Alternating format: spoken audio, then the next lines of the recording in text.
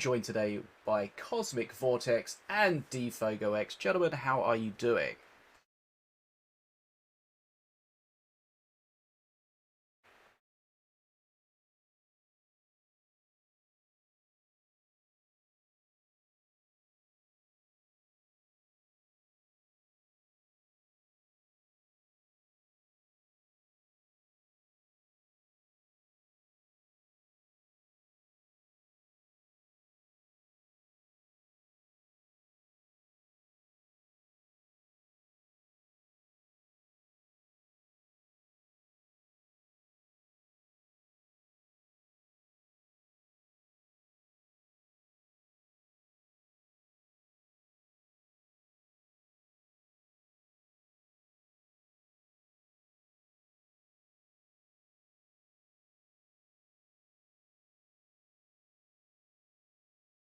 Yeah, so we are here for GGtoor's Night Duel number 5, presented by GGtoor, Team Honor Frenzy, and Betadwarf. So big shout out to those guys for supporting this event. So this is going to be a 1v1 event.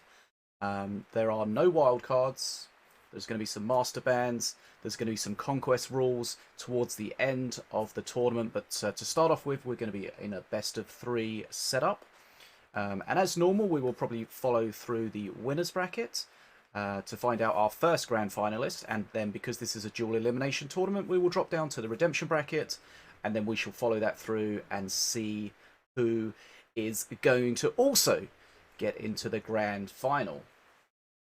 Now, I believe we have some seeding, but I'm not sure if that is something that we can share yet. I'm not sure if the seeding has been completed.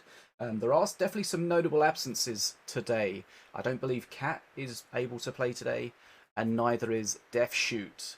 So those are 2 players that we would definitely expect to get into the latter stages of the tournament. So do you think that opens up some opportunities for some players that we might not expect to get quite so far, Dfogo?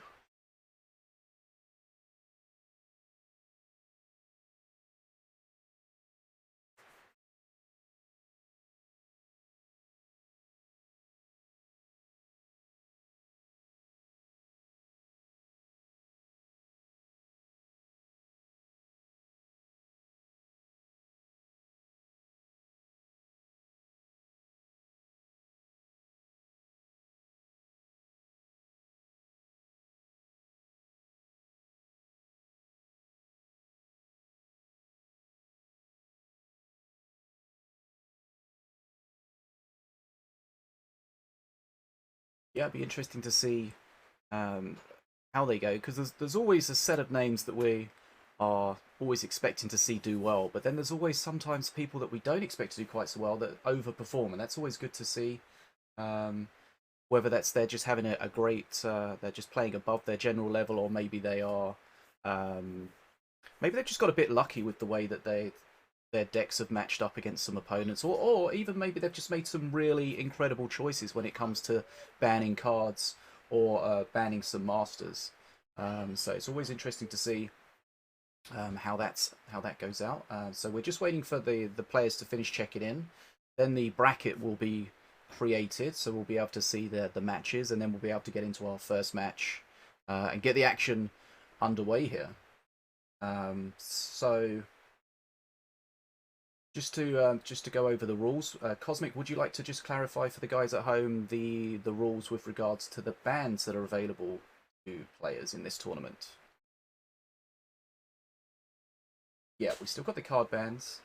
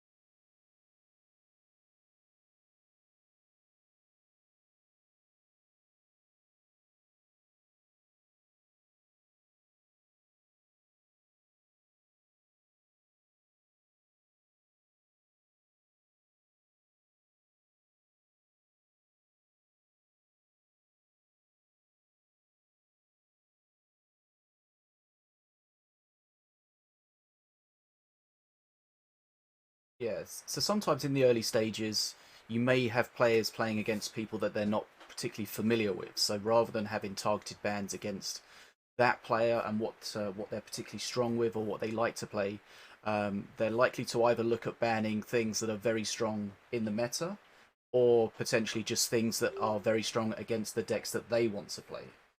So there are the sort of different schools of thought, Defogo, as to how you approach the bans, whether you're banning based on your opponent, whether you're banning based on the meta, or whether you're banning based on your decks and what counters you.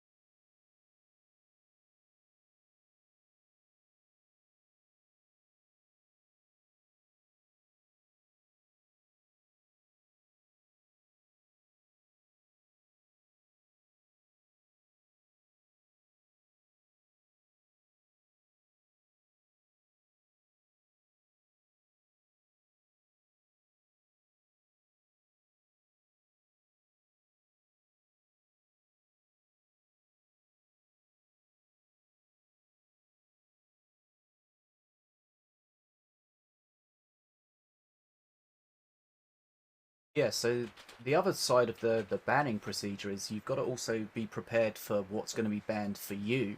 So some people have decks that really rely on specific cards, and when those cards are unavailable, that deck just really doesn't work anymore. So you've got to also pay attention to what's likely to be banned for you, and if that is banned, you've got to have something ready to go in its place. Because that's the sort of thing that can really rattle a person in the tournaments. They've got a deck, they just want to play it, they feel it's a strong deck, and then suddenly, boom, the key to their deck is banned. And they've got to be able to reply to that by either replacing that deck, adjusting the deck a little bit. Because, you know, sometimes if a card's banned, it might not be a case of just replacing that card. It might change the entire dynamic of the deck. So much so that it might just be that that deck just doesn't work anymore. So the players have got to be able to respond to the bans as well as put the bans out. So there's quite a lot going on in the band setup, and I think that's something we see with the experienced players. They really get huge value out of their bands their band strength. You know, sometimes newer players might not really be quite sure what to ban, and they just kind of ban just for the sake of banning it. But later in the tournament, and I'm sure you guys will agree that the bans become incredibly important. And when you get players playing against each other that are familiar with each other, the bans become very targeted as well, and that's always really interesting to see. Now, one of the things I want to mention is recently in some tournaments we've seen that King Puff has been incredibly strong in solos. Perk 3 King Puff, especially if it's not against Volko, really just shreds. So do you guys think we're going to A, see King Puff played quite a lot, and B, see King Puff banned quite a lot?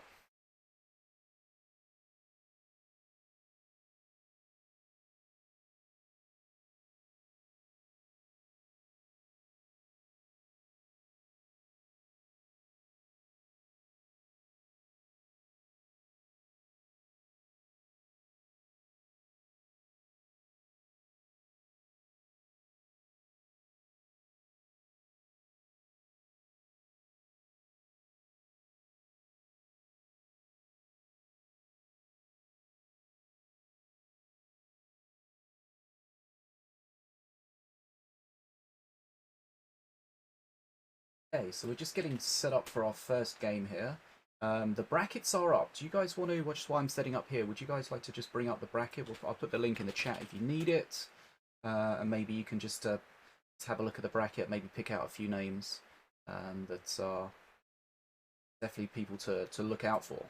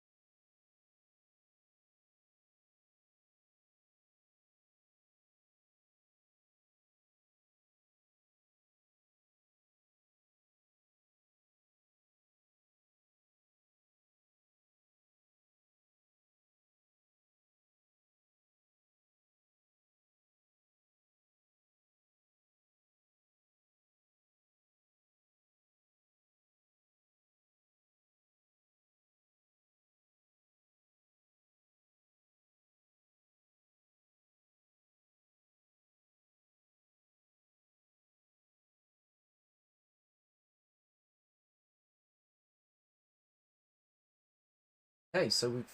Yeah, sorry, go ahead.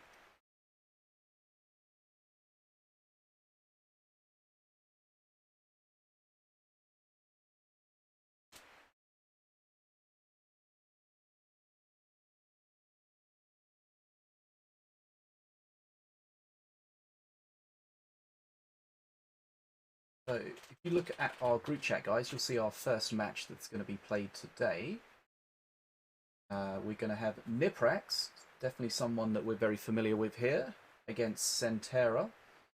And if you guys would like to just go through the bans that these guys have picked for their opponents. Remember, the ban is they ban for their opponents. So if they ban a master, they can still play the master. Their opponent can't unless their opponent bans the same master back to them.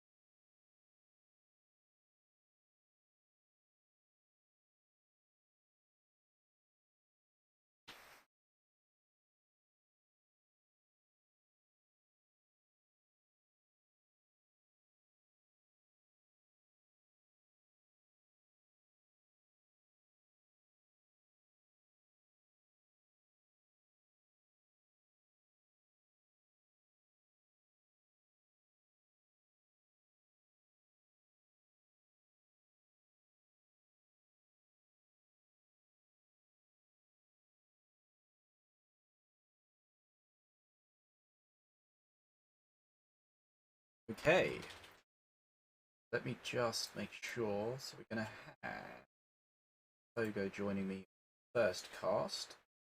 So let's make sure that's correct. Okay, thanks everyone at home for joining us. Remember, just to remind you, many remembers there, is that this is GGtoor's Night's Duel number 5. This is a 1v1 tournament. It's presented by GGtoor, Team Mana Frenzy, and Betadwarf, the developer. So big shout out to everyone supporting the event. Big shout out to everyone involved in the event. Big shout out to everyone at home. Hopefully we should have an awesome event here. We're just going to get started in our first game very soon. So a reminder, we are going to be a best of 3 until we get to the latter stages of the tournament. So no conquest rules to start with. And of course, as soon as we switch into our best of 5, we will certainly let you know that. And that's when things start to get really serious. But of course, before we get to that part, we've got to get through the early stages. Duel elimination, so if anything does happen to go a little bit wrong for somebody, they do have that second life, but they don't really want to burn that too soon. But we'll find out how that's going to work out in our first game. So we're going to have Niprax against Sentera. Now, I'm not familiar personally with Sentera. Is this somebody that you guys are familiar with from the community? Okay, well, welcome, Sentera. Great to have you here. Always great to see new names duking it out with some of the experienced players. Definitely get that set up as quickly as we can.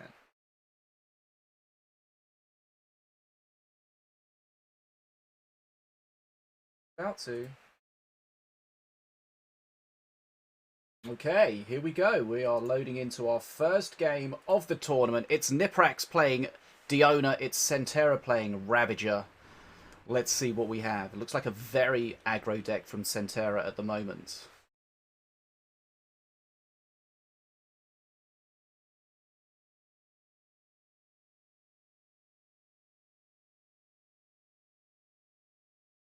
Lensbrew looked a little early there on the rammer. I don't think it needed it. Bear Trap grabs it. Okay.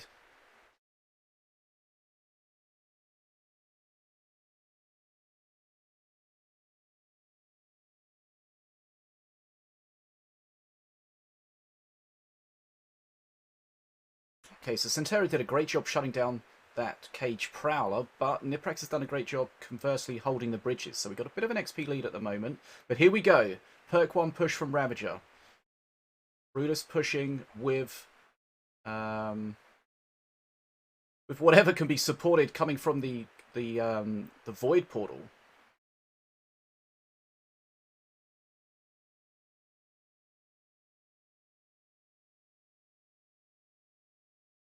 So he's got some good value out of the Void Portal so far. He's going to have 2, not 3.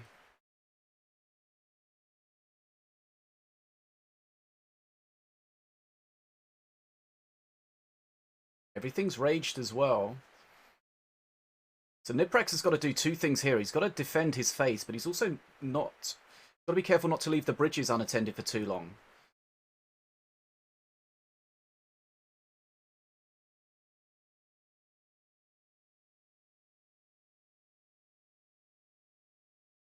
Niprax has done okay. He did take quite a lot of damage there. It was a fairly scary attack. But XP's about the same. Now, can we see... Can we see the Cage Prowler getting shut down again? Let's find out. There is a Rammer available, but he's decided not to use it at the moment. Saving up his mana. Rammer on the top lane, but he's going straight into the Bear Trap. So, or the Bear Traps... Oh, that's perfectly timed! That was big brain. Oh, he did have the Glen's Brew, but he's got many things to try to deal with at the same time. That's a massive smite. But here we see Niprax putting out a lot of damage on his own. A lot of damage. That trap doing huge damage. That trap, of course, can't be reached by Ravager.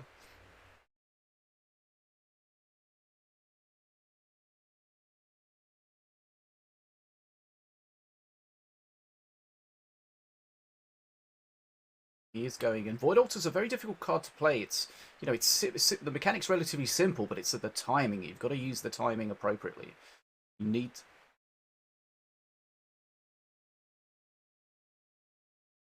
Both players have taken a massive amount of damage. Not too much value from the Ragers at the top. The Trap's going to do a good job. Fireball's not ideal because everything's... Oh, he's used the Glen's Brew. That's a great play, actually, because that was hasted as well. Prowler!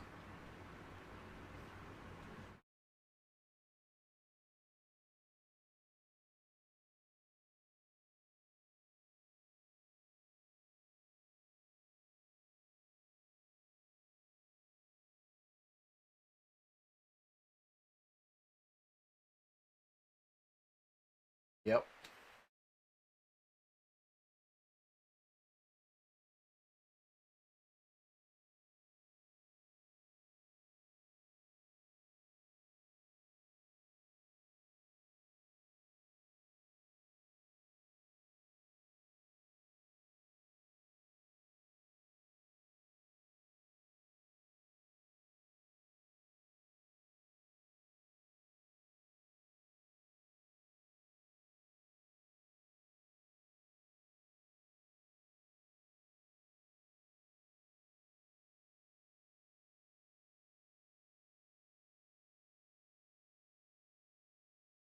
Yeah, that was a hectic game, and Cosmic, I'm sure you're happy to see a Void Altar play one of your favourite cards.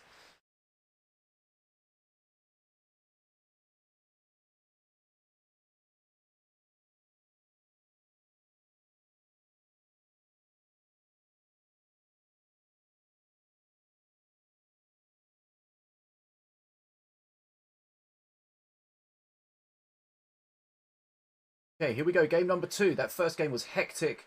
Started off at 1,000 miles an hour. Let's find out what happens in game number 2. We've got Niprax playing Volko. Sentera looks like it's sticking with Ravager.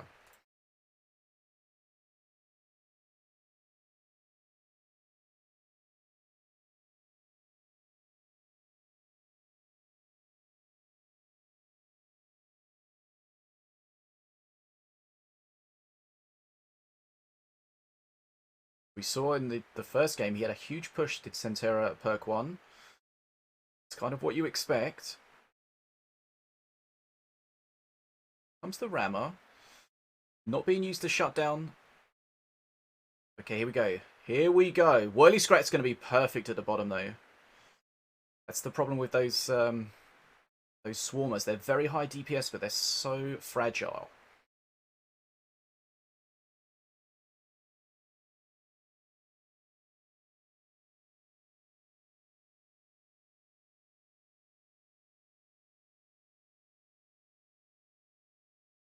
Those Scrats, you know, I feel like the Scrat Horde is overlooked by a lot of players. The DPS that those little guys can put out is substantial.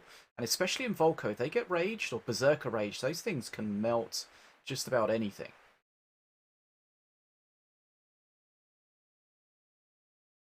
Niprax took a bit of face damage early on from the rammer. He's returning some of it now, and he's controlling the bridges. But here we go. Now, the tempo that you can get from the Void Portal is... The Void Altar, sorry, can be huge. But conversely, if you don't get the value out of it, you can lose a lot of tempo. But there we go. He's got 2 of them already. Oh, that fireball was perfectly timed. The Prowler was literally in the middle of its spawn animation. Looks like he's only going to get 2 souls, but that's okay. You get 2, it's okay. But this is going to be a lot of damage on face, and Ravager's not going to be able to shred through it very quickly.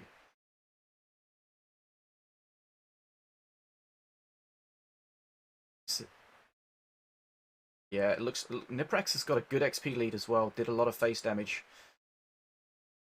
That's the thing with Volko. With the Rage, you can suddenly put out a lot of DPS very quickly.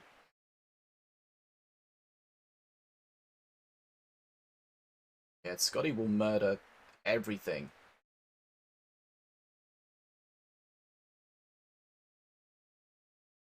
Yep. It's going to be Niprax's game. It's going to be 2-0 to Niprax.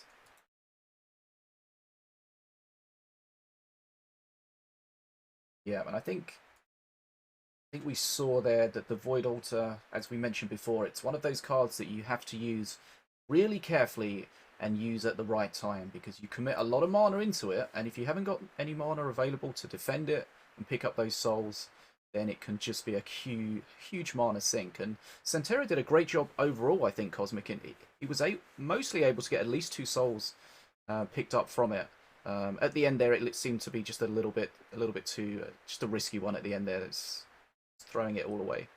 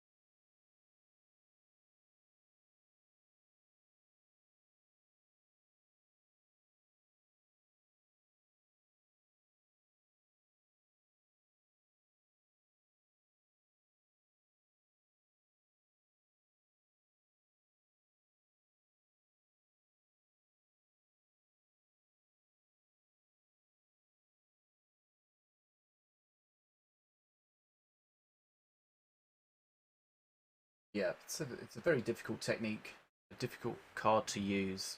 Can be very strong, but can also be a real pain in your behind if you don't play it correctly. Sentera did great, and coming up against Niprax in the first round, that's very difficult. But of course, this is a dual elimination tournament, so there is a second life. Right, looks like we're going to be going into Set versus Yaya for round number 2.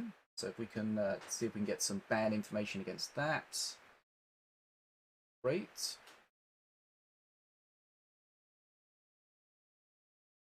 Again, we'll put a link in the chat for the brackets so anyone can check it out, see what's going on.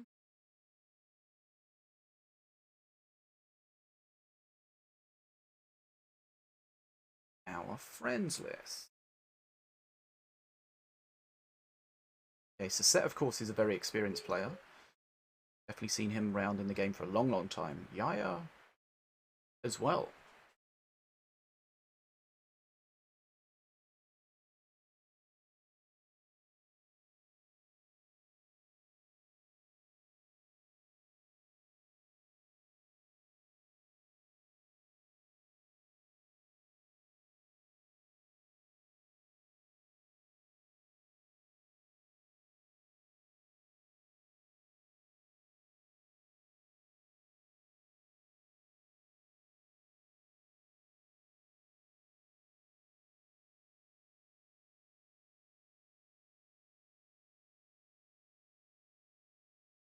Yeah, for sure.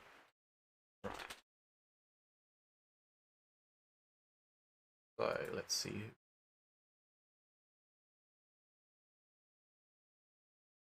Okay, we will find that out as soon as we can.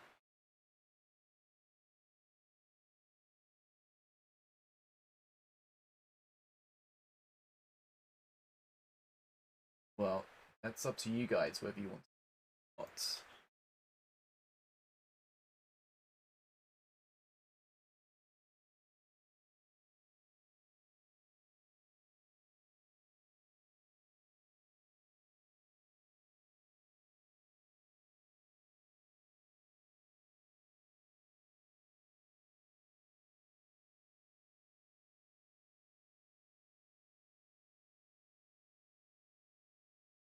Okay, well, the good news is I've already set up Cosmic for the next game, so I just have to undo that. Brilliant. More work.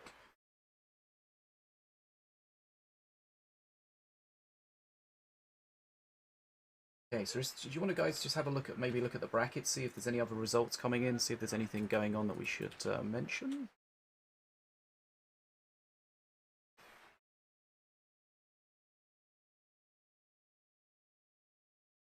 Okay, so we're just trying.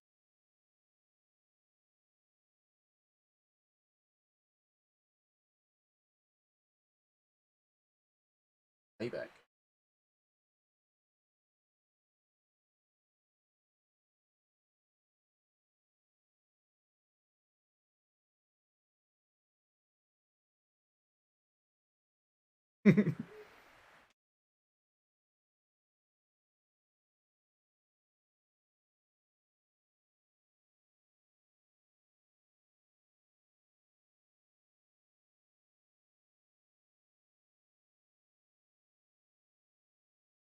Still waiting on a friend request from one of the players.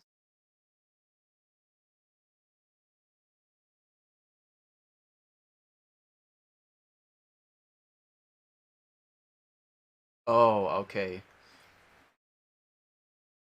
This is where I'm going to yell at This is where I'm going to yell at someone. Hey, PSA. If you have different color names in Minion Masters, you may think it looks cool, but when I'm trying to find you on my friends list, it makes it a bloody nightmare.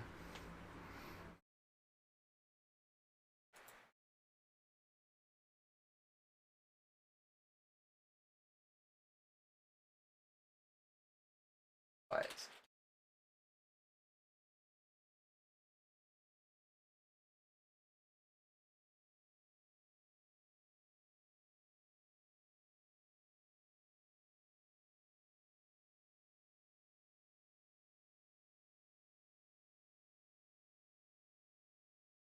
The other thing with the different colors in the name is it messes up where they appear alphabetically. So Yaya is literally the first person in my friends list. My god. Okay.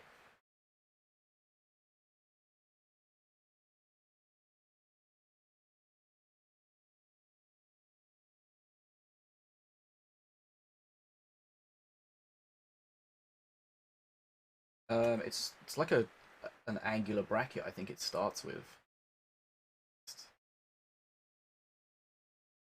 You mean angular bracket, open angular bracket, open. I mean, I would call it that. You've got an angular bracket, you've got a squiggly bracket, you've got a square bracket, and you've got a bracket.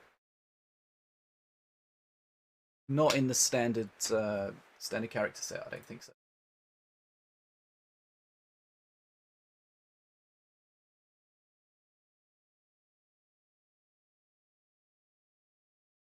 Oh my god.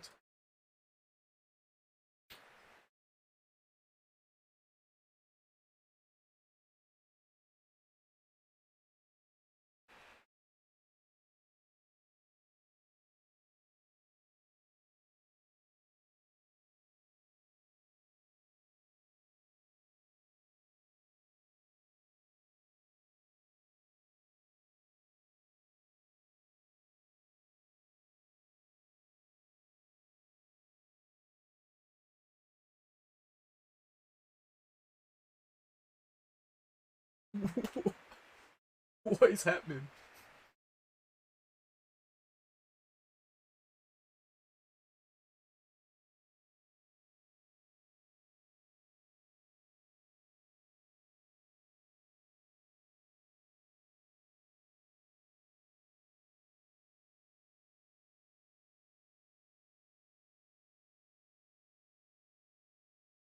Okay, so in other news, did we get any bans in from these guys yet?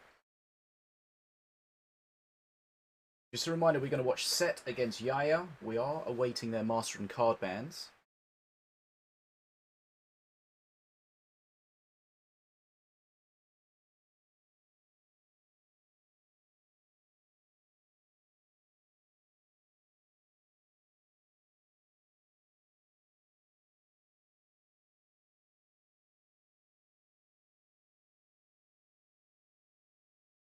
Okay. Does that mean we're ready to go?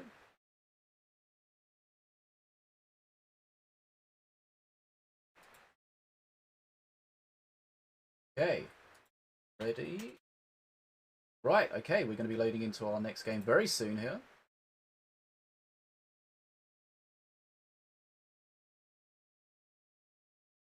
Start, yep.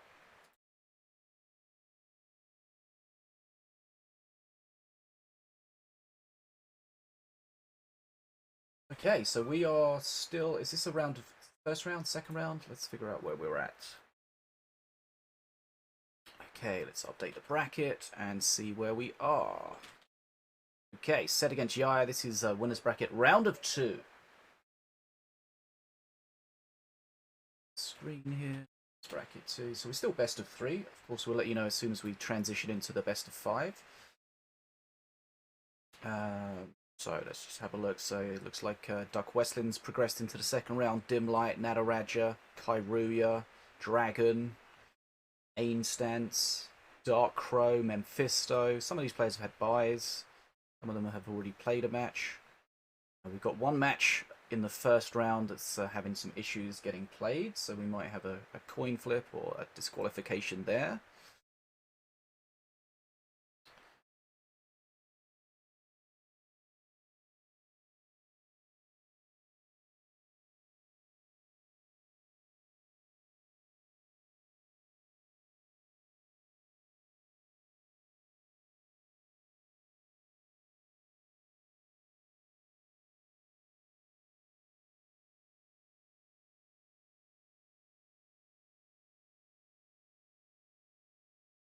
True.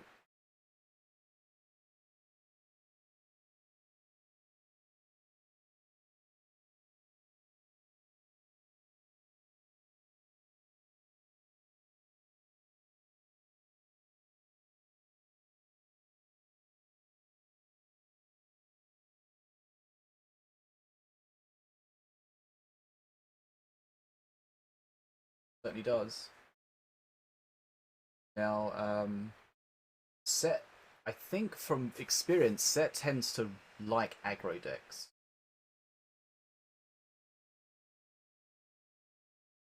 Yeah. He used to also play some Diona using the traps to help a Rammer do as much damage as possible.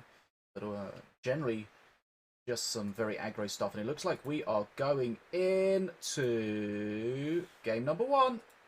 DfogoX joining me on this one.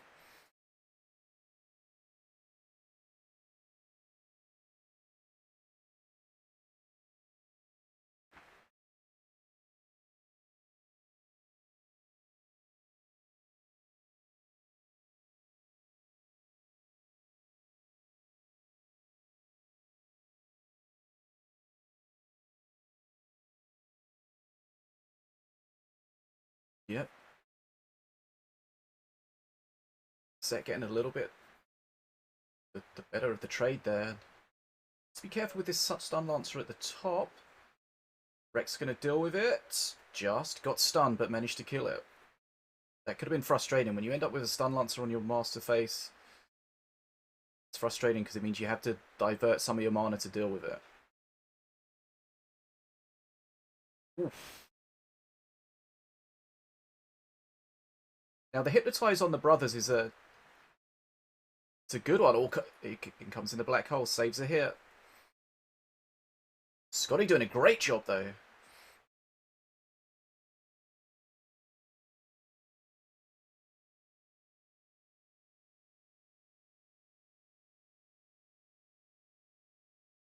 Yeah.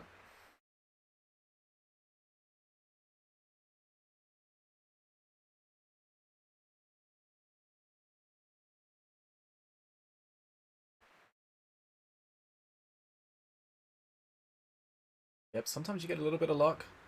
Here we go. Prowler is on the prowl, but Unholy Ground brings the Razor Squadron down, and it gets fully shredded now.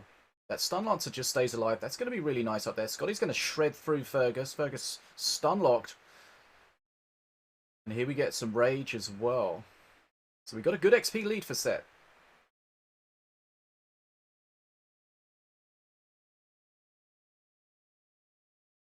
His stun needs some help dealing with it. The Battle Monkey's going to do a good job though. Here we see the clones.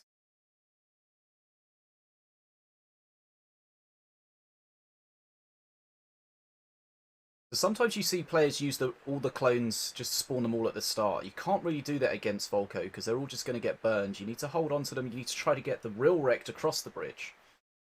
But here we see the Hypno again, and there's no Shield of Light on either of those. Black Hole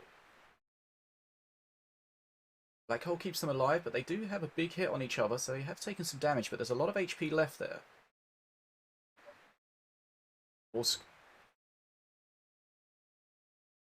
At the top, though, that's going to be decent damage on face. That's a lot of damage. Remember, this Stun Lancer's only stunned for 5 seconds now, so he didn't get fully stun locked, but he took a lot of face damage. Set in a strong position here.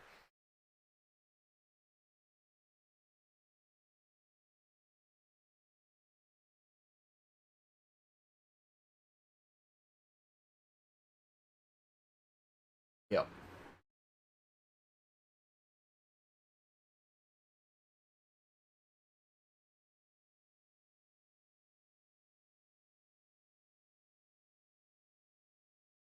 Yep, so it's more guaranteed value, but less long-term value.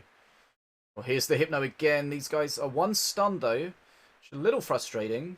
Not going to get quite as much value, but that's almost going to be dead. Looks like the Marines are going to finish it off. GG, top of the dog at the top.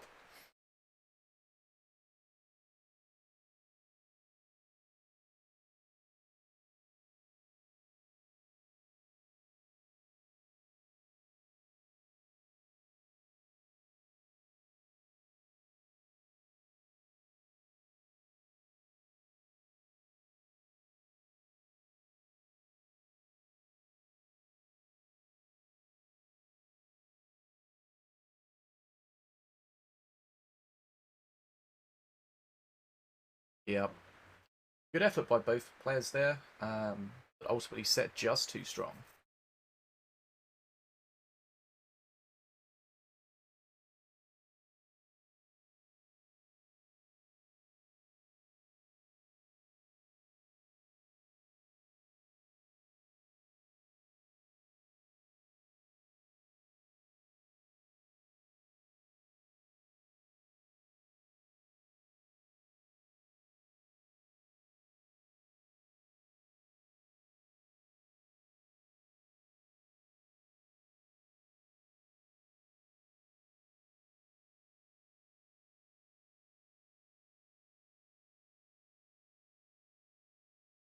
Yep, and again we see Set playing a pretty aggressive deck, not going for a long game strat, just trying to put out huge DPS, and that Prowler ultimately at the top there, that thing hits hard.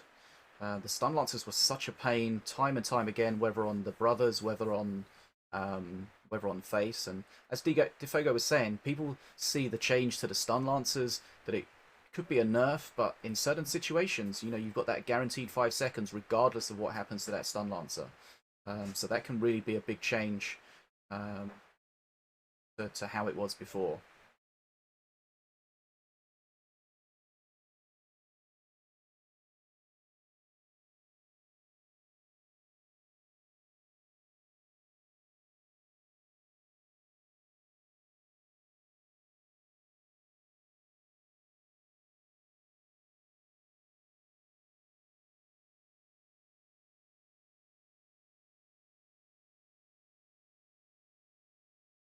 The other side of that, though, is if you end up with just a stun lancer on your face, nothing else, you can almost not have to deal with it, because you know that stun's gonna finish. You know the master will deal with it eventually, whereas before you would have to do something. So kind of pros and cons from both sides there.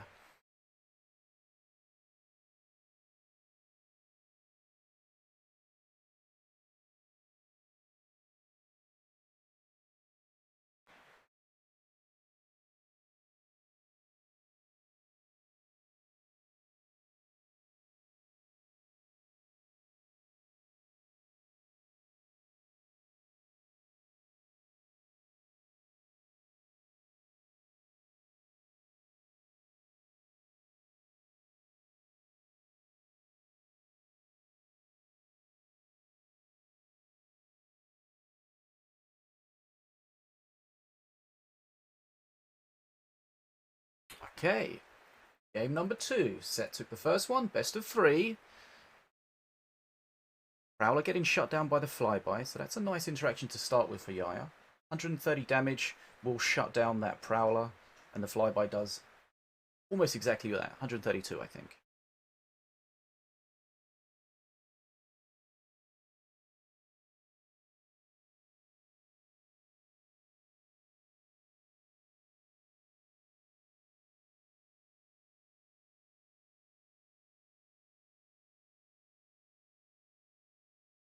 Yep.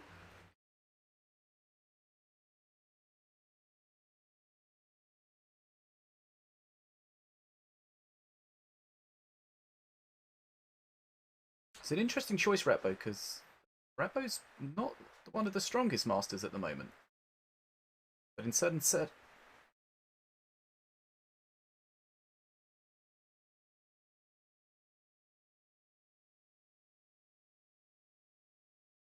So we've already got a bit of an XP lead. But looks like we're going to see this counter time and time again.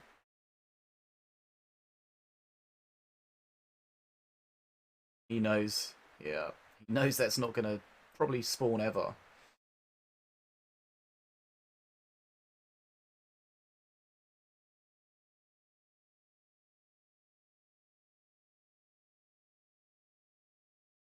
That's a strat I like to see, but then you know you just end up throwing just so much mana towards it, and you end up feeling like it would just, yeah.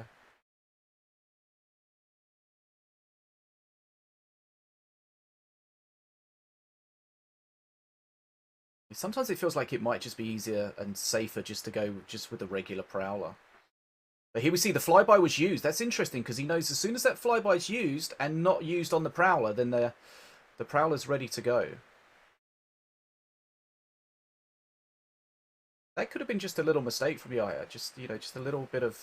there's the thumbs up from Set. Just kind of forgot what he was saving it for. And that's, you know, sometimes you've just got to hold on to that counter, because that counter is going to force your opponent to not play the card.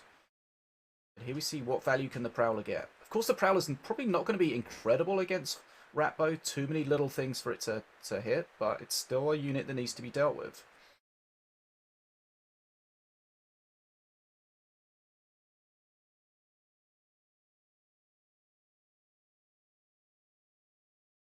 Oh, here's Scotty, though. Absolutely nailing that whirly. Yeah, that's putting out so much damage. Like, sometimes you just think, oh, he's almost at 50%. We won't have to worry about him, but just that small DPS output, just that small period of time can absolutely shred your tower. I think Set's in a good position here. Ahead on XP, ahead on HP as well.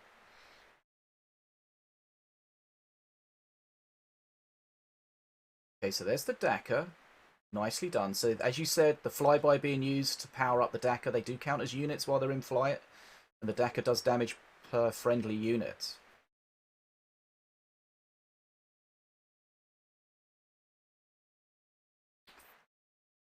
The Stixie's got little to no value. Always seems to be in harm's way. Okay, so that's perfect for Set. Oh, that's the Prowler. That's the value that the Prowler can give.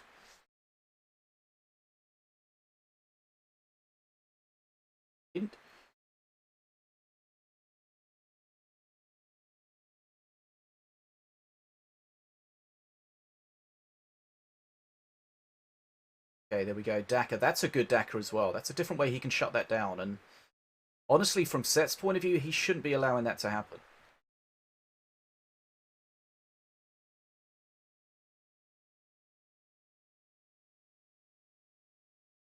But these units are now Berserker Raged. So it's just a whirly, not a high DPS unit, but it's doing good damage. And now we're going to have a Berserker Rage Scotty. So Berserker Rage is 100% extra damage. They do damage to themselves, which for something like Scotty's not ideal. But that 100% extra damage, even something like a Scrat Horde can just shred.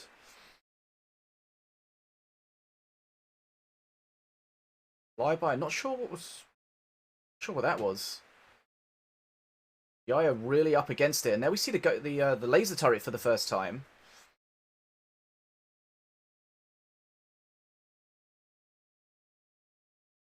Okay.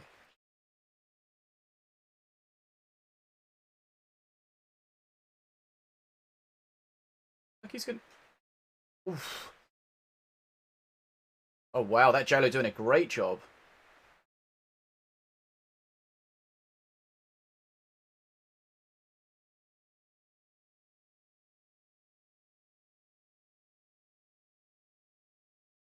He's always played that Stixie really far forward.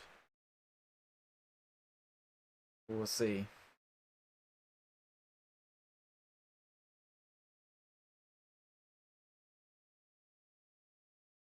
That's a decent Echo. I feel like Yaya's... Looks like Yaya's been holding better since he started using that turret, but he's so far behind. He's going to be Mana Frenzy for Set in just a moment. Yaya does have the bridges, though, so that's he's got to try and hold on for this. Can he do so?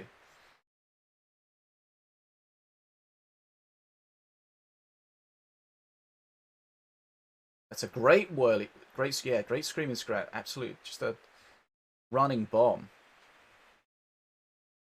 Yeah, because Set can't get a bridge. Yeah.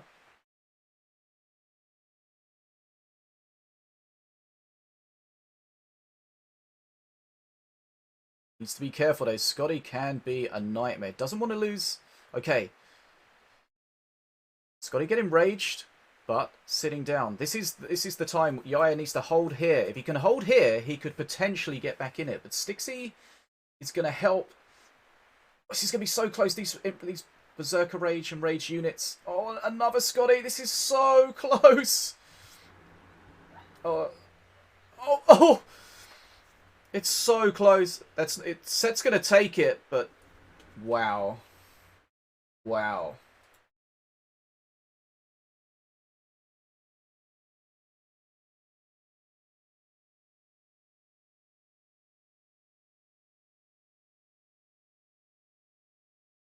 So that GG, do you think that was just he thought he'd lost, or was that just like a kind of a mind play?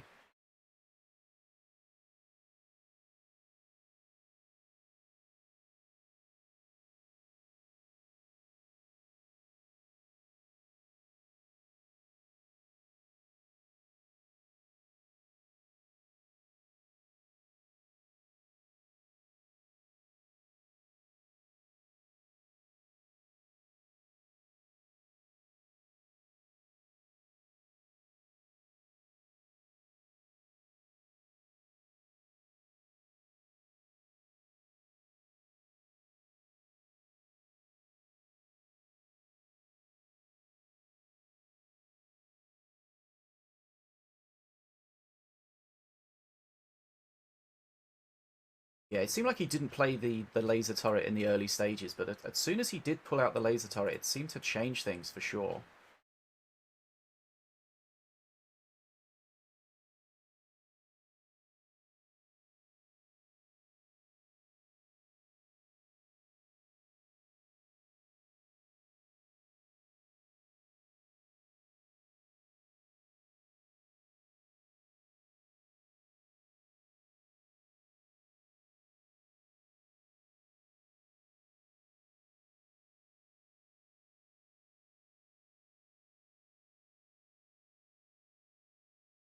It did look like he was gonna turn that around, but he just needed another maybe 5 seconds just to hold, and he would have been okay, but very frustrating. But yeah, it was interesting to see as the game went on how, as you mentioned, how Yaya's approach changed with regards to that Prowler. Like trying to shut it down with the Frost Feathers and then realizing, well, I don't really need to do that because I've got some more efficient ways of potentially dealing with that. As you say, the Jolo was great. We did see a couple of times when the Prowler did get some value off. When it does jump, it did. I think it jumped onto a whirly at the top and then onto the Stixie, and that's perfect. But apart from that, the Prowler didn't really do too much.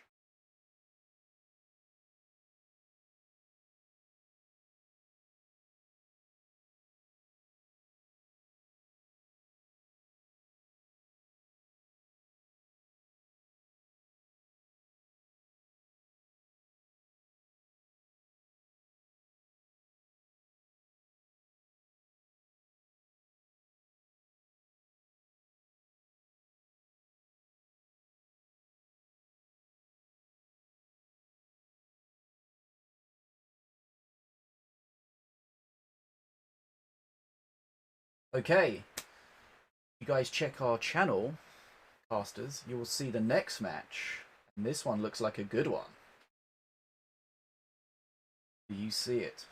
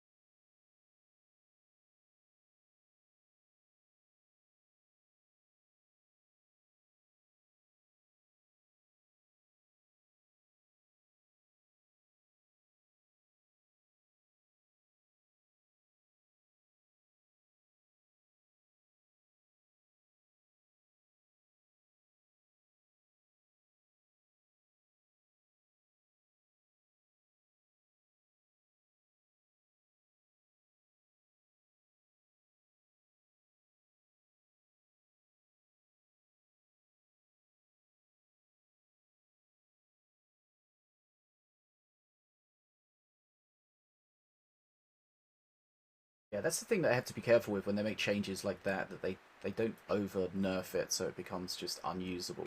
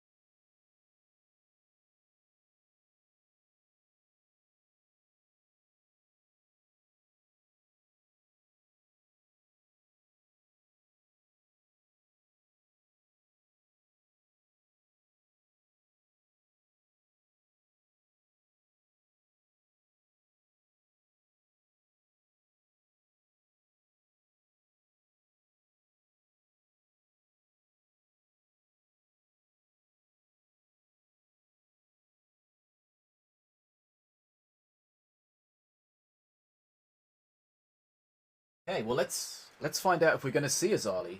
Cosmic's on this one with me.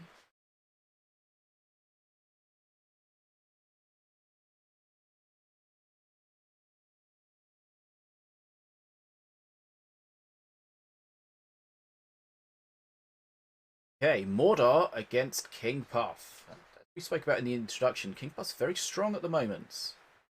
Perk 3, Night Puffs. It's definitely seen them dominate in previous tournaments. We'll see exactly what happens here. But that perk 3 seems like, it feels like a perk that really can change the dynamic of a game, Cosmic.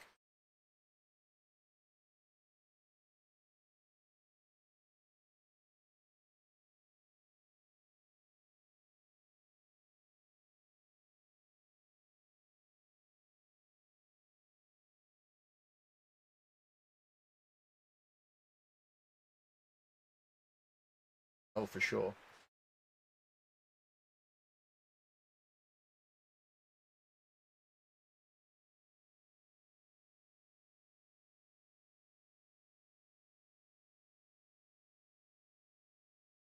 Okay, so Westlin's going to be trying to res that fan reel.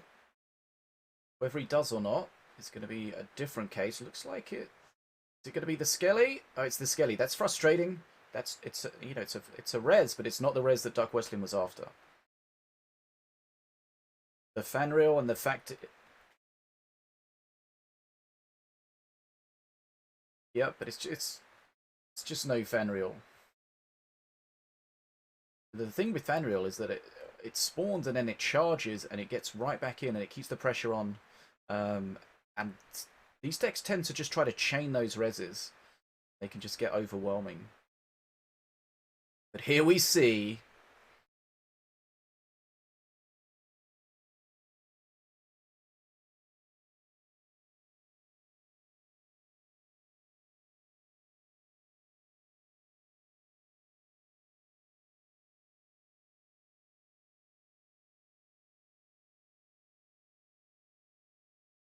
Yep. We'll see. We'll see. I've got a little bit of an XP lead for Nataraja at the moment, which normally what you would expect. Mordor with the heavier units tends to have less bridge control. Conversely, King Puff tends to have a lot of split units, a lot of multiple units, so they can get a lot of value. And there we see the res that DuckWestlin wants. There we see, again, straight back in the action, shredding everything in its path, onto face, Mana Surge, of course, for Fanreal. This is a lot of damage, Cosmic.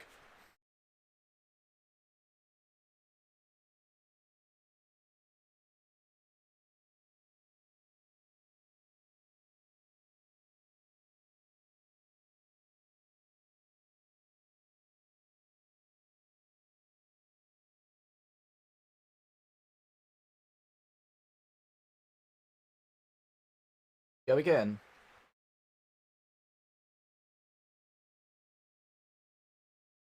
Well, that's going to die far too quickly. And there we saw an example of the Scrap Pack. Just the Scrap Horde. Just the... Oh, interesting. Is that a mistake? Did he try to res that? I'm not sure. Screaming Scrap res is not really where you want to be as Mordor. Somewhere Sinobie's yelling.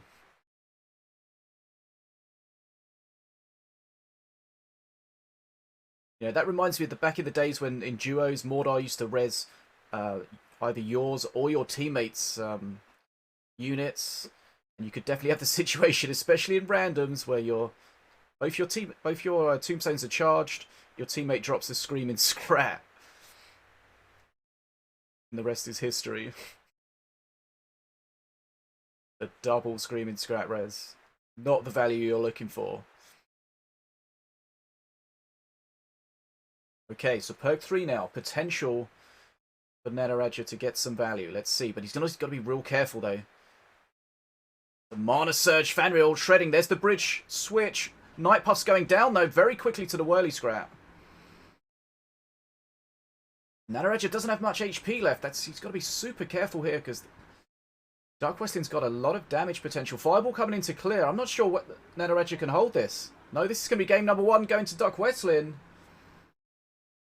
That Fanreal just too strong to deal with. He didn't quite get the reses. We saw a Screaming Scrap res at one point. It seemed very strange, maybe a mistake, maybe just trying to get something out of the tombstone. But ultimately, Dfogo, that fan reel, a very tanky unit, clears all the small stuff in its path, and of course, when it gets into Mana Surge, it starts putting out substantial DPS.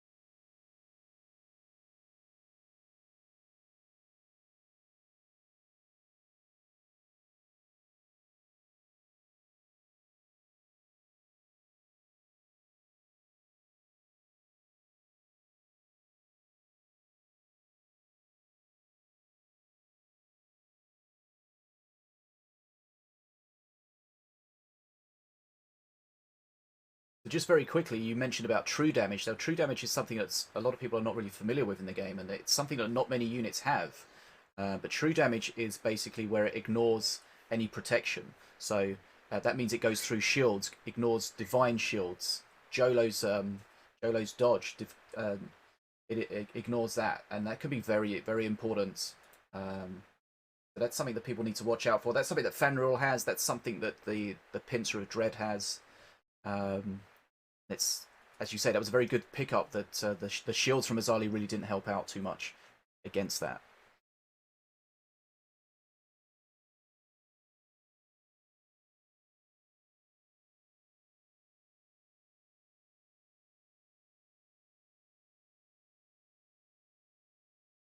Now, one of the reasons you would say that, of course, is because he can just jump on the tombstones and try to prevent those reses. Which a perk 1 for Mordor definitely can be very, very, very problematic, but we'll see. And not only that, he can also jump on targets of choice, so he can, instead of shutting down a res, he can force a bad res. Okay, so here we see again. So the key for DuckWestlin here, he's taken a lot of damage early on. He's got to be careful with the reses. He's got to pay attention. He's got to hope that he gets the reses that he wants. But that Sunder's going to shut down the tombstone. Looks like there's going to be 0 res at all there. A healing fireball coming in. Is that Yahoo nice and healthy compared to what it was?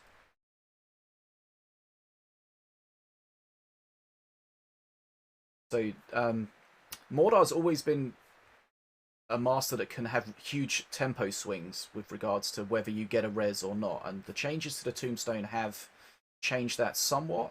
They've dampened the curve a little bit, but we can see in that situation there the difference between a no res or a Fanreal res would have changed the entire match that we're seeing at the moment. Okay, set 2 likely to come in and shut down this air. Go. Okay, so here we see Fanreal just ignores any dodge due to the true damage, absolutely shreds the Jolo.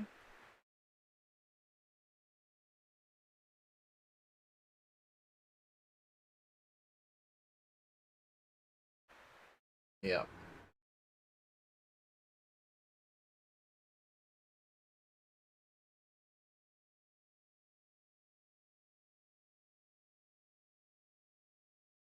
Okay.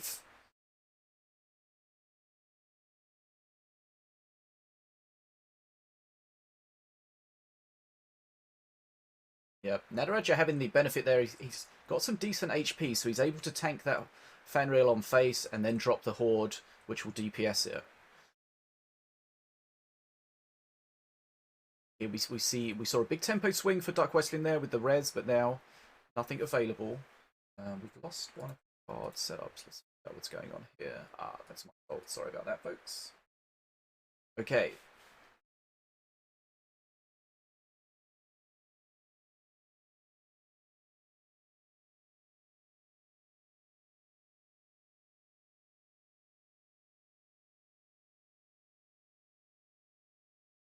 Okay, the shield guard's going to fairly melt. Fireball comes in. Everything's going to get cleared up here.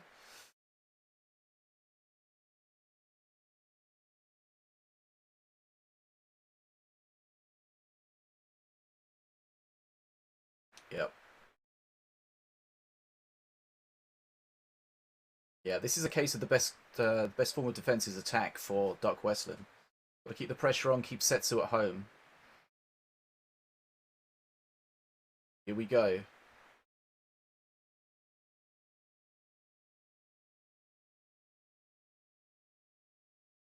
Right, here we go. Looks like it's going to be a Fanrail res. That's going to be exactly what he wants. So in a lot of Mordor decks, you find them packed full of different units. Oh, that fireball was cleared everything. GG.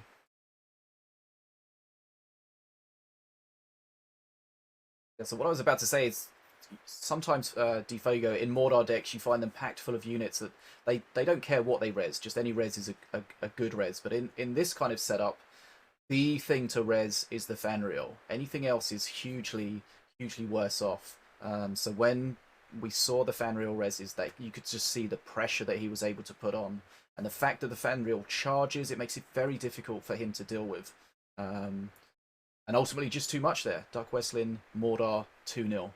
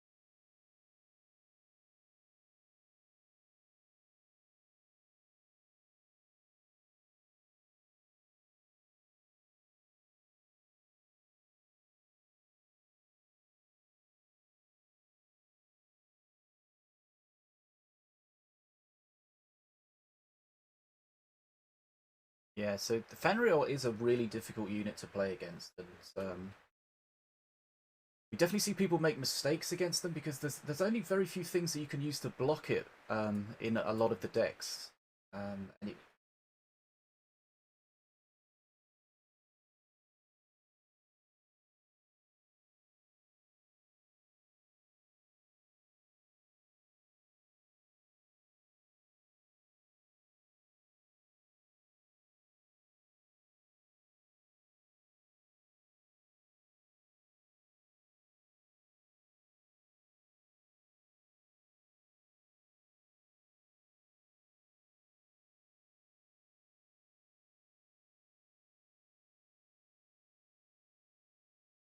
so as soon as you play against Mordor and you don't have a Shock Rock, does that put you in a really bad position, do you think, Defogo? Especially when they're trying to get these single, very high value reses.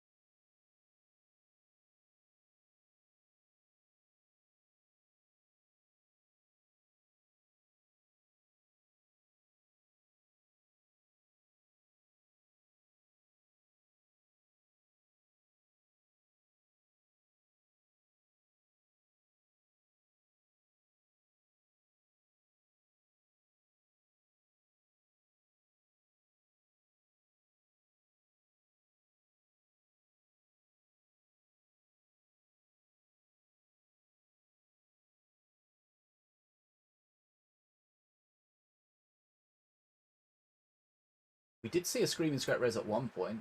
Do you think that was just...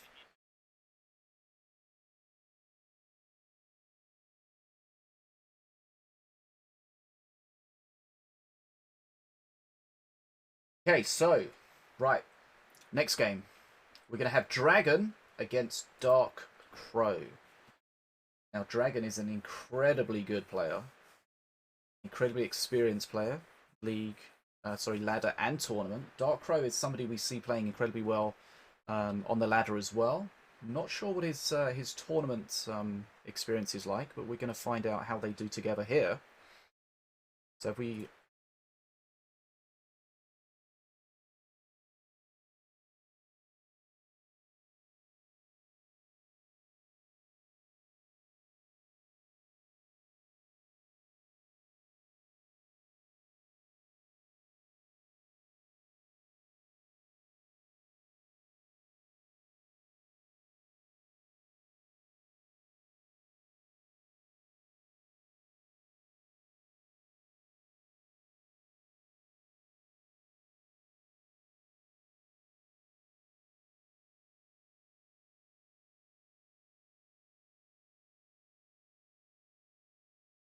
Okay, so DfogoX on this one with me, I think.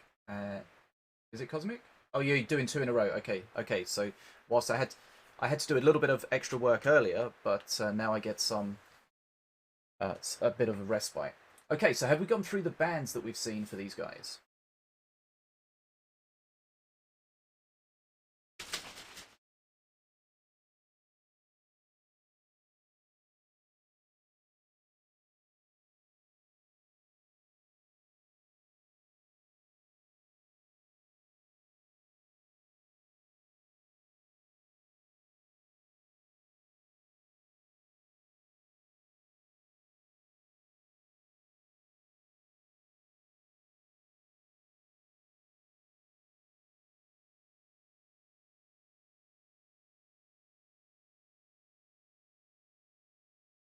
Okay, so this is a winner bracket number 3 match. We're still best of 3. We're going to have Dragon against DarkCrow, and here we go.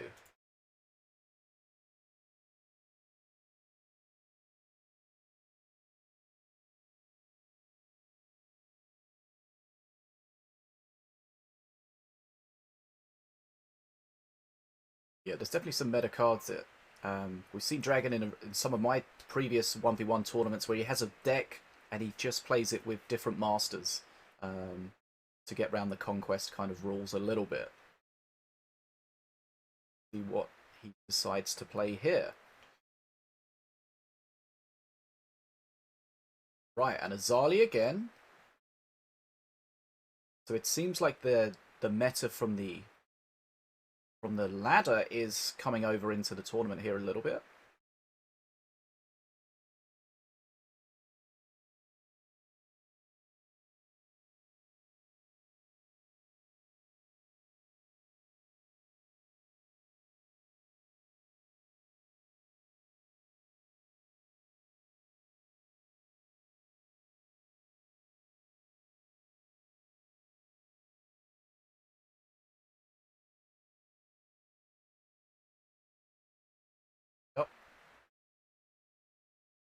That definitely helps the players prepare and get a good idea on how their decks are performing, because they get to try them on the ladder, and that's kind of using the same setup, the same rules as the tournaments will have. And of course, wildcards are coming back on Monday, but not in the 1v1 ladder. So that will still keep the experience pure for the tournament players. The 1v1 tournament players.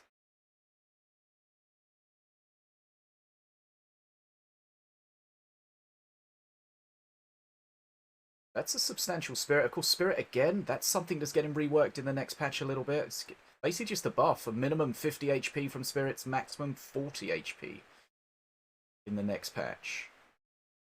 Spirits got changed. They probably got nerfed a little bit too much in specific circumstances. It's a massive beam, though. Just talking about a Spirit change, Cosmic, do you think they... I think they needed to put a minimum on it. Do you think they needed to increase the maximum up to 400? That seems somewhat unnecessary.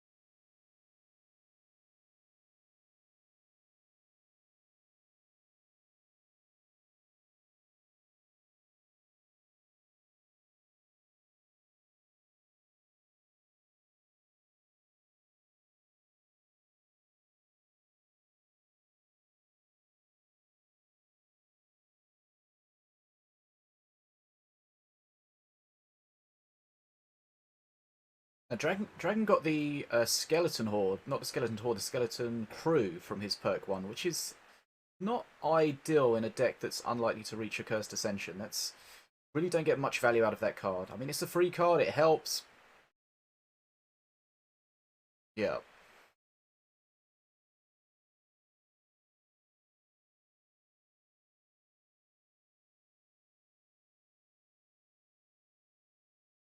There we see the spirit at the top is huge on that brother.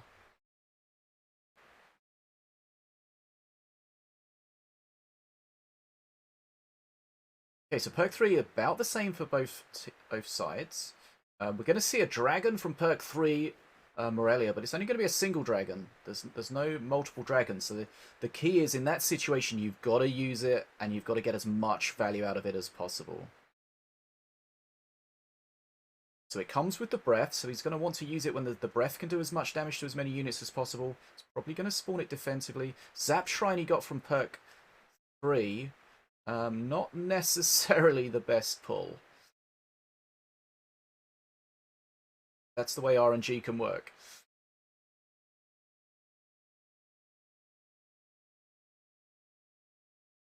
That, yeah. Okay, so here we see the dragon. Not really getting much value out of the breath, but he knows he just can't hold it for too long. He's got to get it in play. He's got to try and support it. The Curse Bearer is employed immediately. That Curse Bearer is going to start melting that dragon. Now, ideally, you don't want the Curse Bearer tanking like it is in that situation because it will die. The Curse will hang around for a little bit, 3% damage every second, but that dragon's still going to have a decent amount of HP, so that's a good-looking push at the top for DarkCrow. But remember, this is his only dragon. This is his power spike. Needs to try to get value out of it. The Zap Shrine's going to be on the dragon, though.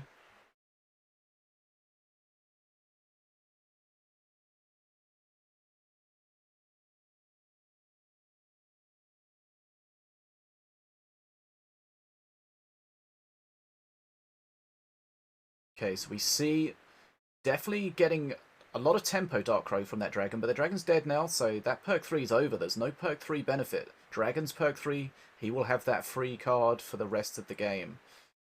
So let's see. We do have an XP lead for DarkCrow, so the dragon's kind of done what it needed to do. It's given him an XP lead, did him some face damage, but now he needs to build on that. And Mana Frenzy coming up for DarkCrow could close it out if he's able to grab the bridges at this point. Right.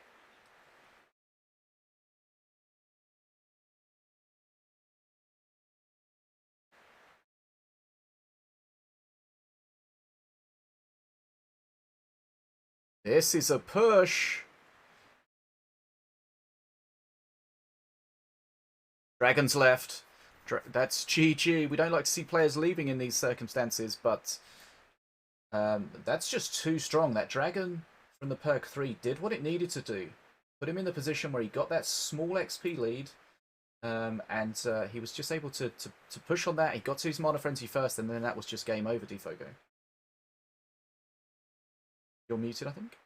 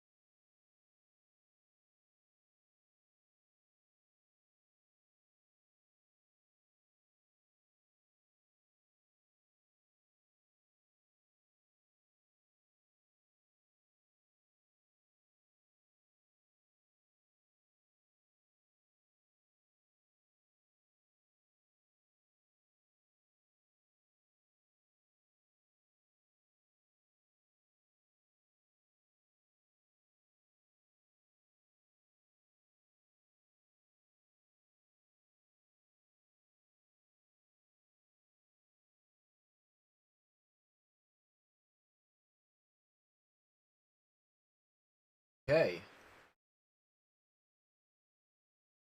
How do we feel about him leaving at the end of the game there? Do you think that just shows that he was just a little bit frustrated?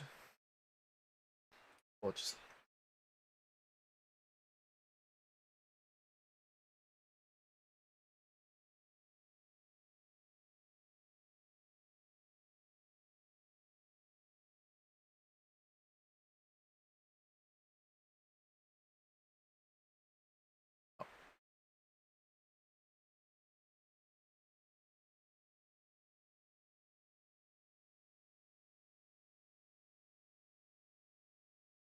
You're almost saying, like, you gave me bad RNG once. You're not going to do it again, are you?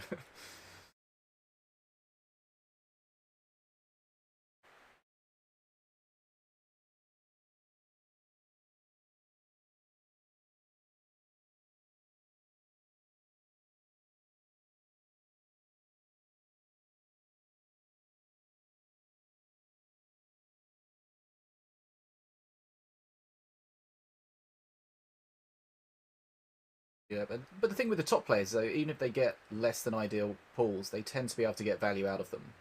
That's crucial. But here we go. We've got some big units available to be rezzed. Let's see what DarkCrow can do. Dropping behind on XP there. He was defending deep. Okay, did he get the skeleton crew again? Okay, so I don't think he had the ghost turret in the game in his deck the last time, did he? Okay, so here we see a push at the bottom. Pretty substantial push. That ghost turret's just out of range, so not helping at the moment.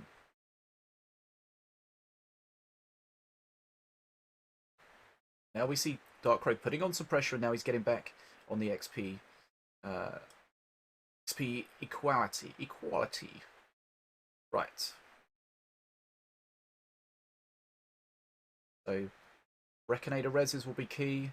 It's got a Brother of the Burning Fist in there as well.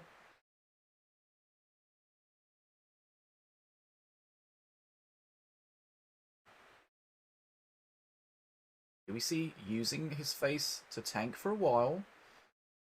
HP is a resource, and the top players use it appropriately.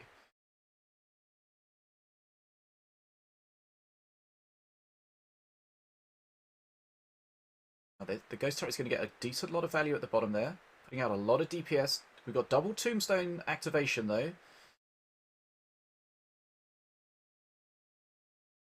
Surprised that Brother spawned full HP at the bottom, because that Tombstone was not fully charged.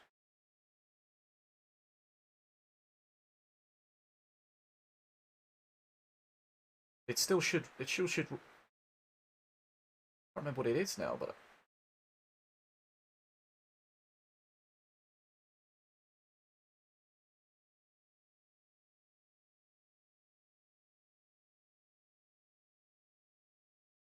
yeah, good value from the beam. Now it grabs both bridges with the stint. That's why stint is such a meta card at the moment. It just gives you the ability to take both bridges, or just take one bridge without having to commit anything to that lane.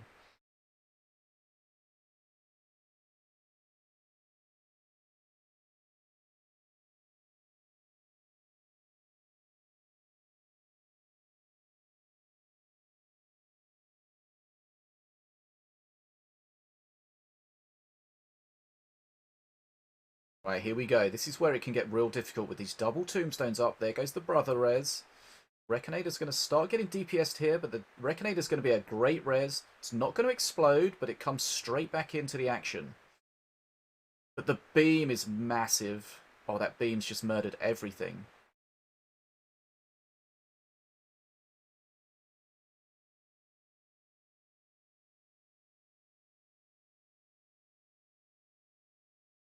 Yep, I feel like if he had any spell in his deck other than the beam, he would have a very difficult time shutting that down. Let's have a look. Yeah.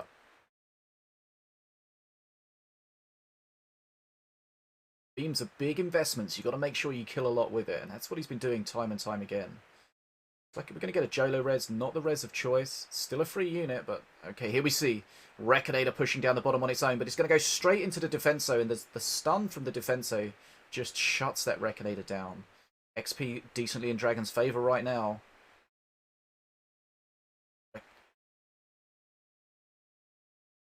Straight back into the Defenso, and you can see the Defenso's barely taken a scratch from that first interaction. Are we going to get an explosion? Probably not. No. Okay. Dragon in a much stronger position at the moment. I didn't see what his perk 3 is. We'll see that shortly.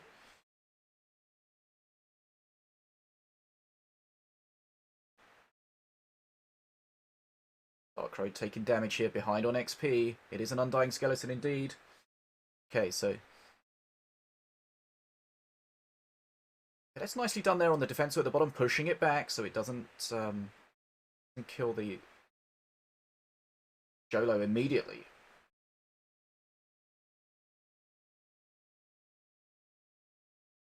It feels like Dragon's in a far superior position right now. He's almost at Mana Frenzy. DarkCrow's down to 150. Remember, that's how much Beam does to face now. 150 damage. He can beam him. He can close this down. Has he noticed? He hasn't done it. So these players normally just take the opportunity to shut the game down when they can.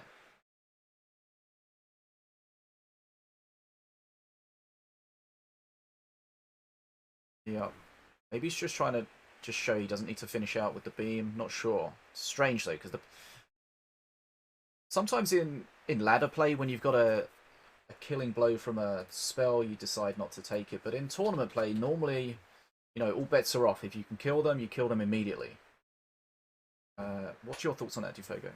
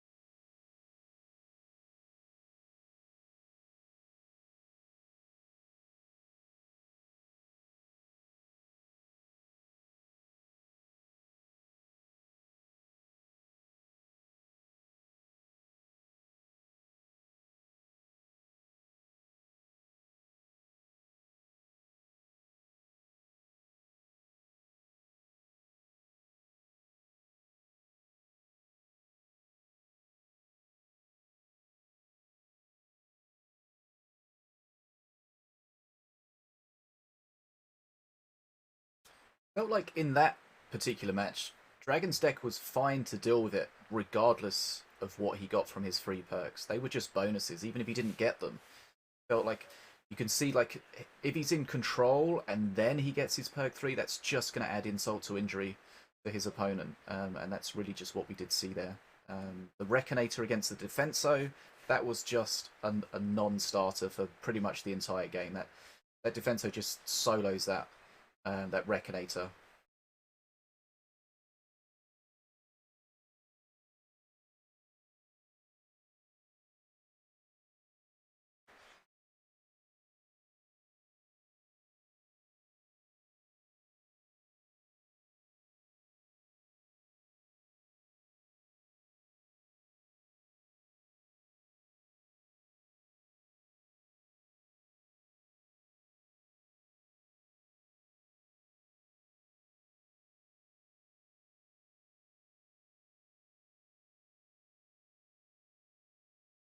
Yeah, we saw one interaction where the Defenso and a few support units basically shut down the The Reconator, the Defenso had barely taken a scratch. The Reconator rezzed, came back, and again the Defenso barely took a scratch, and that's just not the value that you want. That Reconator can shred, but the Defenso is kind of its nemesis, and that's just what we saw time and time again. And we saw exactly why you pack a beam sometimes, because when you play against someone that's doing those heavy pushes together, that's where the beam just absolutely shines. Yep.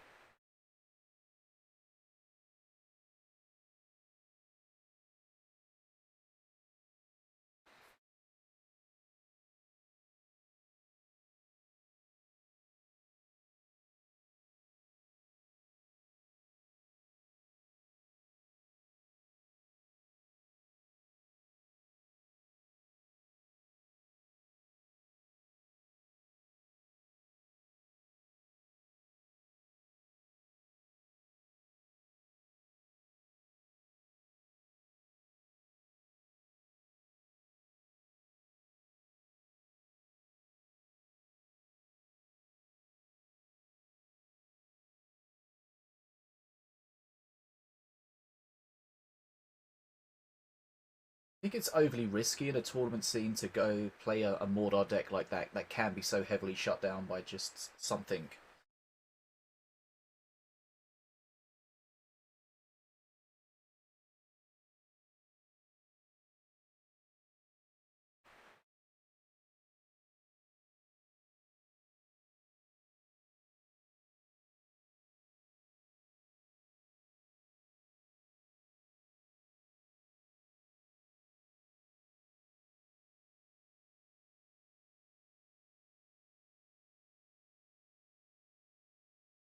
Okay, yeah, as you say, sometimes against these top players, you do have to roll the dice a little bit. Sometimes it works out, sometimes it doesn't. But here we go, loading into game number 3. It's one game all. Winner progresses through to the next round of the winner's bracket.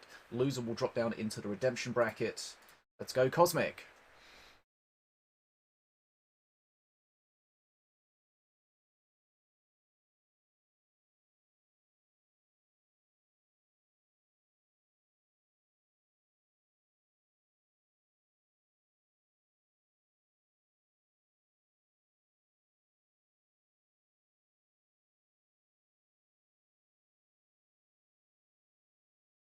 Let's find out. It's got the ghost turret, so it looks like it's the second one.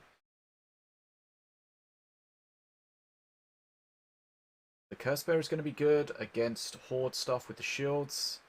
The Defenso is going to be good against that. Got the Boom Buggy in the corner. It's going to shred everything here. Okay, so you've got Scrat Horde. Probably better than the Skeleton Crew that he got before. So that's... Yeah, Blast ones we didn't see before. So that will help against any small units. Just help overall. But here we see, dropping the Spirit. So the Spirit will drop on a random target. If you've only got one target out, then randomly that's always going to be chosen. And there he got the value that he wants from it. But again, the...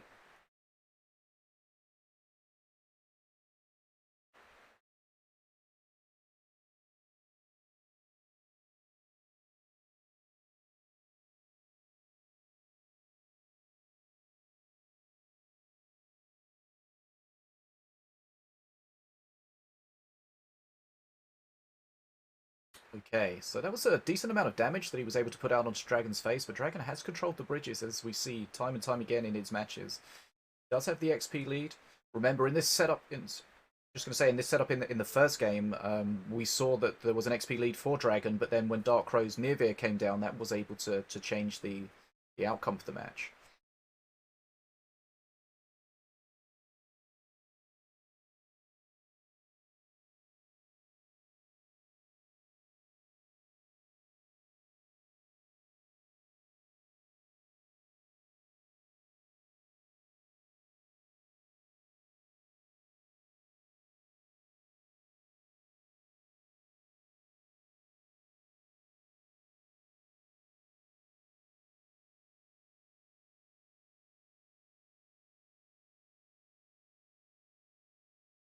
There he's using the totem basically just as a wall.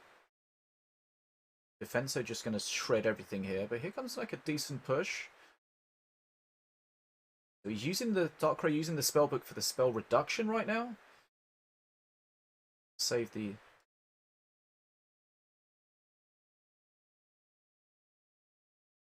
But perk 2, that means it costs him 1 mana to use that spellbook, but it saves him 3 mana. Or saves him 4 mana, and then the overall is a 3 mana saving. That's right, yeah. So at perk 1, it's only going to save you 1 mana, which is not necessarily a big deal, but at perk 2, it can really change things. And here we see the beam again. He needs DarkCrow going forward. Now that he knows that beam's there, he probably had a feeling that it was there. Now he knows it's there for sure. He needs to make sure he doesn't pack high HP units together. Dragon will take advantage. Okay, perk 3 is a scrapyard.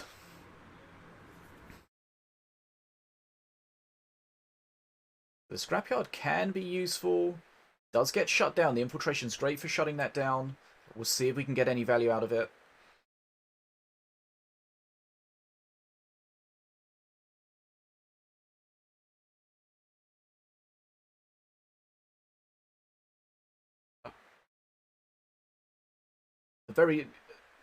At the very least, I was going to say at least it's just another building, another wall if he needs it.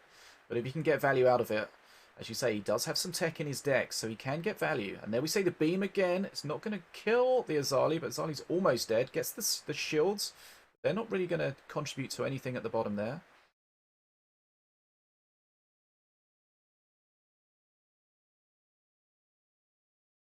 Right.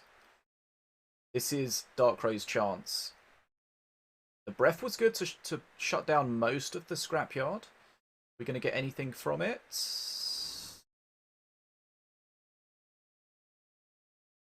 Okay, got some value. Nicely handled there, because he had to play the Scrat Horde to tank, but he couldn't play it on the brother because of the holy fire. Right, here we go. These spirits are going to be substantial. Didn't get it on the dragon, which is probably a little bit frustrating for him. And there we see him using the scrapyard as a wall. First Spirit's going to start melding the dragon.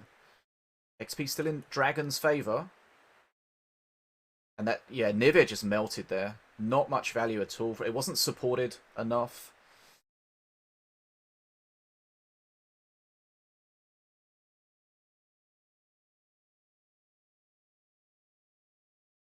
At 3% damage every second.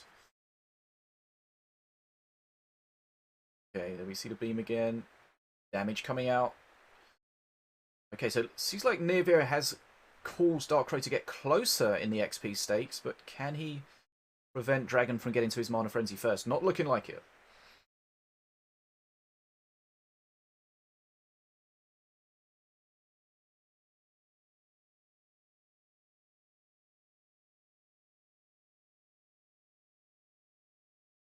DarkCrow does have some good position on the board at the moment, but Mana Frenzy is close, but he's only 6 XP behind. DarkCrow's coming back.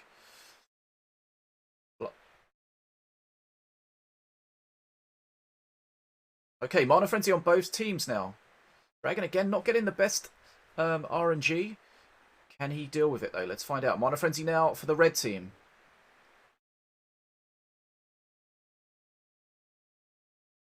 This is just a case of one. Yeah, DarkCrow has very little HP left to deal with this. It's brought it super close. Was so close in the end there. That scrapyard just actually giving the value that it needed to do for Dragon at the end there. Just that one unit it was able to squirt out. It just made it so difficult for him to deal with that. The Annihilator coming with the Defenso ahead of it, that was just too much at the end there, DfogoX.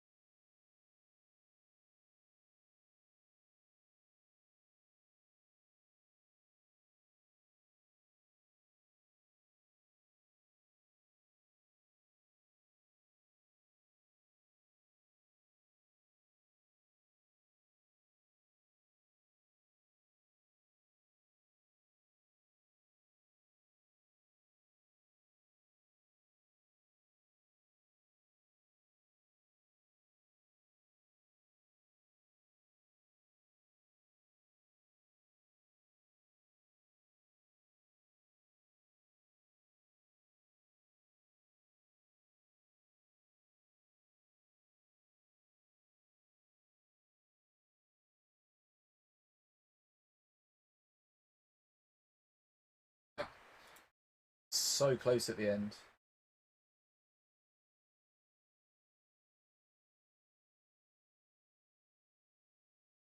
I feel like Dragon had a good XP lead during that, but again, that the Nirvia, although it didn't really do much, it just had that presence on the lane to allow that XP to accrue behind it. Okay, we're just getting set up for our next game here. We're going to be going into winners bracket round of 4. We're going to have Marshe against DuckWestlin. Set up as soon as possible for you.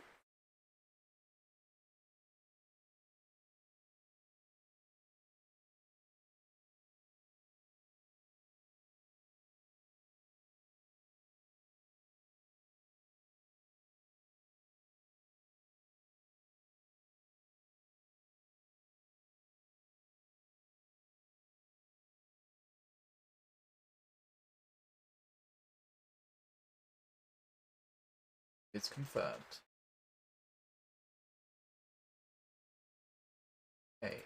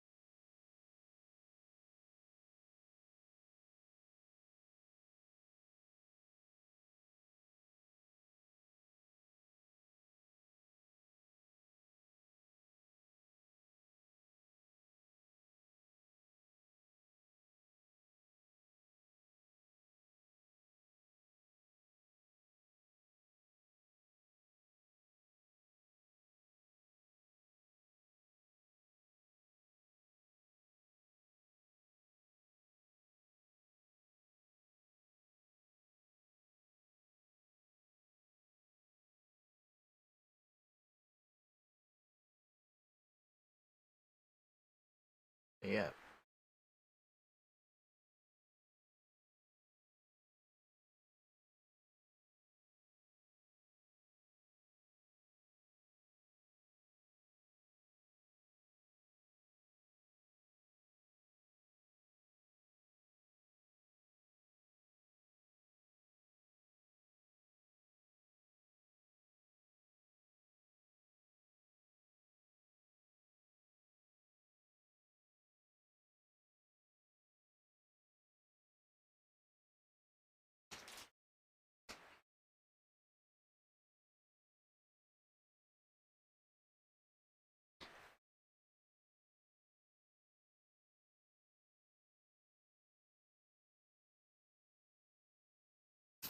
Very true.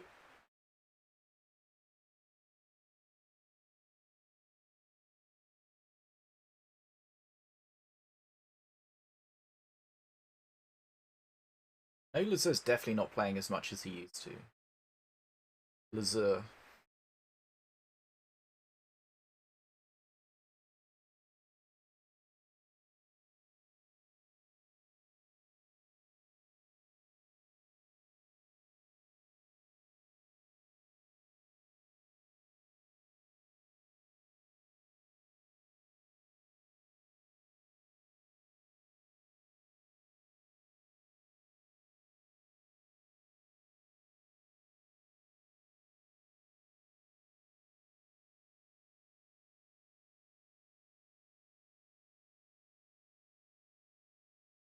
Okay, so we're ready to go when they're ready to go. Start.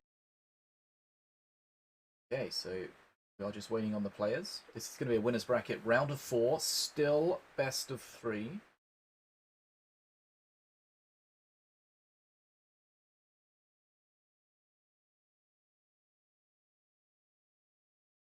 Okay, here we go. Loading in. DfogoX joining me on this cast. Let's see exactly what we see here.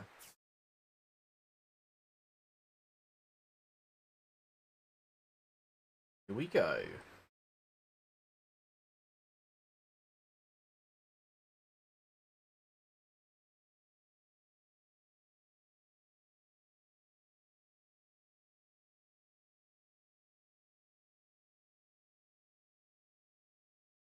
Wow. DfogoX going to enjoy this one. So it's a very aggro deck from Marshe.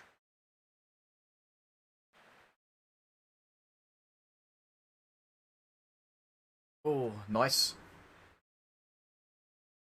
Oh, wow, that Screaming Scrat. Look at that go. That's a huge amount of damage to start off with. I don't think we're going to have a long game in this one.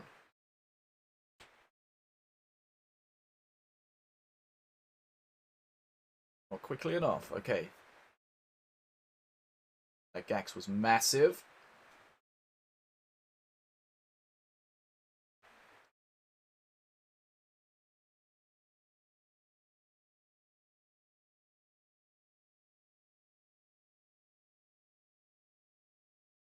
Stun Lancer. Remember, he's only going to stun it for 5 seconds, though. Needs to DPS that as quickly and as hard as he can.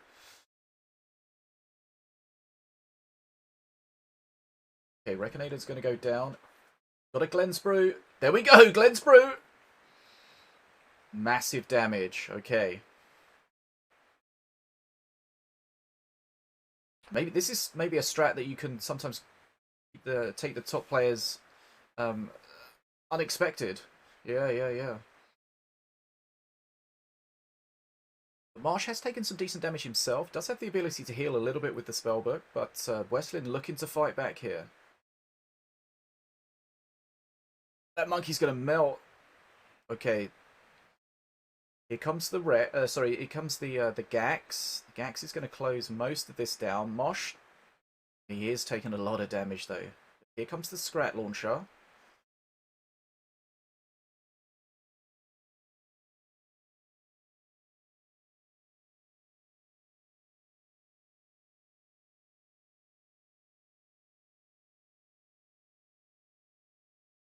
No. But he's looking to close this game out as quickly as possible. Needs to be careful here. He's healing. That's... Yeah, that double heal was great. Okay. The longer this game goes on, the better it is for DuckWestlin. There it is! Oh, he never stepped through it. Lovely. Oh, that's so much damage. Okay, nice. Gax!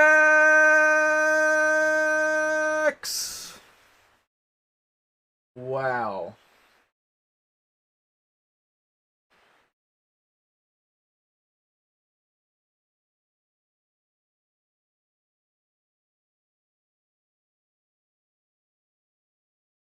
So he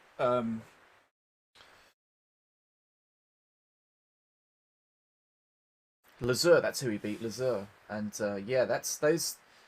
Yep.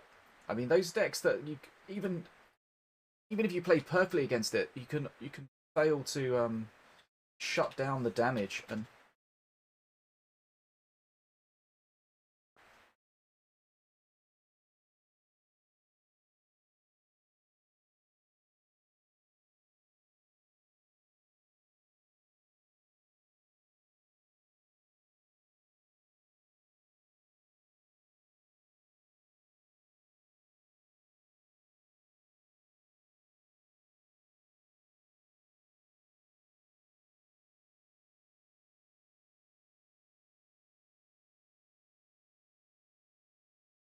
yep. But that nether step on the assassin was huge. Got it onto face, jumped it past the defense, and then he Glenn's brewed it as well. So that assassin put out a lot of damage. And I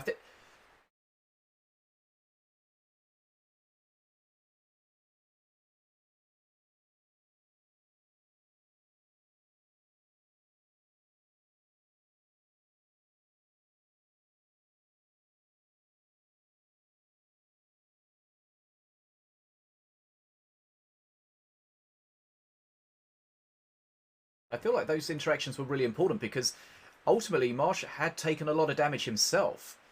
So it seemed like he couldn't allow the game to go on for too much longer because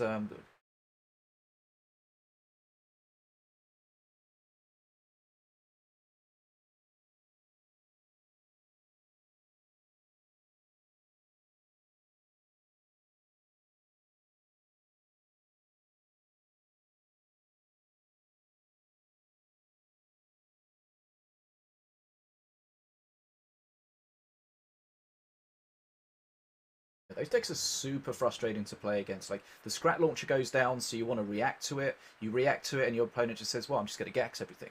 So, I feel like whatever you do, you're kind of stabbing yourself in the foot a little bit. And the fact that Morelia was able to heal a bit was quite crucial as well.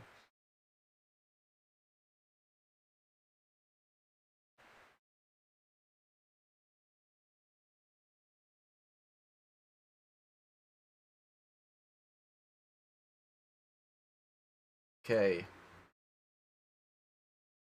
The Marshe is playing, I think, a different deck this time.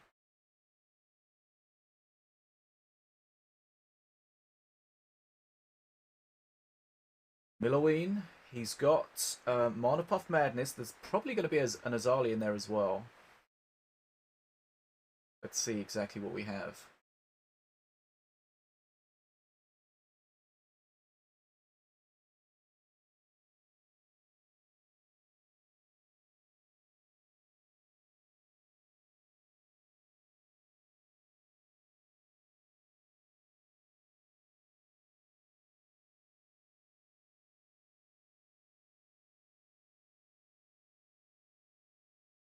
Here we go.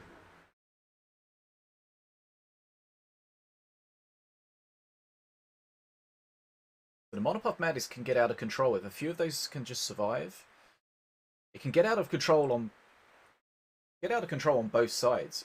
You can lose a game with Mana Puff Madness. You can win a game with it. But let's.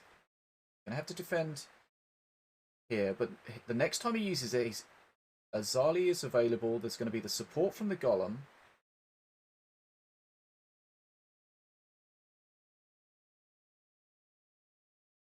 This is where you want a beam. No beam available though.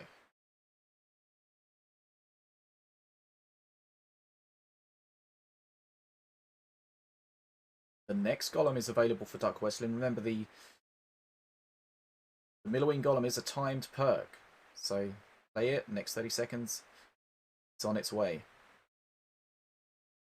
Wants to put pressure on, then he wants to try to use the Mana Puff Madness just to cement his position.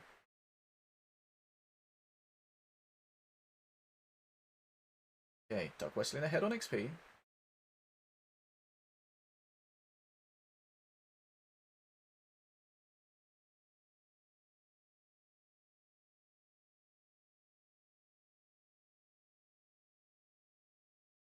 So he didn't have the... Yep, go. He didn't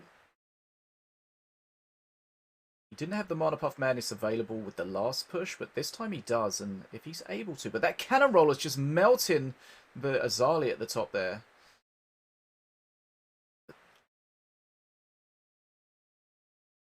Okay, here we go. We're going to see Mana Puff Madness now, maybe?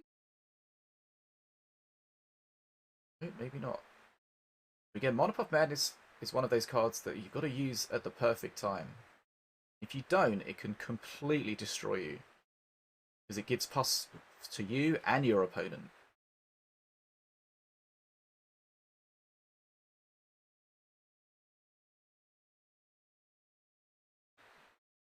Marshe is ahead on XP though.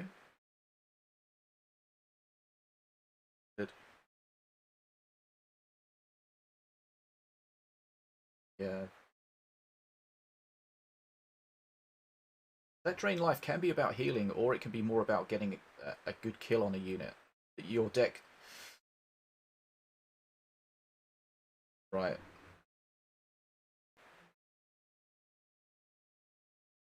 This is a good push. Azali's got some decent HP left. Some good face damage coming out from those Ravenous Swarmers at the top.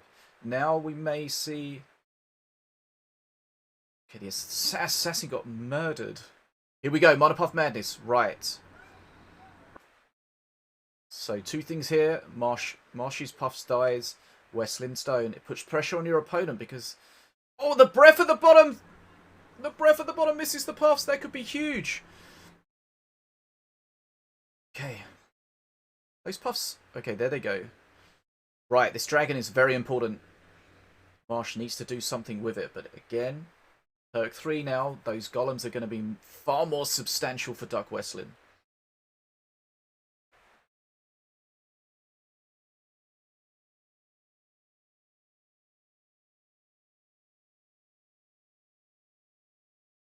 Dragon's still doing its job at the bottom.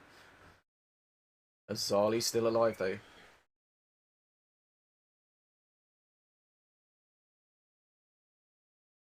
Yeah, and the shields make it very difficult to heal using the Siphon, the Drain Life.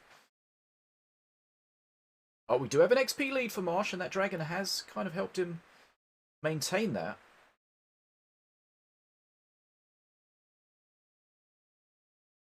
But here we just see the huge difference between a Morelia perk that happens once and a Milloween perk that happens every 30 seconds.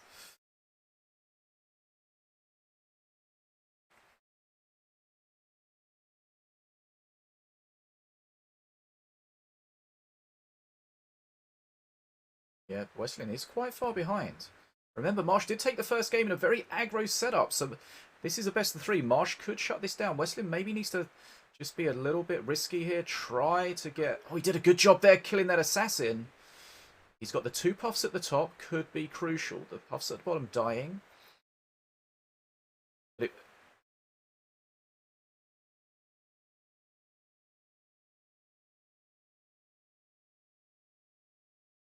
yeah, those puffs on the bridge put a lot of pressure.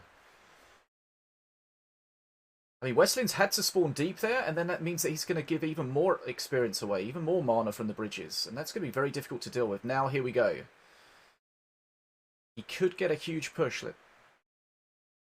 Does he know it's there? Does he know it's there? Needs to be careful. Okay.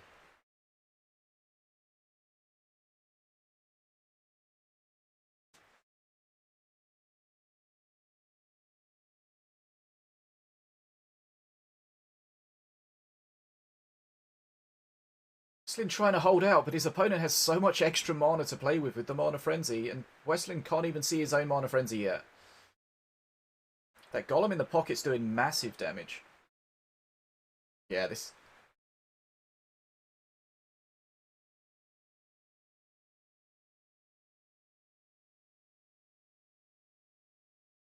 There we go! Marshe takes another scalp. He beat Lazur. And, you know, we were talking about that first game where he just used some crazy aggro strat and was like, what, is this how he's beating these top players? And then he changed his plan entirely and has still come out on top. Westlin unable to get Mana Puff Madness working for him sort of any time, really. Got a few manas every now and then, but...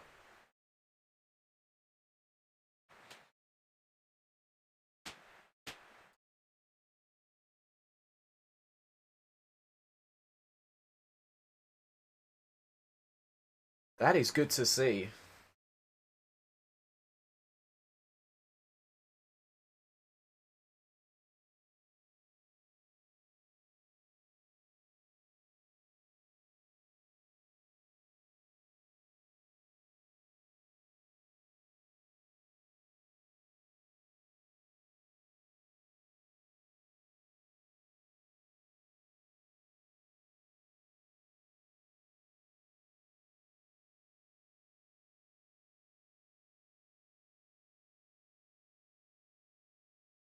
Wow, and Westlin went back to his bread and butter, his Milloween, his Azali, his Mana Puff Madness, and that's something he's incredibly good with. But it wasn't enough.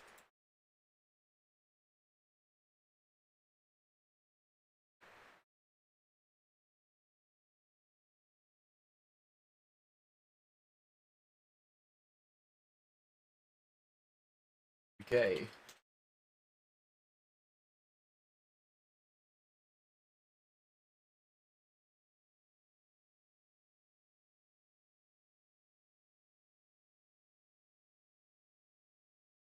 Right, there we go. Okay, so next, as you say, Dragon against Set. If we just check the bracket again. So Marshe is into the winners bracket final.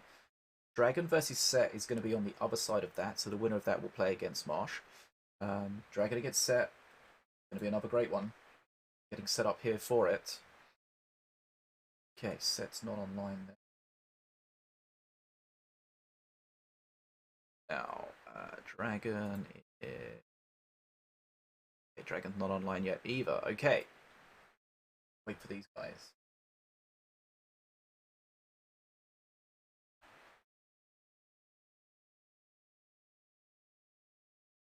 Right, so... Okay. Interesting things happening here. Always good to see things on our toes. The Dragon against Set. How do we see this one going?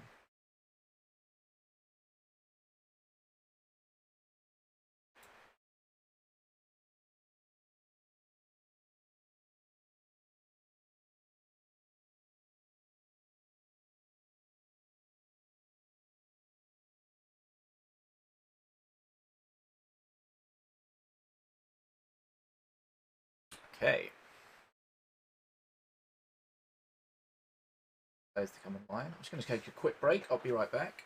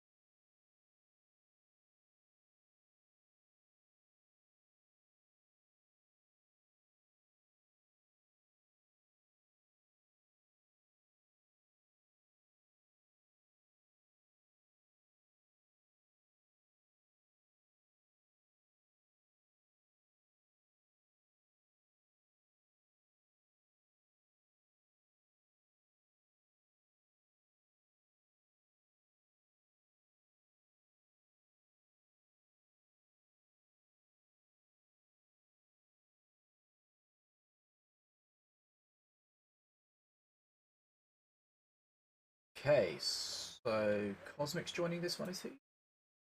Okay.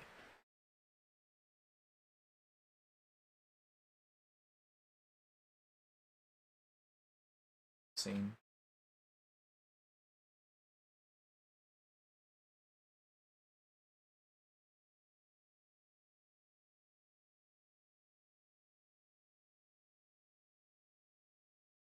Right.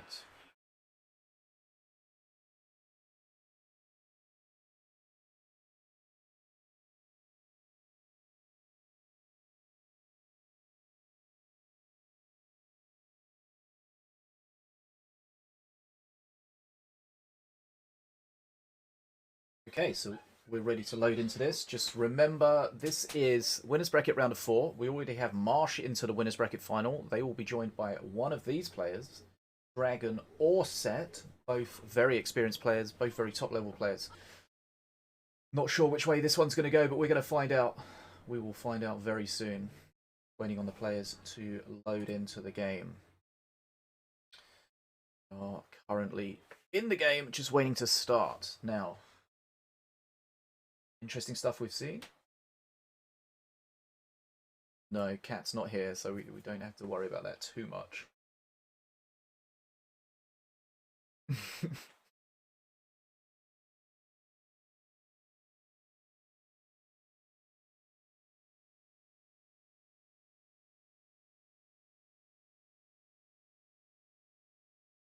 Giveaway in the chat.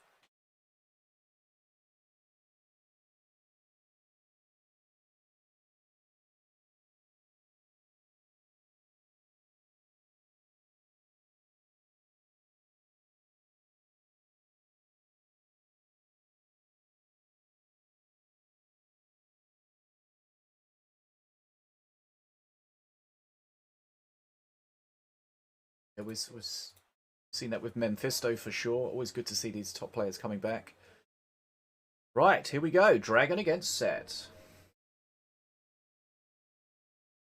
What do we see, Cosmic?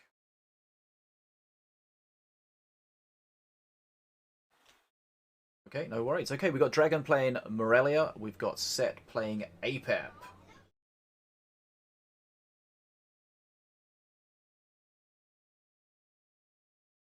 Not an Accursed deck, though, for Dragon. He does like playing Accursed, but he also has many other options.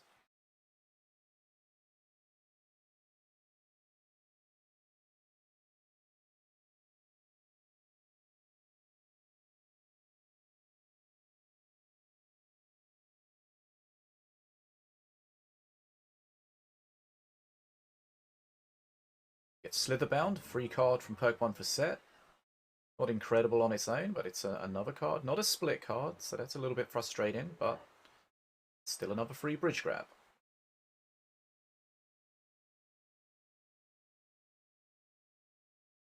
Nice flyby. Taking out the Crystal Archers. That Assassin, I didn't even notice that. That crept up on me. Wow. I don't think Dragon knew that was there either. Massive face damage coming out from that Assassin.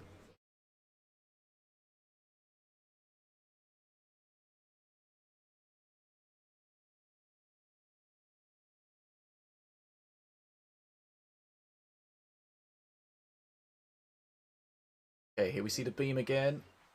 The beam doesn't quite finish it. Yes, it does. Okay, but the bridges are blue at the moment. Dragon got a small XP lead. You know, his bridge control is exceptional. Okay, Stun Lancers out of the box. Fairly useful.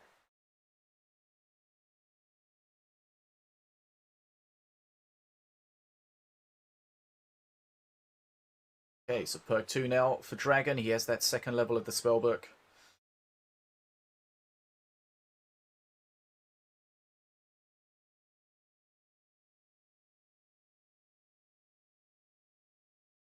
So not too much going on in this game. They're just really concentrating on the bridge grabs. We saw some face damage come out from that Assassin, but apart from that, not really too much.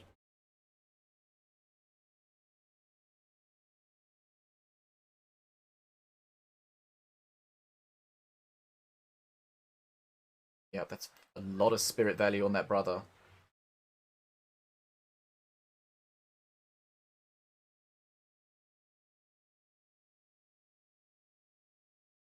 Doesn't have to worry about taking the face damage too much here. He does have the shield, of course, for later in the game. That brother can get a surprising amount of damage done. That Holy Fire that he drops just gives him that extra survivability that can make him very frustrating to deal with. The Curse Bearer doing a great job pulling the Assassin out. Grenadier finishes the job. XP almost equal.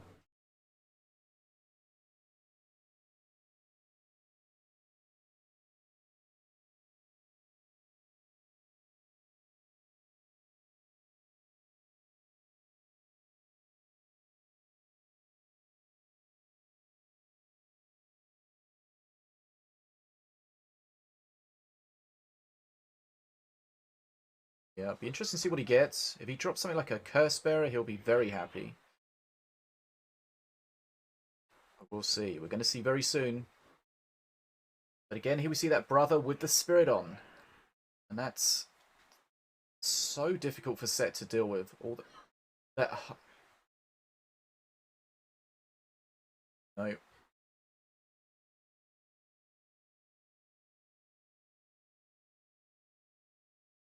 Yeah, and that Holy Fire just again keeping it alive for another hit or two. Okay. He does have a Curse Bearer already in his deck, so didn't notice that earlier. Right, what do we have? A Bannerman for perk 3. Not incredible. But it's another unit. It can drop some shields that can help. Bannerman, of course, is a lot tankier than it used to be, so some value that can be gained from it.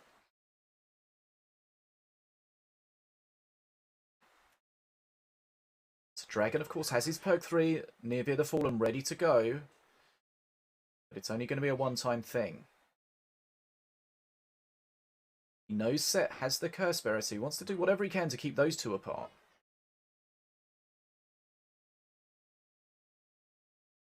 It's the Bannerman. So not incredible. Assassin getting melted, but it's another tank. It is helping to keep those range units alive a little bit.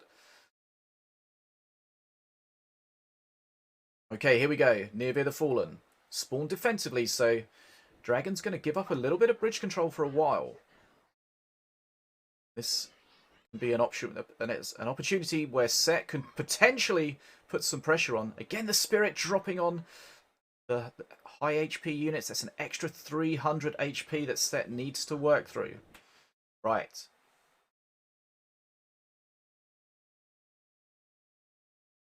Grabs the bridge. Gets an assassin from it, from the looks of it. Okay, that assassin DPS on the Dragon's going to be really useful. That was some good RNG from Set.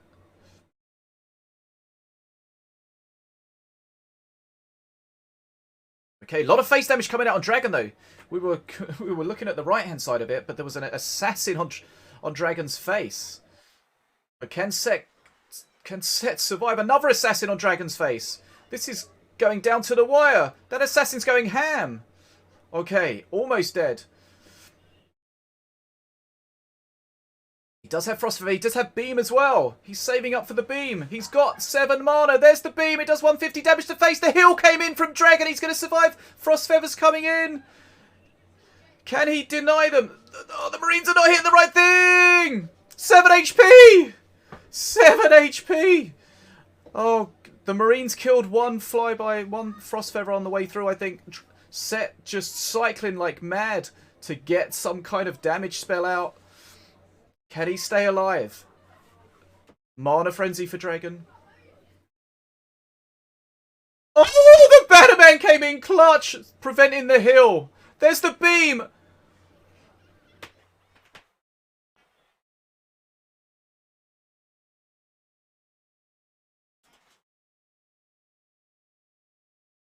Defogo, talk us through exactly what happened with the Siphon and the Bannerman at the end there, just in case anyone missed it.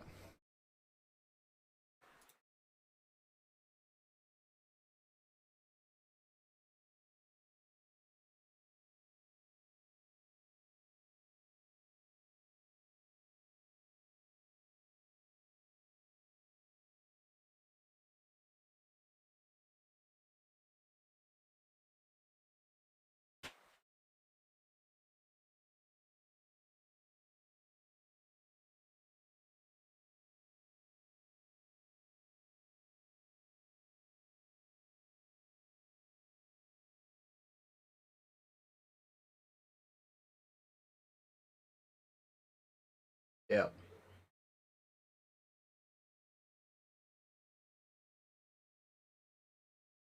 Yeah, those assassins.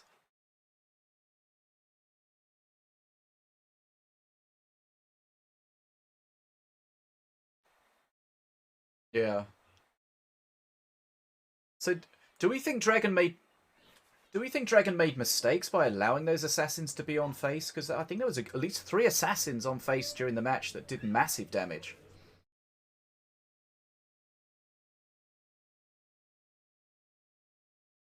Yeah, we were looking at the right-hand side of the screen, and then suddenly the assassin was just going ham, and that gave Set the opportunity to go face, and he was able to close it out. The Frost Feathers looked like they were going to close it out, but I think one of them died to the Marines on the way through.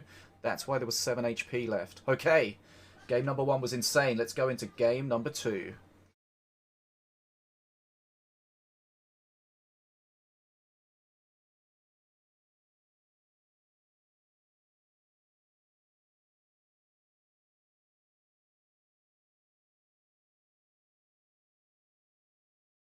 So it looks like both players are playing the same decks. No restrictions on playing the same master after winning at this point. Once we get to the final, or the winners bracket, the loser bracket, and the grand final, then those restrictions will come into play.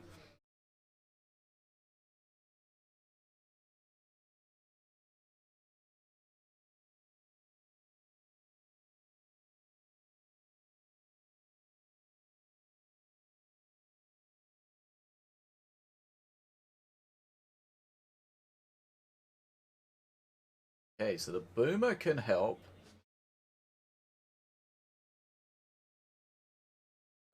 Holy fire, though. Okay, just enough.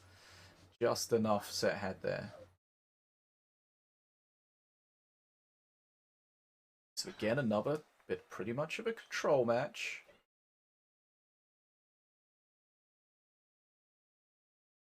Golem doing some work at the top. The Assassin, which was probably the MVP in the previous game. It...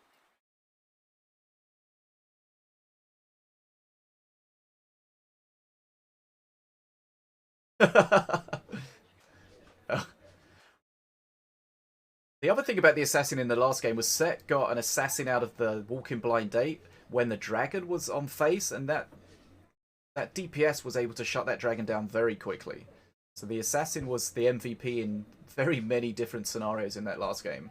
Okay, perk 2 for both players. The Flyby's great at picking off those little guys at the back.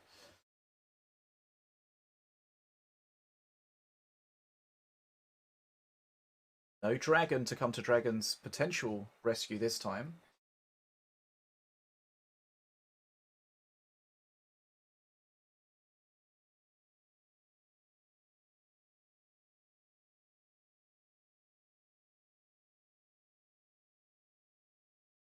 Ghost coming out of the box. Assassin.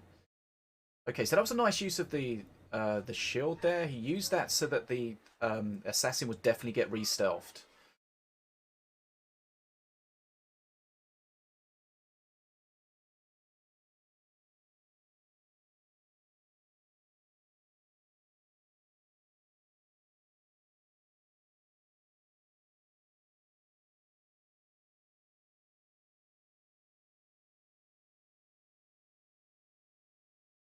Small XP lead for Set, and again, like the previous game, it's not too much going on, but it's likely to get hectic at some point.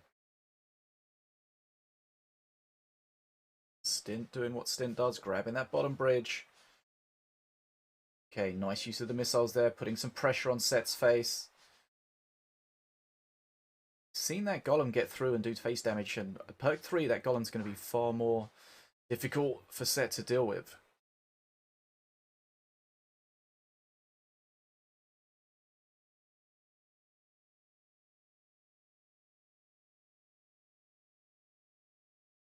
Oh! Now, again, he's used the shield perfectly there. The shield totem to tank kept the Assassin alive.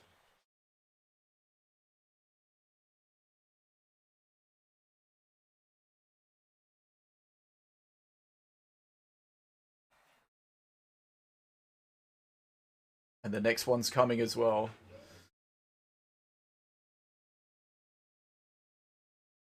Remember that Mana Golem, Arcane Golem spawns is available every 30 seconds. Frustrating that survived just at the top. We're seeing Mana being burnt a little bit by Set, a little bit hesitant here. He was just waiting because he wants to get that Assassin out. Assassin goes down. Rammer's not exactly what he wants to help with the defense, but it puts on a bit of pressure on face. Okay, Tranquil looks like it's going to get a chance to heal there. That's good value.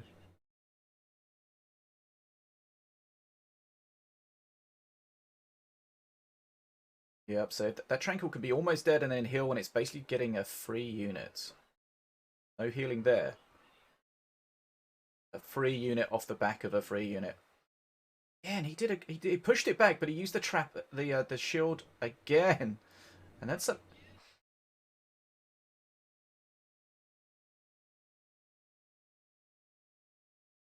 Assassin goes down. The monkey's still healing. That's a lot of HP it regenerated there.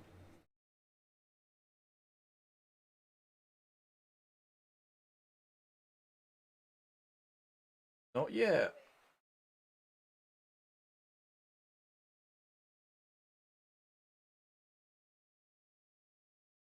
We go again with the assassin. The assassin's not going to hit what he wants to, though. The Grenadier's going to get so much value at the back there. And it's the XP here that Set's really struggling with. Beam at the top. Not going to kill everything. Not a great beam. And he's got no units to back this up. XP is in Dragon's favour. Dragon is literally about to tick over to Mana Frenzy now. Okay, Dragon can close this out and come back 1-all. Can Set hold on? He's very low HP. And he's 25 XP away from his own Mana Frenzy. That's a tough ask. Again, there something we see Dragon do a lot. Just goes face as soon as he gets the opportunity. Picking off the Boomer. Set 19 XP away.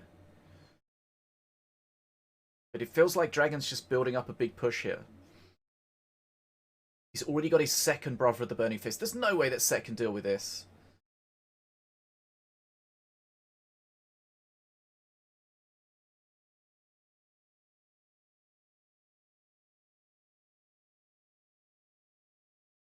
Okay, Dragon has brought us back.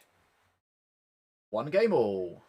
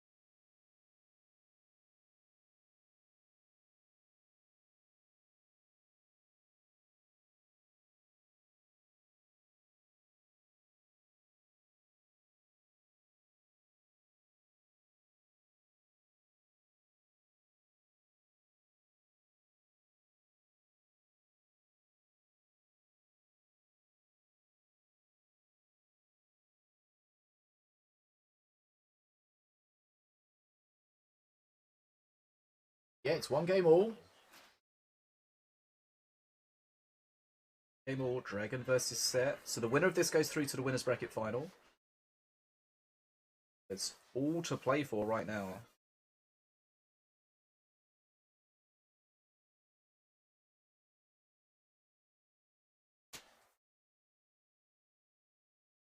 Okay, here we go. Leading into game number 3. This is the final game of this series. 1-all, best of 3.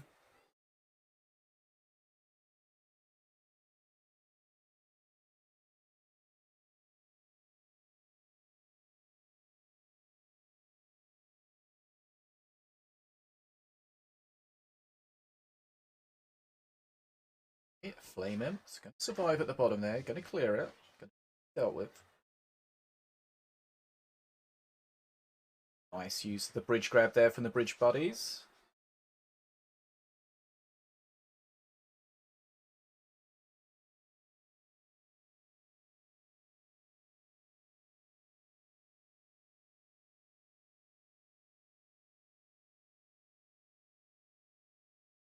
Okay, so again the Curse Bearer is going to dispatch the assassin.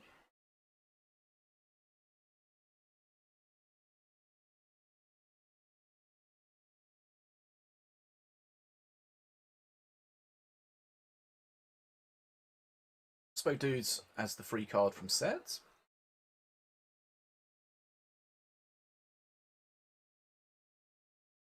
Okay, so Lady and Frey can be useful at the bottom there. You don't really want her at the front though, but 3, 2, go. Boom. And that assassin getting massive value at the top. Now the thing in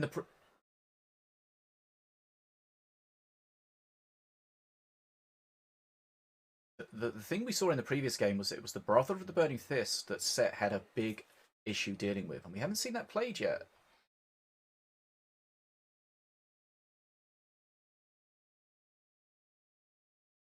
All XP lead for Set, but negligible. A little bit of mana being burnt. Not the end of the world, but be avoided if possible.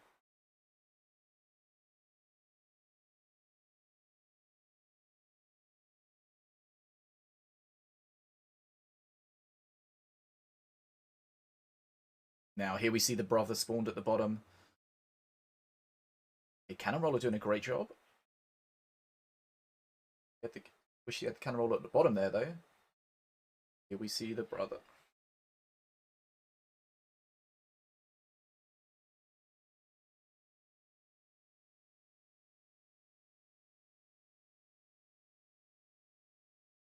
Brother dying, but dropping the Holy Fire just before it goes. Still getting some value. Slight XP lead for Dragon on the blue team at the moment. Right, Tranquil Monkey popping out the box, not really going to get much done.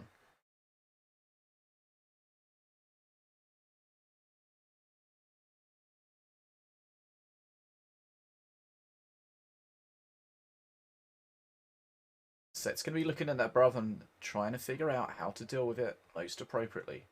The Assassin's going to get a good hit off on it. No, it doesn't.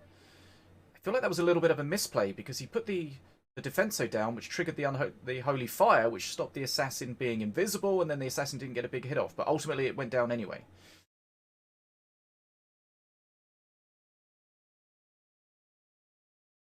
Still gets a big hit off as well.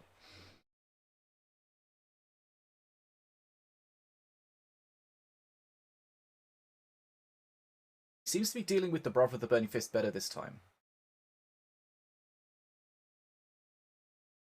There we go again. Boom.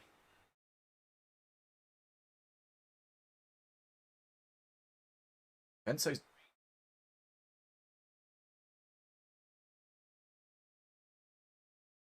Okay, just clears the bottom. That's good for Set. Takes that bridge. Forces... Well, he didn't take it, but it forces his opponent to react.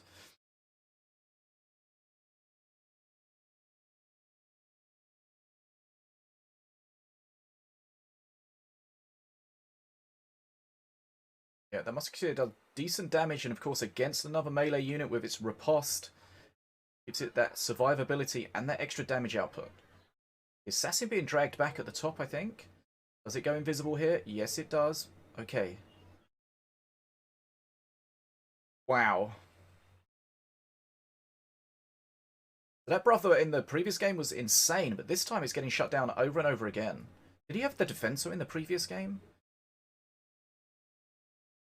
Sure, but it feels like it's just changing the dynamic completely.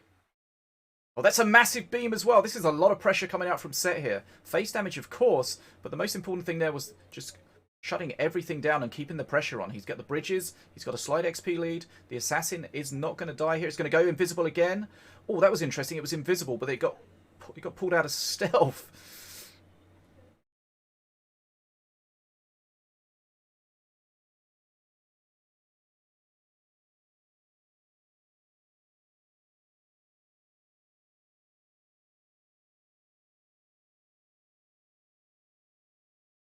Yeah, that was an interesting interaction. Not necessarily the expected interaction, but that's what happens. Okay, again, a big beam. Set putting on a lot of pressure here. Again, he's got the Brother to deal with at the top, but the Defenso's doing a great job out there, and you can see the Defenso is stopping that Brother, setting off its shield, and that really reduces its survivability, and it allows that Horde to come in and just shred. Set marching towards Mana Frenzy at the moment.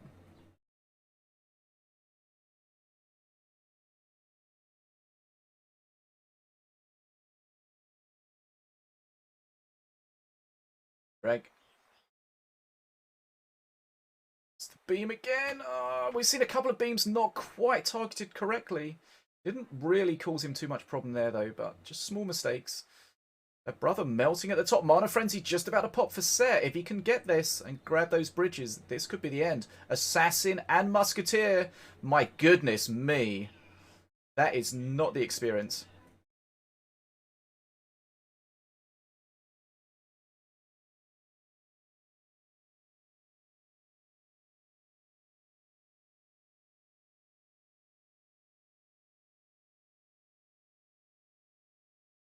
Dragons left!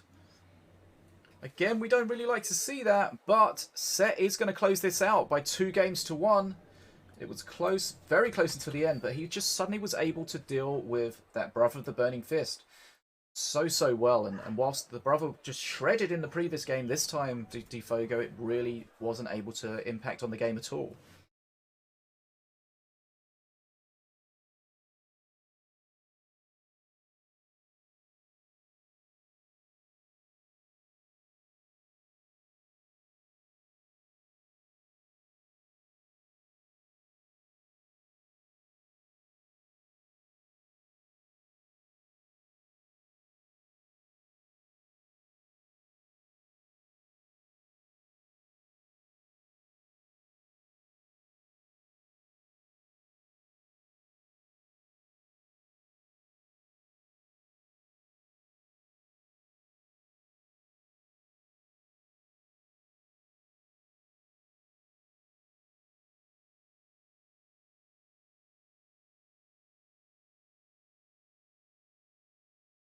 Okay, so we are going to move in shortly to our first best of 5 of the day.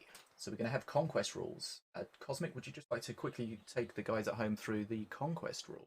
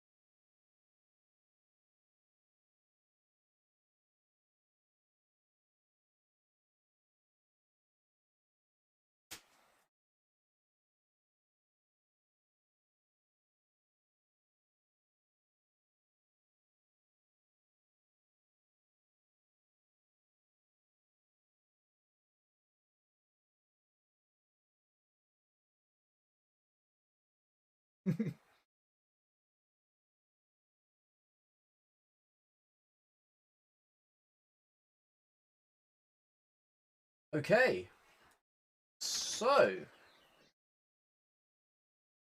we have the winners bracket final.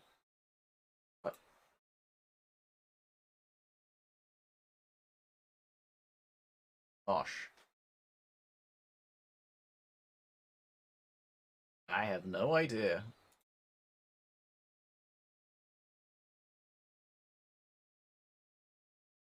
Marshe.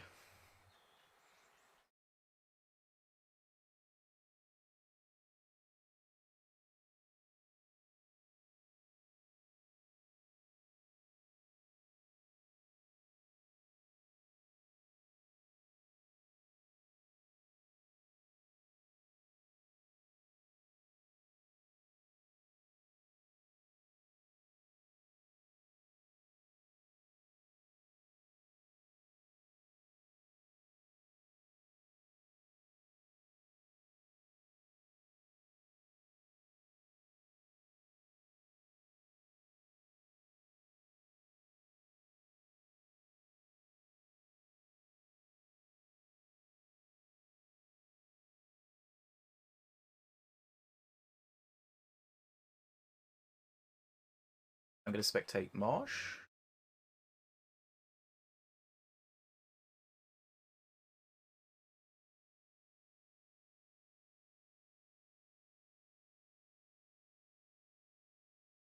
Yet. Okay, so yeah, as we were saying, or as you were saying, the dynamic definitely changes now we get into the best of 5 with the conquest rules. We've seen in some of the matches so far that you'll just see the people playing the same deck over and over again. Whereas that's just not, they might play the same deck, but the master at least has to change. And that definitely adds to the pressure on the players. It adds to them not being able to just stick to one particular deck that they've just perfected and they can just stick with that. They need to be able to win on all fronts. That's definitely going to change things. We'll see exactly what we find out. Marshe, of course, rushing through the tournament so far. We've seen them beat Lazur and DuckWestlin. Not what we were expecting, but now we know that they're a force to be reckoned with. So Set's definitely going to have to play up to his potential. Have a chance here.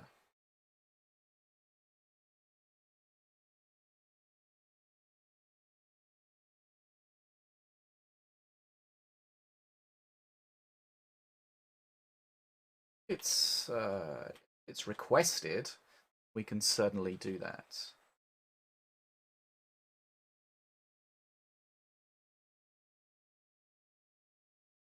It's always there, ready to go, like a superhero. Okay, congratulations, Kairuya. You won the giveaway. I will send you your prize. Okay, so we're just waiting to see if the players... Oh, it looks like we're going into the game. Okay, let's do that. How do they know? Wait, what are we seeing? What? Okay, okay, we'll just cancel that. Not sure what's going on there, but that definitely wasn't the game that we expected. Okay. Just trying to get some ladder points while he's waiting. Right, okay, that's good though, because that took me a little bit by surprise. We haven't got the bands yet, have we?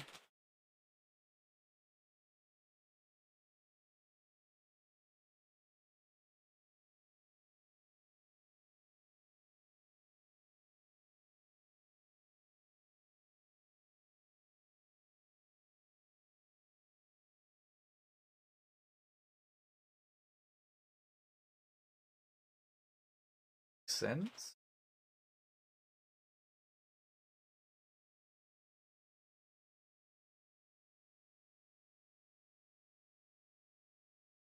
Hey.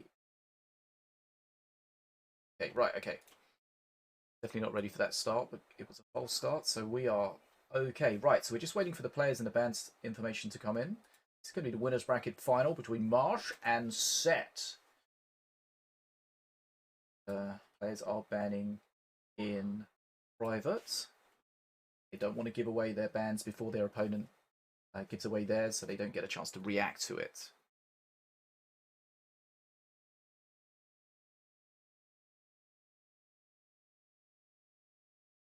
Hey.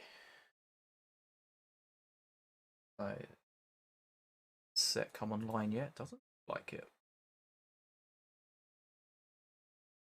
Okay. Wait too long.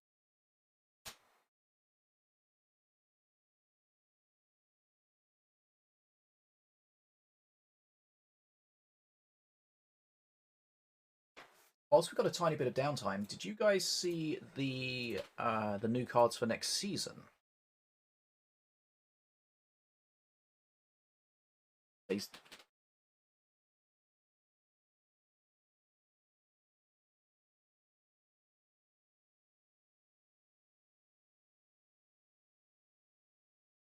Bear.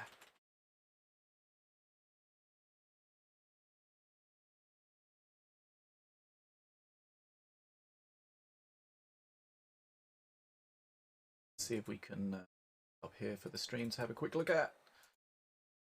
Of course, the new expansion is going to be called Malediction. It's just some of the slides we used for video. Put the link in the chat if you want to check it out. Oops. So here we got the first new card, Coax the Diplomancer. Now this is going to be a Mancer, but it's substantial. It's got 400 HP. It attacks and hypnotizes whatever it's attacking. It hypnotizes, and then in a Cursed Ascension, anything that it's attacking that dies is raised as a little skeleton. So that's definitely an interesting one to see. We'll see how that is. It is a 6 mana one, so it's more expensive than the other Mancers, but it does have 400 HP. So if it's strong, it's going to be strong, because it's not going to be easily removed. I haven't seen them come online yet. Okay, let's have a look. I see Marshe in a game. Oh, sounds like it's just finished. Okay.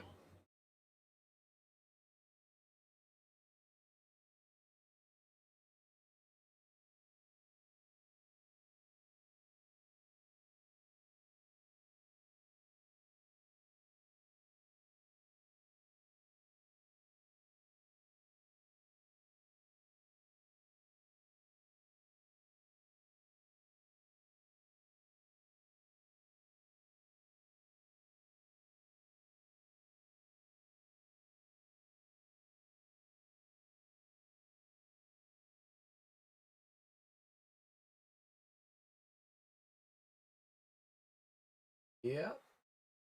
Just very quickly, let's just finish the little look at the next cards for next season before we go any further. We looked at one of them. Let's just look at the second one. We've got the Wild Stonebjorn. This is a very tanky unit. It's got the same HP as a warrior. It does less DPS than a warrior, but it has this thick hide, which means any damage it takes is reduced by 7. So if it takes 10 damage, it's reduced by 7 and takes 3. So this is going to be something that's potentially going to replace the warrior in a lot of decks. Because this thick hide, especially against Horde, is going to make it far more tanky. It'll be interesting to see this in play, and if it becomes more of a meta card. Okay, sounds like we've got some action going on here. Okay, it's...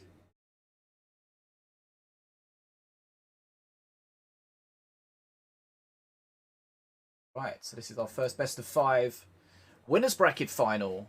Marshe Apep, Set Mortar. Let's go.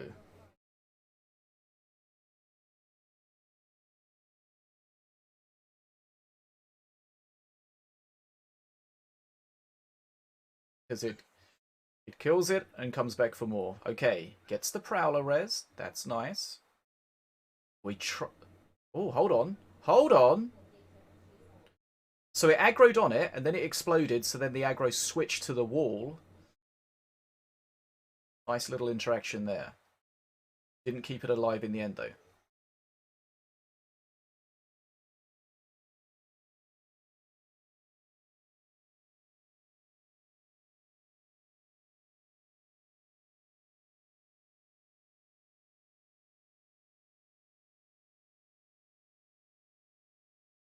Trying to keep that bounty sniper alive. Not.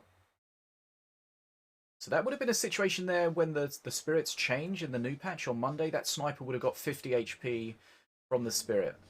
That would have been a much better setup for it. But again, that wall not doing what it needs to. He was hoping that cannon roller was going to get far enough away to re-aggro on the wall, but it never did. Right. Right, Joe.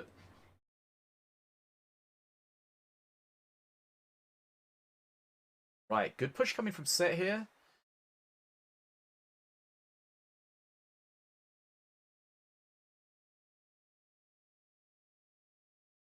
Yep.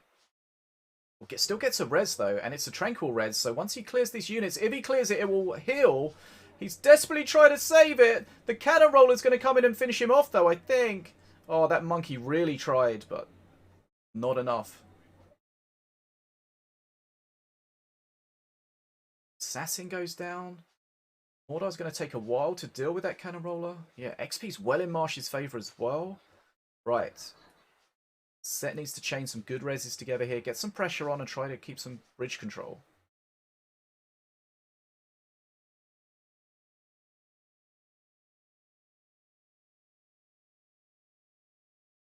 Wizard Puff. Oh, nice. And a Wizard Puff can be huge. Needs to be careful though. There's not like a single target for the Wizard Puff to try to puff. But it is, even without that, it's a good ranged unit. Spirit's gonna draw. Okay, Bounty Sniper. He needs to get value out of the Bounty Sniper. That can get him back in the XP race. We haven't seen much so far, and again, it gets shut down immediately. It does res. Oh!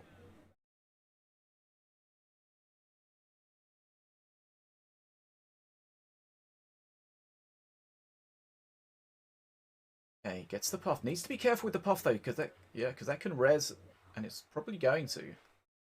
Might die just too quickly. Oh, goodness me. That's frustrating.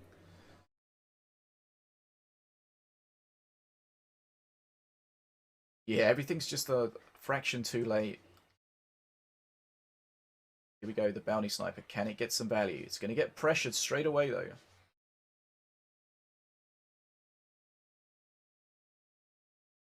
Yeah, the Bounty Sniper lives.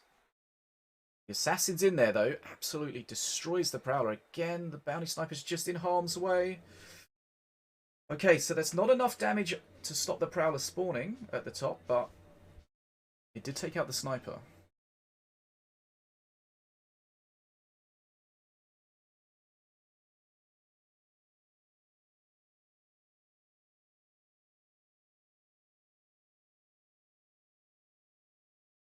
But the XP is so in Marshe's favour right now. The Bounty Sniper could have helped set, but it just never seemed to pop off. Getting a few kills here, but it's...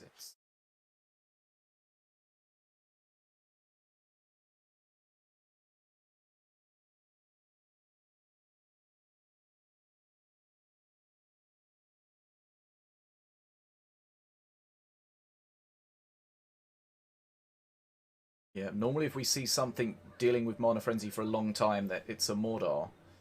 Let's see, the Sniper res, not incredible, especially if it gets taken out, which it's going to. Oh, he's missed it! That's interesting. Okay. The Sunburn missing the Sniper. Misplay.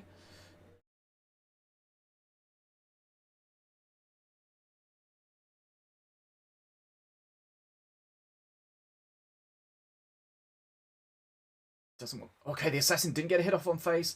Again, the Bounty Sniper's not going to die. It's enraged now.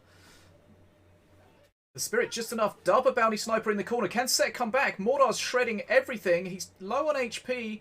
Oh, the Assassin. Okay, those Bounty Snipers can be clutch right now. 505 HP. Okay. Spawning them together was... I don't know. That could be...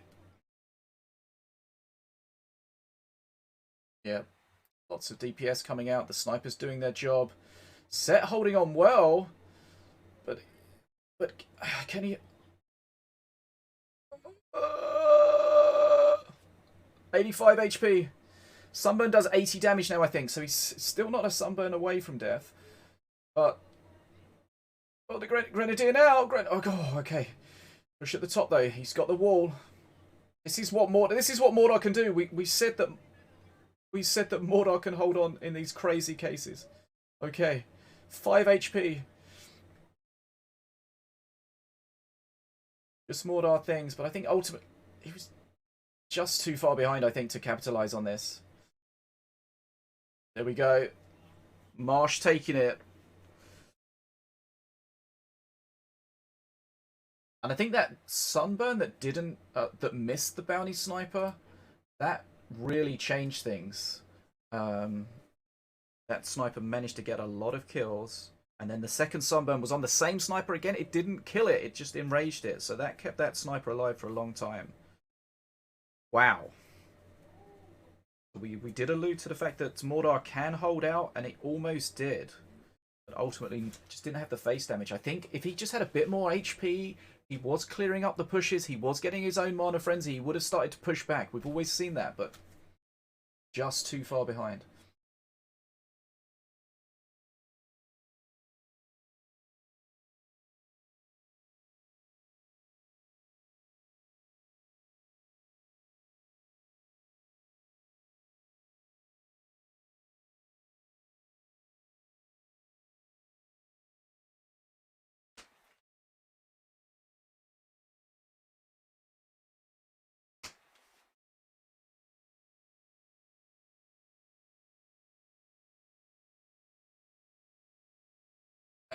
almost changed everything.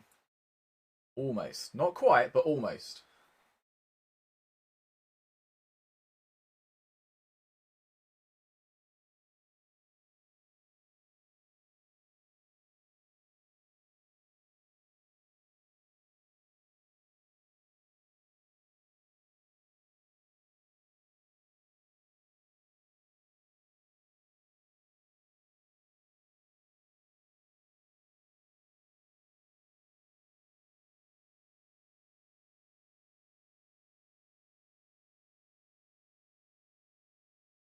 Yeah, so with the conquest rules, APEP no longer available for Marsh.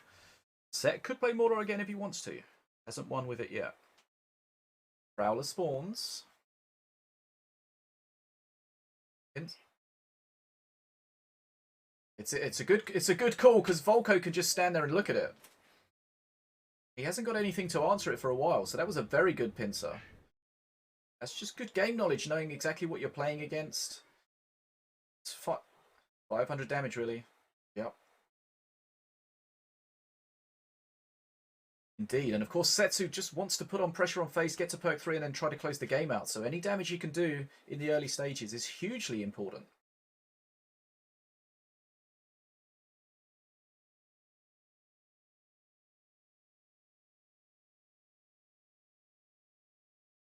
Okay, though, the bridge is going to get cleared out. Setsu almost dying, but holding the bridge. Remember, air units can't take the bridge, so had Setsu not died there, then the bridge would have stayed red because the Soulstealer couldn't deal with it. But we see Bridge Shrine coming out. Not something we see often, but no benefit for the Bridge Shrine until the bridge is taken. The bridge is red at the moment, so nothing being gained currently from Marsh.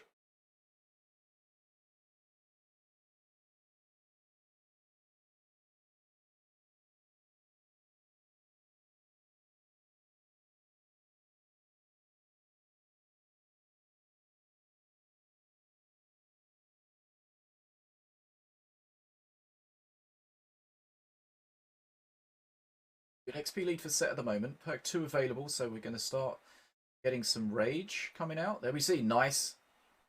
Yeah. The bridge grab with the collision at the bottom was great. The fact it pushed it onto the Ember and got raged was just even better. And again, here we go. Straight away, he knows that Zhao was a problem. Gets rid of it.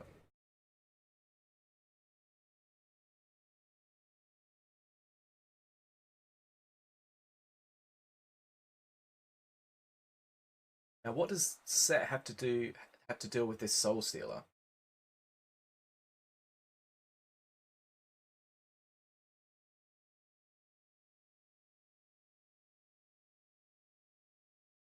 Still, Set. Okay, that's a 10 stack Soul Stealer. Setsu coming in to push it, to defend it, to try to keep it alive. Will it keep it alive? That Soul Stealer could be back. Oh, the aggro! The aggro from the Whirly picking up. The Whirly picking up the aggro there coming from the Setsu. That was massive. That Soul Stealer could have been insanely difficult for Set to deal with. Very well played. Scotty's absolutely shredding Marshe's face right now. He's down to under 1300 HP. That's a great push from Set. He's coming towards his perk 3. That's going to be Berserker Rage available from the Embers on his melee units.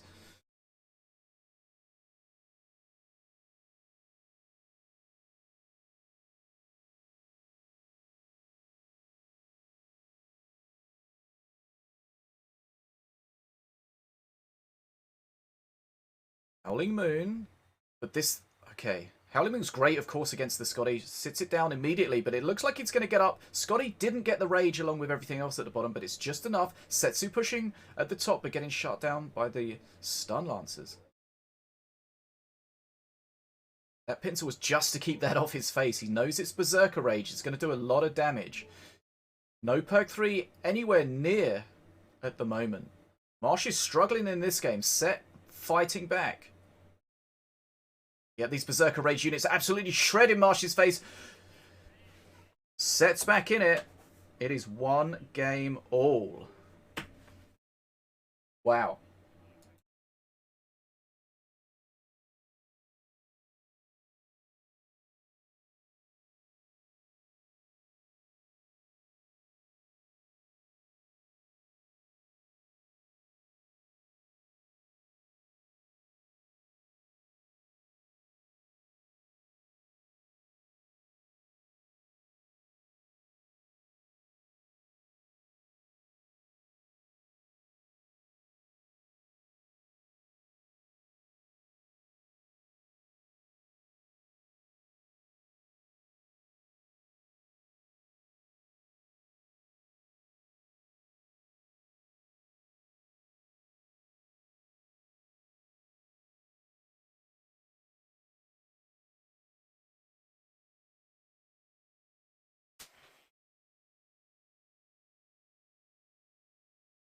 Okay.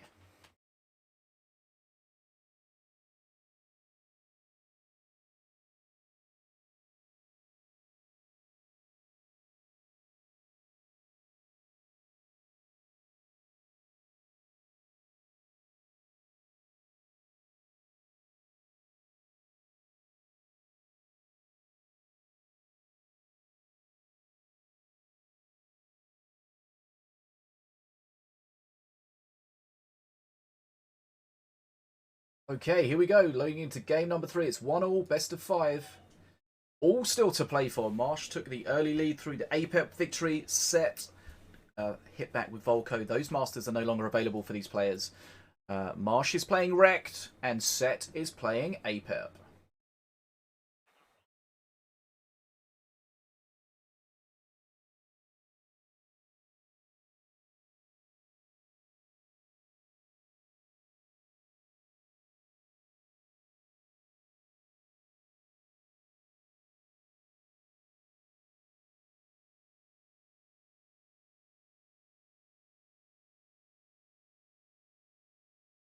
Assassin. Oh, the shock rock was late.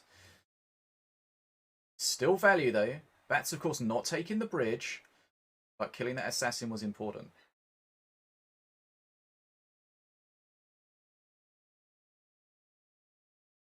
Okay. That's a fake cleaver, but gets a lot of value out. Especially the fact that the Zealot does hurt itself.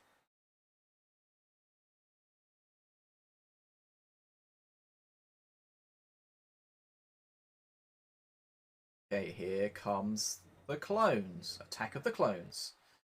Assassin again at the top is going to get a lot of value here. Nice use of the clones. Oh, it doesn't quite get the bridge though. Yeah. Well, that taunt though. That taunt, I think that's a fake cleaver. Yep, okay. Oh, it doesn't get his hit off. Set taking a lot of damage on the other side though. Set's got a good HP lead, XP lead at the moment.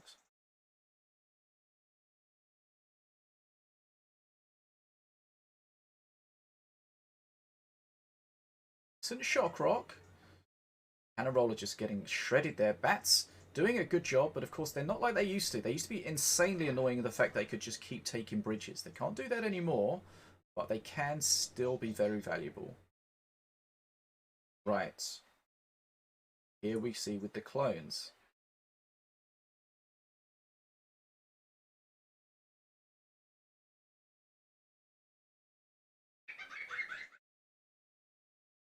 Apep with those... Apep's auto attacks not too bad with those 2 4+ mana cards in his hand.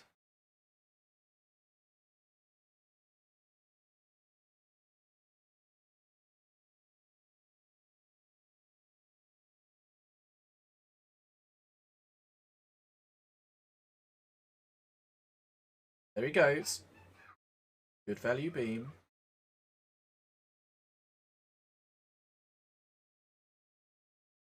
Needs to use his shield here, just in time, but it's going to take pressure. The shield just tanking itself as a building, though. Looks like a big push from Marshe, but remember, most of these are not real units.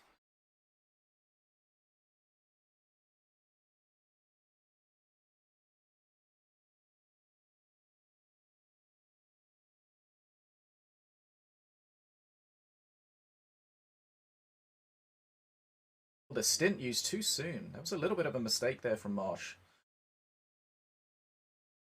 He could have had that bridge that whole time. Used the stint, which would have grabbed that bottom bridge with its Outlander tech mechanic, but the Flame Imp was still on it, so it didn't change.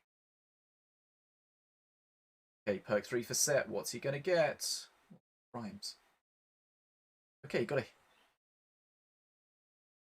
Doesn't really have much to heal, but he needs to try to make whatever value out of it that he can do.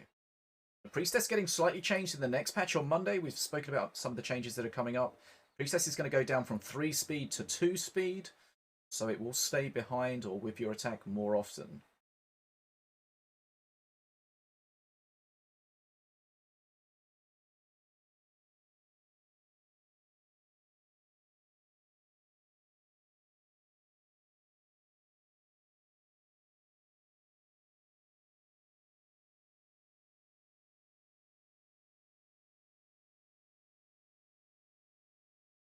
Yeah.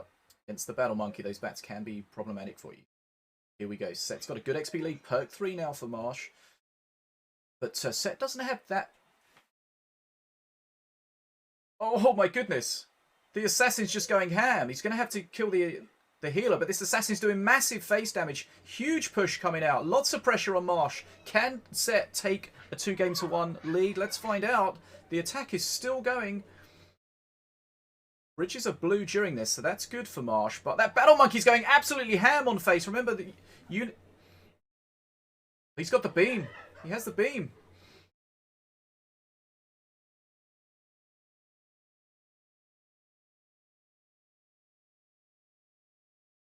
Okay. So that healer actually turned out to be fairly clutch in the end there. Healing the wrecked walker that was just standing on face, keeping the aggro off the assassin, and the assassin was just shredding.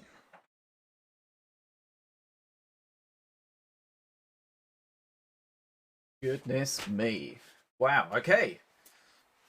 Saw a few little misplays from Marshe in that one with the stints. There was a shock rock that was a little bit too late as well. Just the small things at this level can really change things from one player to the other.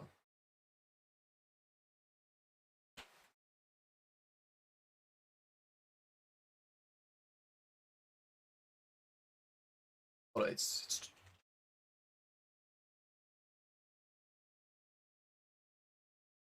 wait.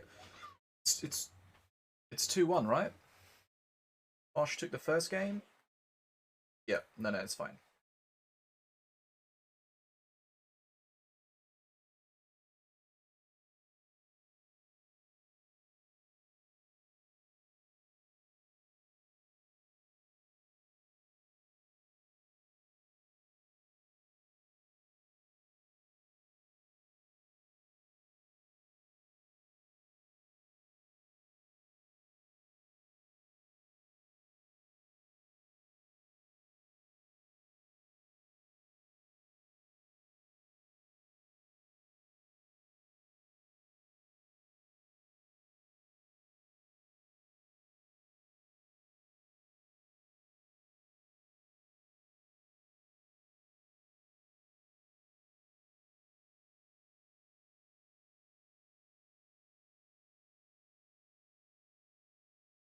We saw in some earlier games Marshe used an incredibly aggro deck. Maybe he might switch back to that. What do you think?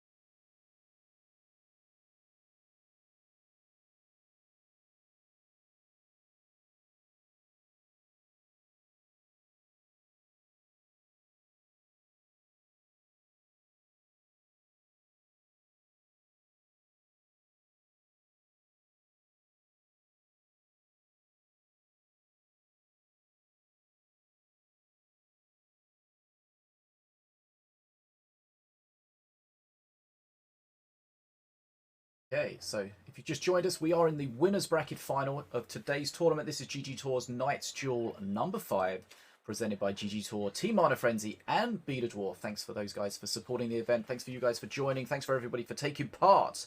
So, winners bracket final. It's currently set to Marshe 1. Winner of this will go into the grand final. The loser will drop into the redemption bracket. And one thing we haven't done for a little bit, I'm not sure if we're going to have a little bit of time here, but we haven't cast our eye on bracket for a minute to see what's going on down in the bottom. So it looks like, okay, so Niprax beat Yaya, DarkCrow beat Dimlight, then Dragon beat Niprax, DarkCrow beat DuckWestlin, and then we've got Dragon against DarkCrow that's currently waiting to be played. That's all in the quite potentially. Right, here we go. Back to the winners bracket final action here. Marshe 1, set 2. Best of 5 sets within touching distance of the grand final.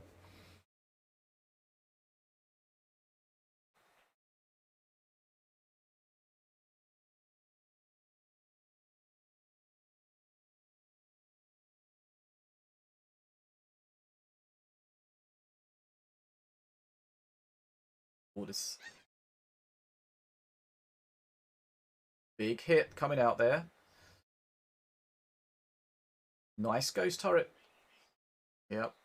Still needs to go, but the spirit drops on the Lady Infray. That's very good.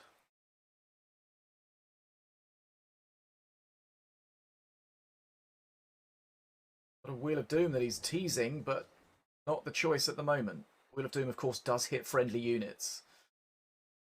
Played randoms, you're probably familiar with that.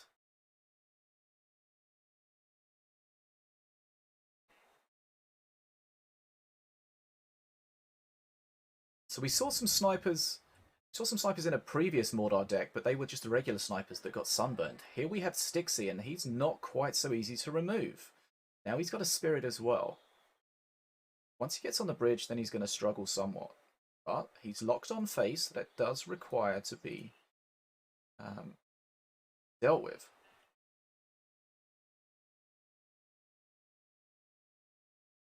Some decent face damage coming out. Marshe ahead, though, on XP. Normally, you don't expect Mordor to be ahead on XP in the early stages. Wheel of Doom, that's great. No, it did it a tiny bit too early, so the Cage Prowler did tank it.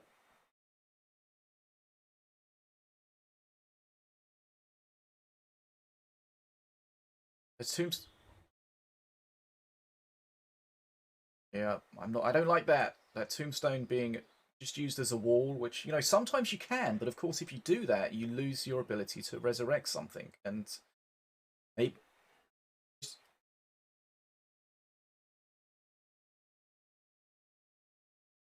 Yeah. I mean, he did take a lot of damage at that point, to be fair. And the tombstone did prevent it.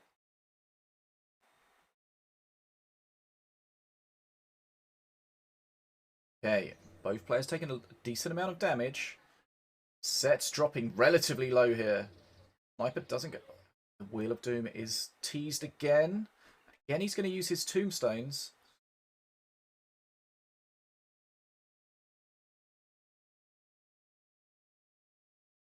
Yep.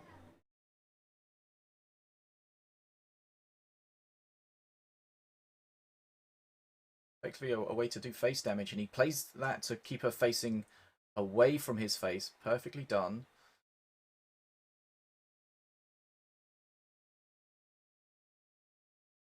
That rage, though, that's going to really help. It didn't kill anything. We guess the sniper as well. Okay, Marshe getting a little bit of luck there. XP still in Marshe's favour. Going for face. There is the ability to block it. I feel like Set had to block that. He's so low HP. I feel like he had to. That's 2-2.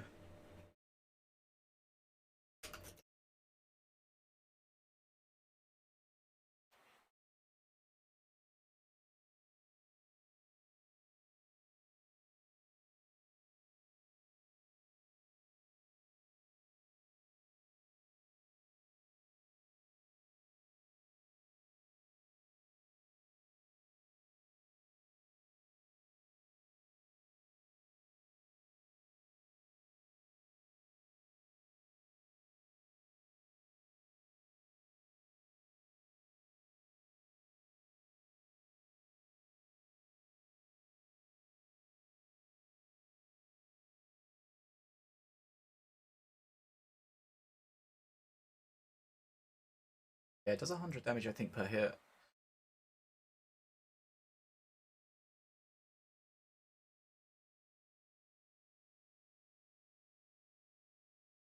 Wow. But it turned out that Marshe using those tombstones as a wall, that was the correct play, or at least it wasn't the incorrect play. Now we have it. That's ultimately, that is indeed all that matters. We're tied up at 2 games all. This winner's bracket final is going down to the wire. So that means APEP is now no longer being playable by Marshe. Mordor no longer playable by Marshe. Set cannot use Volko or APEP, so there are restrictions. The restrictions there, of course, the bans as well. So the players having less options as this goes on. Interesting to see what they decide to go for. cast our eye back to the redemption brackets, see if anything's there. No, so we've got Dragon against DarkCrow in the... Have a look. It's Dragon against DarkCrow. No. No, that's the match before the redemption bracket final. So the winner of that will play the loser of this. Yeah, that's the match before it. The winner goes through from between Dragon and Crow into the redemption bracket final, and loser goes home. Right. Goes home. I mean, I don't know, they could be using their laptop in their local McDonald's on the free Wi-Fi. I don't know.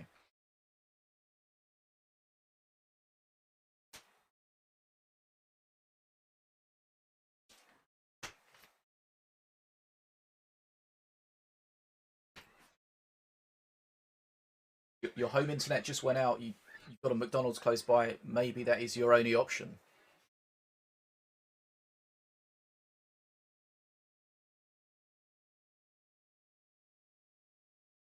You're looking at the menu and you're thinking about how much you could possibly win and what you could buy with it.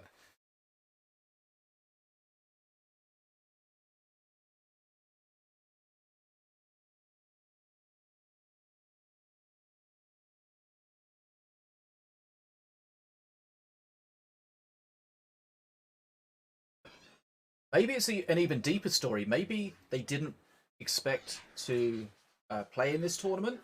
They went to McDonald's this morning. They tried to pay with something, and their card was rejected because they had no money left. And they thought, "What are my options here? I've got a laptop in my bag. There's a tournament today." And suddenly here we are.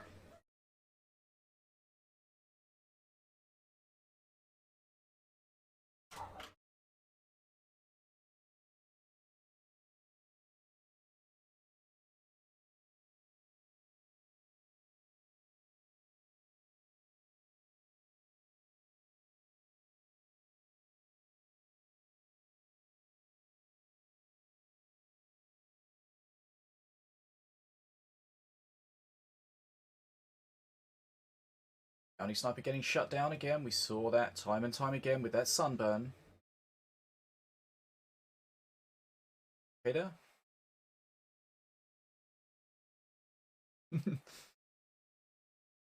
Well, it does get a hit on face. Does hold that bottom bridge, so it did get some value.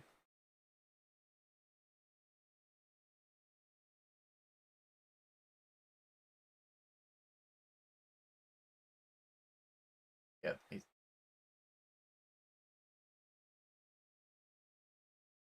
yeah, that's the problem. Snipers, if you do come up against them. Okay. Oh, okay. Nicely done. That can help him. Might not get value out of the snipers, but needs to get value out of his other options.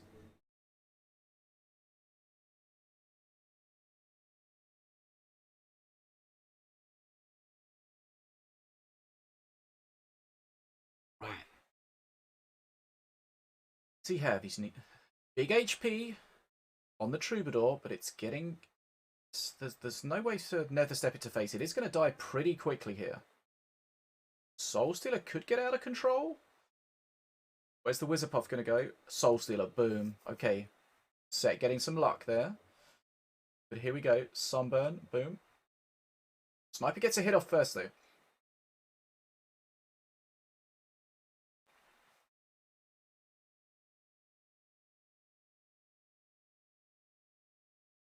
Yes.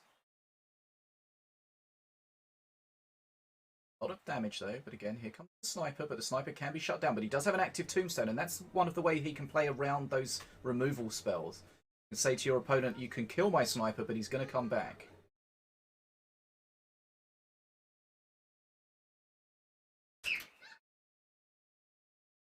Oh, massive will!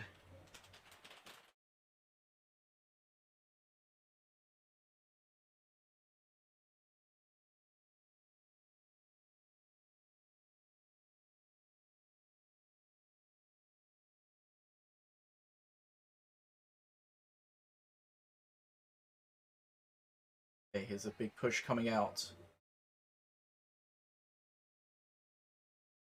It's going to res. Can be removed, though.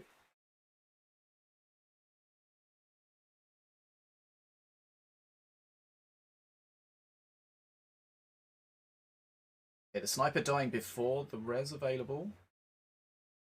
Get a res here.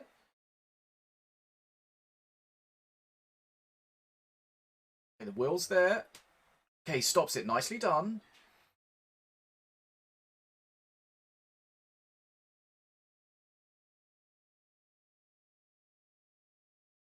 Okay, some good pressure coming on from Set here. Tombstone active.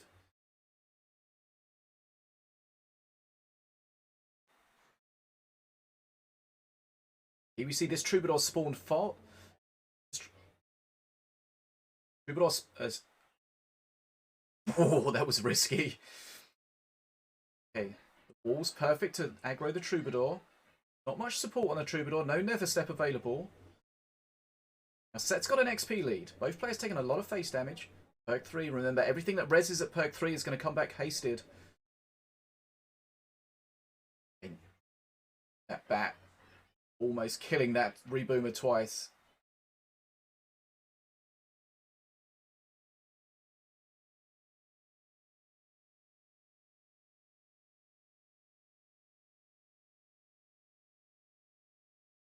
He will coming in. Can he block it? No. That's a lot of face damage coming out. Yep. He doesn't have anything. Set takes it by 3 games to 2. And of course, that's the thing with Wrecked. Once you jump into the field, you're not at home anymore. Do you do something different with your hair, Cosmic, or? Oh my god, you sound awful inside of that. Wow.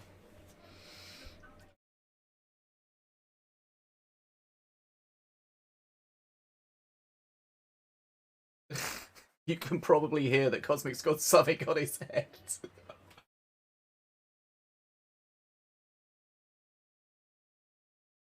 Wow. I thought we had Expert Ares here for a second. That's it. Can you even see anything?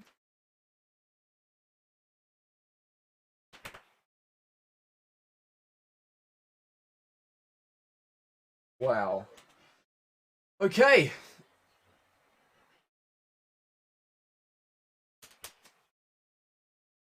Oh my, I don't know. I don't know if people can deal with the noise of it.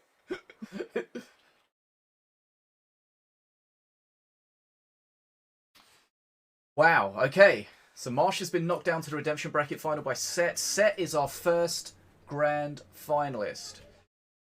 That was close. It's different. It's bad in a different way.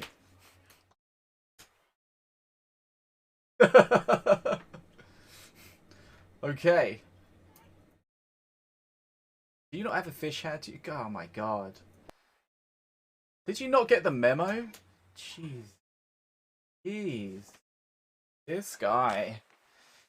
Okay, so I'm just going to take a quick break and then we'll be back. We're going to go into the redemption bracket final. No, the pre-redemption bracket final. The match before the redemption bracket final. Okay. That's it. That's a weird looking fish.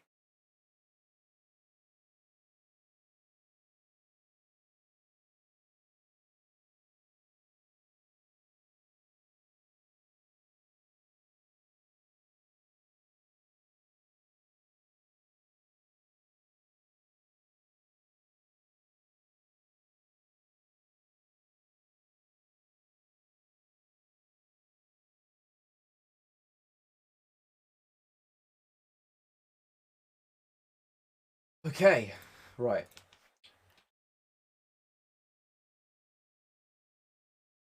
Kind of. They're closer to animals and plants.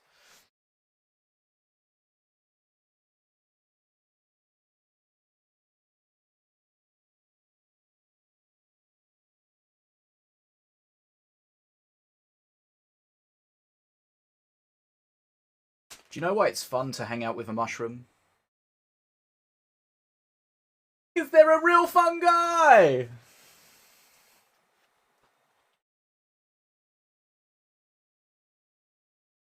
Sorry, did you not hear that? Is my mic not on? Hello? I didn't hear you laughing. Are you muted?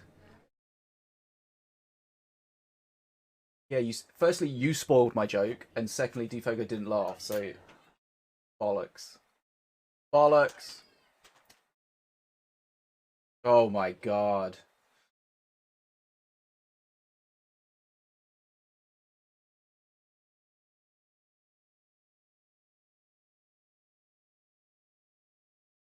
I don't know why I bother.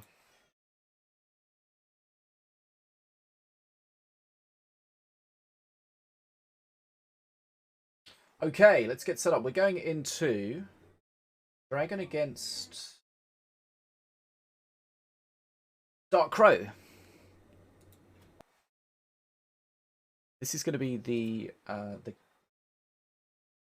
match before the redemption bracket final. So this is going to be back to best of 3.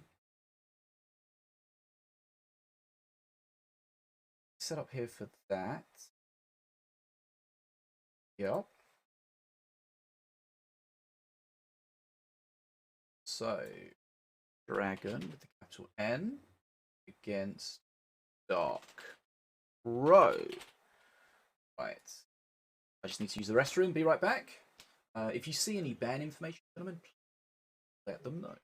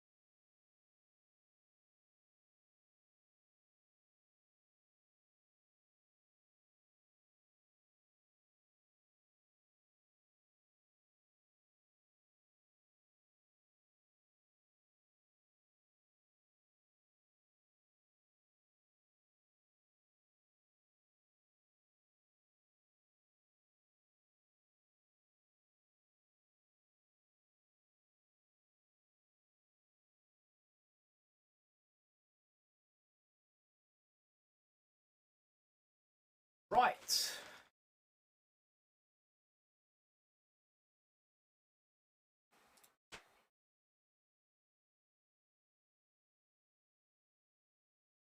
Right. Okay, I'm back. Who's commentating this one with me? I'll change. I think it's going to be Cosmic. Okay. Two fish. No. This is not the final. This is the game before the final. This is redemption bracket round of 7. Best of 3. No conquest rules. Dragon against DarkCrow. Okay. Are we set up here? Almost.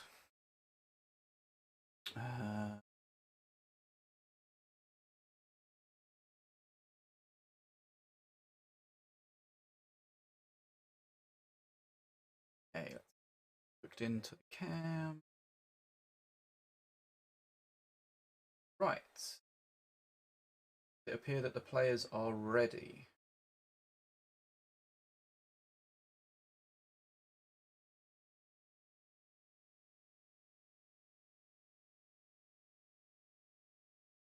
Okay. So let's just double check where we're at.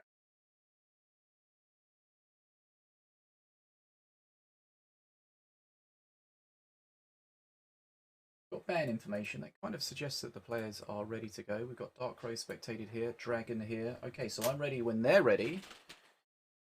Yes. Well, you got a flappy tail. Very nice. Very nice.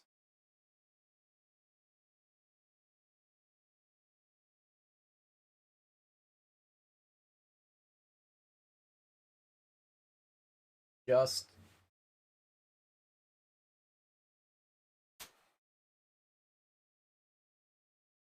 oh, so it wasn't. I assumed it was one of your kids. I assumed it belonged to one of your kids, but apparently that was incorrect. Of course it is. Why would I think differently?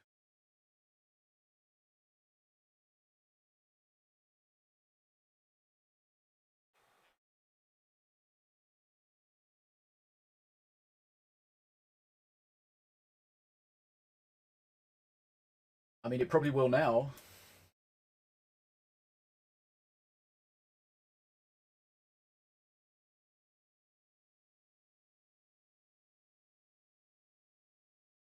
Right, so heard from the players yet. Let's give them a poke.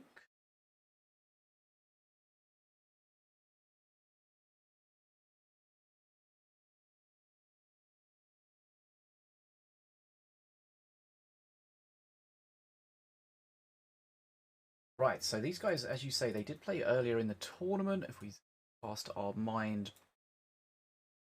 back, so Dragon did beat DarkCrow previously. So Dragon dropped DarkCrow down to the redemption bracket. Dragon went on and then was beaten by Set. So they've both progressed through the different sides of the redemption bracket. Dragon beating Niprax, DarkCrow beating DuckWestlin, and they now find themselves together in the redemption bracket round of 7. This is best of 3. And just keep swimming.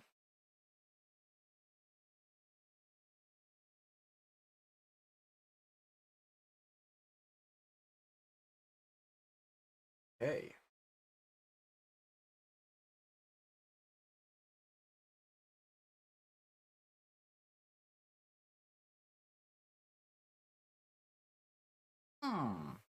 Sounds like a Jolo.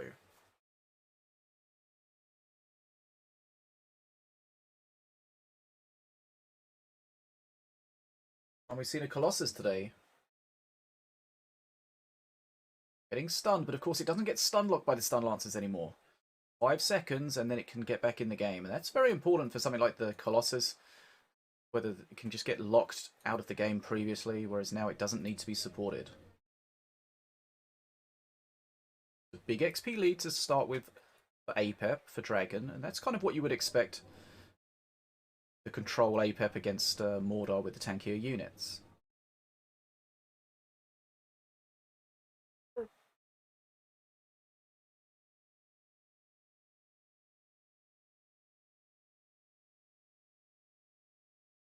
Okay, Tombstone charge in, Tombstone charge. Looks like we're going to get a... Oh, it's a Cannon Roller res this time.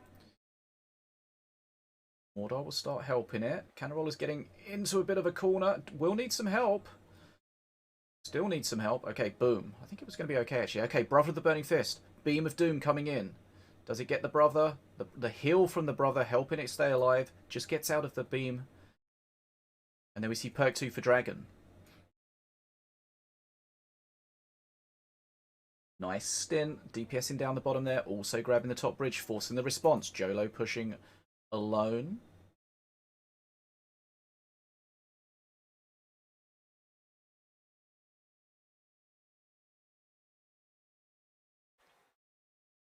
Looked like he was going to wolf it, didn't he? He needs to be careful with the Cannon Roller, because the Cannon Roller will one-shot that Wrecked Walker, and the wolf will not appear. What do we have here? That wall's going to go down. Good DPS coming out, though. Curse Bearer being used. Going to be clear at the bottom there, though. The Curse Bearer might clear everything up. Cannon Roller will back out of the curse, but it's still cursed and gets shut down. Right, here comes the res at the top. XP's well in Dragon's favour. Not a great spirit.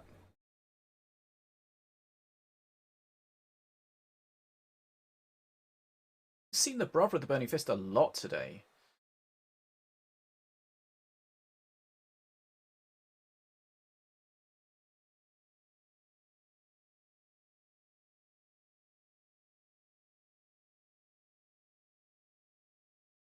Okay, so we got the Brother of the Burning Fist trying to push through at the bottom.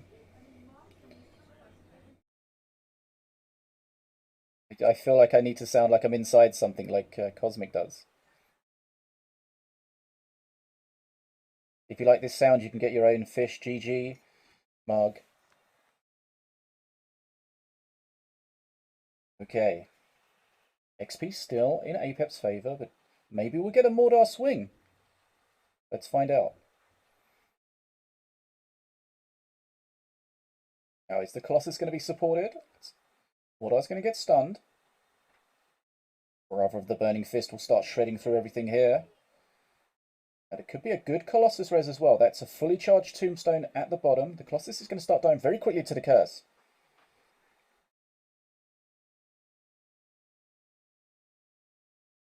Full HP res. That's unfortunate though that the Curse Bearer survives with just a few HP. It's going to get a curse off. It's going to linger around for a little bit and start softening up that Colossus.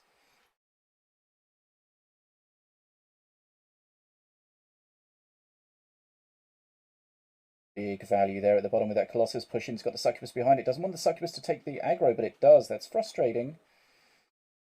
Stun Lancers grabbing that. Okay, that's nicely handled. DPS needs to work through, but it looks like we're going to get a good res here. Not a Colossus res, though. Another Tombstone charge in. DarkCrow doing a bit of damage, though. I mean, taking a bit of damage. Down to 860 HP. Perk 3 now. Still a long way behind, but this is where Mordor can potentially get back into the XP game with these hasted units. They're going to do more DPS. They're going to move more quickly.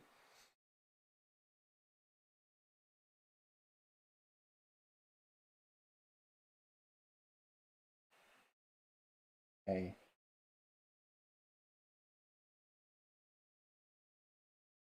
This is going to be a big beam, though. Well, there's a lot of damage coming out. DarkCrow's running out of HP. He's down to 100 HP. Can he stop this? Death by Stun Lancer? Not quite. 35 HP. I don't think... Not entirely sure. Haven't seen it yet. He seems to be cycling like crazy. There's a res, 35 HP. Still alive. He's got a Beam of Doom. Beam of Doom detected.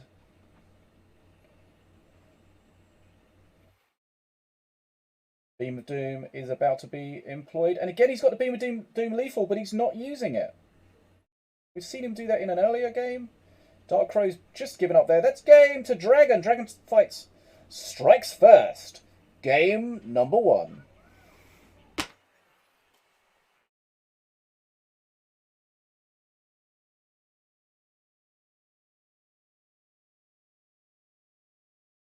All calm.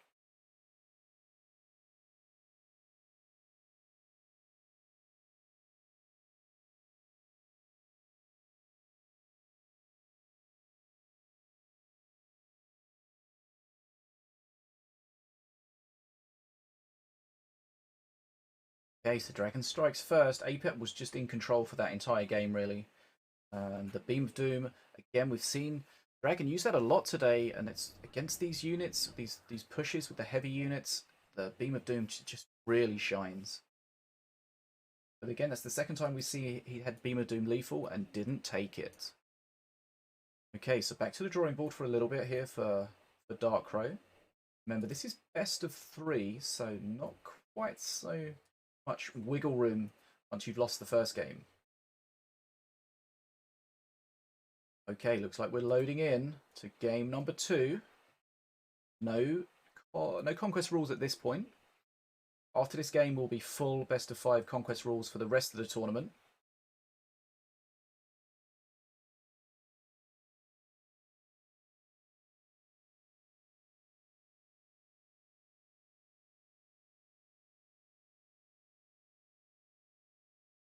Yep, that is the Ravager gets the power spike at perk 1 and perk 3.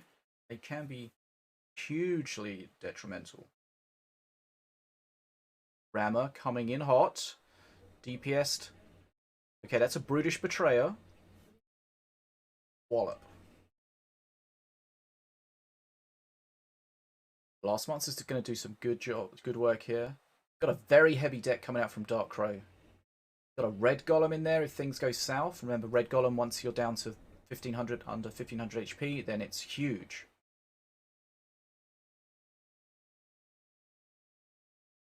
Got the Curse Bearer again. Oh no, the curse though. The curse dropping on the Brutus, that's terrifying. Okay, that Brutus is going to die very quickly. Stuns. Okay, so that's a guaranteed 5-second stun.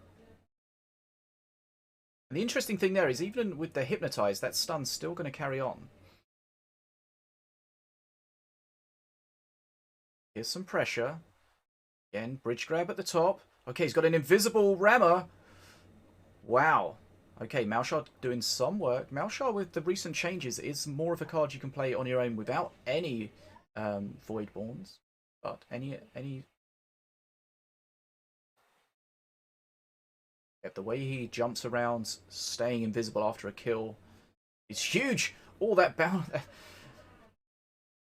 That kill on the Blastmancer there from the Haunting Hugger was frustrating. Okay, so Dragon again, he's in a strong position. Well up on XP, well up on HP. But we do have an activated Red Golem. He does have the Rages as well, so he can rage the Red Golem, which is fairly terrifying.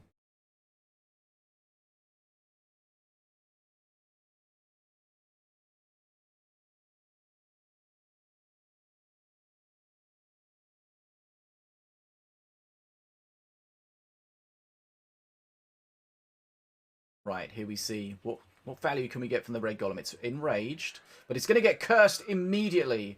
And that's how you deal with these big units. Get the curse on it, and it's just going to melt. 3% max HP damage every second. Oh, there's the Nether Step, but what's it going to achieve? It's going to achieve nothing. That's what it's going to achieve. You can see what DarkCrow's trying to do, but it's just not working out at the moment. Again, the assassin, the Marshe at the top's going to get pulled out of stealth. Will win the fight, but it will die to the curse.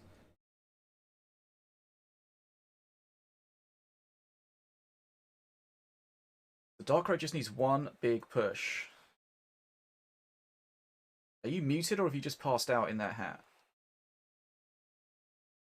Okay, cool. Okay, perk 3 for Dragon.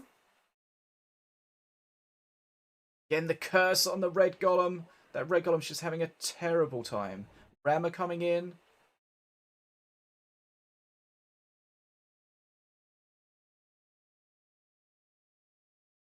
No, nothing. DarkCrow's deck is designed to do massive face damage, but he's the one that's taken the massive face damage.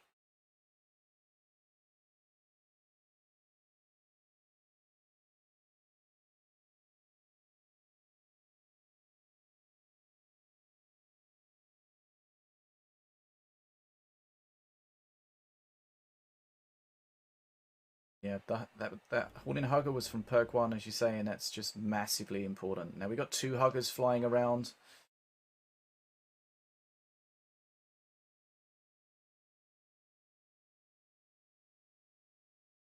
Right, what can he do here? And the Red Golem is just going to walk straight into the Curse Bearer. Now Dragon's doing everything he can to keep the Curse Bearer from aggroing, but he got shredded ultimately, but it's easily enough. Very low HP for DarkCrow. Beam of Doom available again. Only does 150 HP damage now. But again, he's going to get cursed straight away. That Hugger has been an MVP.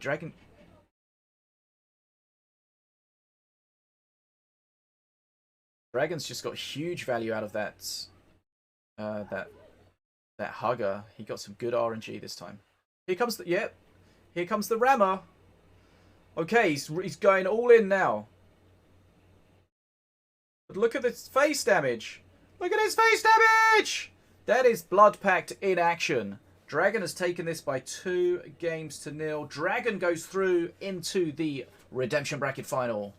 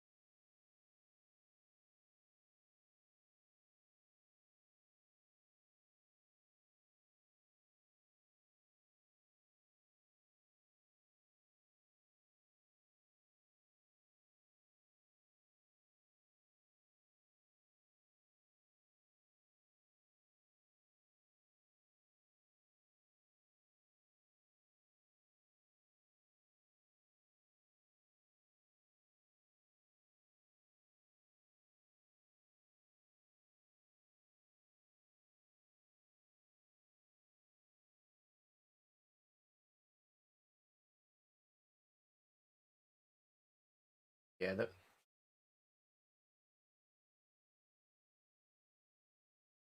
yeah,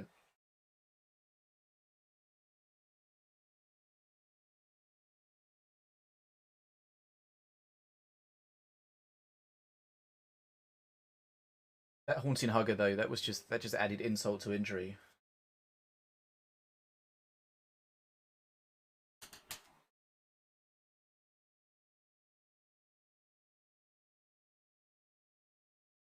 And the way that DarkCrow's deck was set up, he didn't really have too many counters for that haunting hugger, so it was able to just grab and hug at will.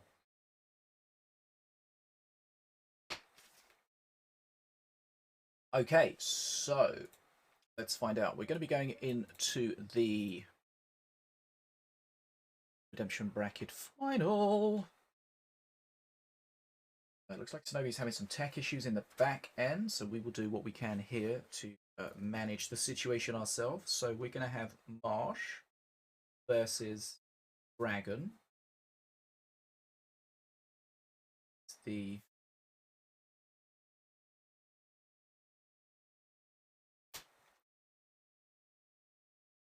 hey.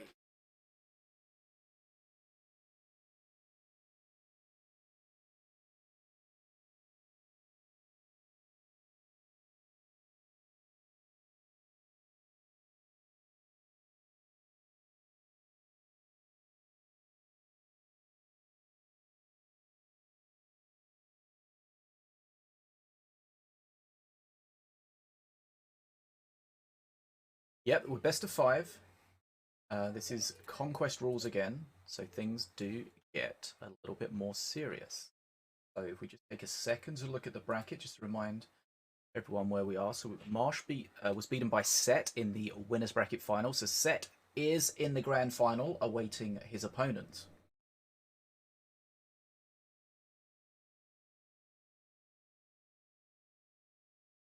And of course, he got to the grand final from the winners bracket final, so he does have his second life intact. So if he does lose the best of 5, he does have the reset, force a second best of 5.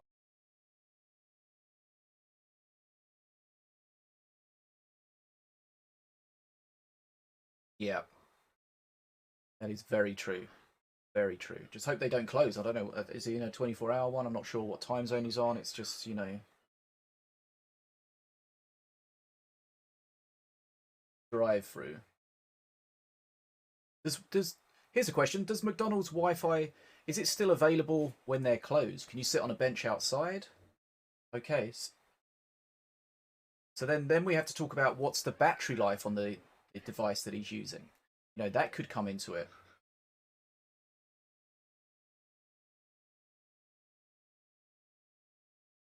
Okay, but what if he rode to the shop to McDonald's? What if he walked there? You know, yeah.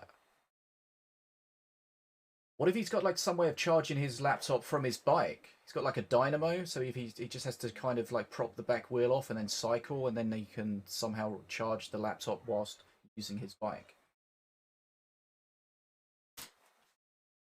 Yeah, so many different things to bear in mind here. Okay, so yeah, best of 5, uh, and conquest, right? Have you seen any bans yet? I just got bans in from Dragon. I need to find out. Gosh.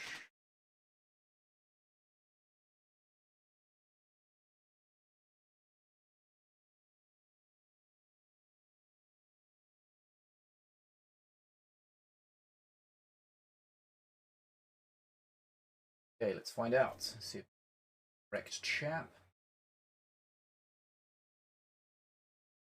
Right, so our redemption bracket final set up here. So okay, DfogoX casting this one. Is that correct? Okay, good. Okay. So let's update our score and all that jazz. So just to remind you guys at home, this is GGtoor's Knights Duel number 5. This is presented by GGtoor, Team Mana Frenzy, and Betadwarf. Thanks everyone for getting involved and supporting this event. Thanks for being here in the stream. Thanks for all the competitors. We are in the redemption bracket final. That means we've already know one grand finalist. Set is awaiting the winner of Marshe and Dragon. We are in the best of 5 section permanently now. And we are conquest rules. So let's set this up. LB best of 5. Got Marshe, player 1. Dragon at 2.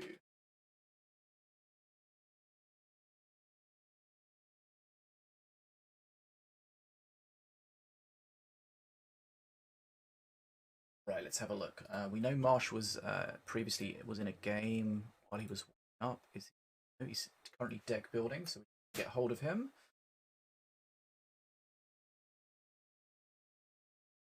Okay, I've got Dragon's Band.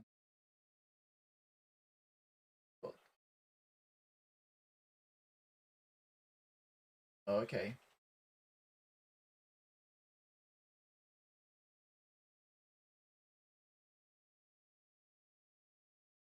Right, so we are just awaiting that situation. Jump in, so we've got our spectate set up.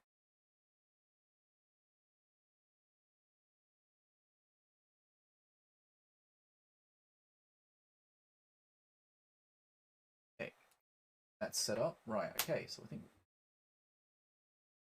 ban information. So we need to get the ban information in for both players, and then we need to feed that back for both players. Logo, once you've got that, if you could add it to our group chat.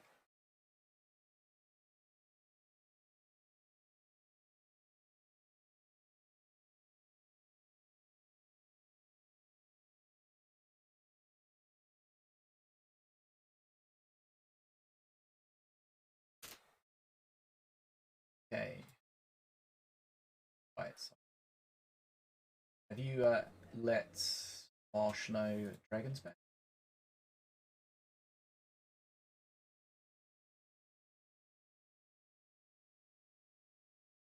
Both as well. Okay, so let's go through what they've banned. Dragon has banned King Puff, Plasma Marines, and Once Bidden. And Marshe has banned Apep, Beam of Doom, and Once Bidden. So Apep stroke Beam of Doom feels like a very targeted ban towards Dragon and specifically what Dragon's playing today.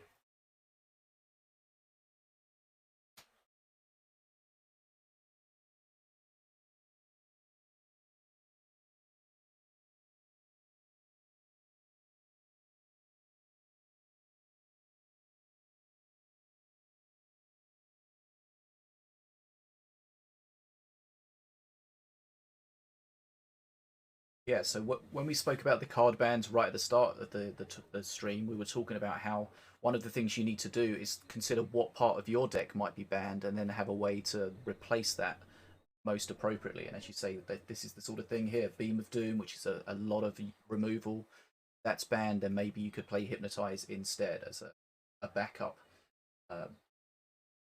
many unit removal. So we'll see if that comes into fruition or not. So this is going to be Marshe against Dragon, redemption bracket final. Going to be best of 5 conquest rule. We are ready when they're ready.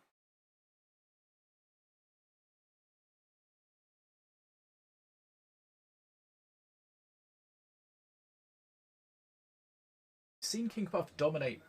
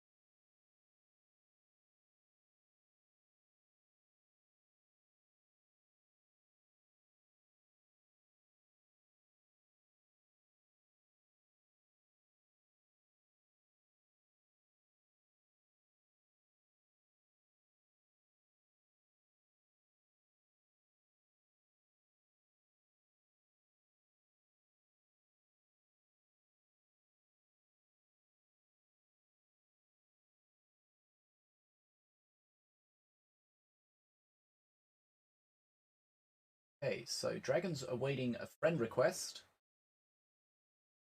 Are you talking to Marshe on Steam, DfogoX? Okay, so I'm going to put Dragon's number in chat here. Pass it on.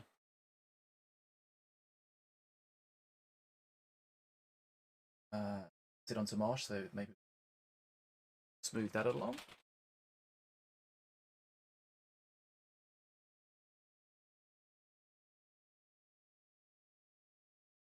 Okay, looks like they got him. Okay. Almost ready to start here. So, redemption bracket, best of 5, conquest, Marshe versus Dragon. Winner goes to the grand final to face Set. Loser finishes up in 3rd place. They can start as soon as they're ready. I am spectating Marshe.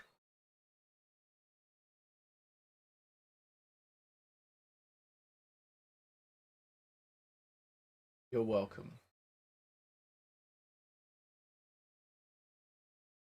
Okay, so this is just a lull before the storm.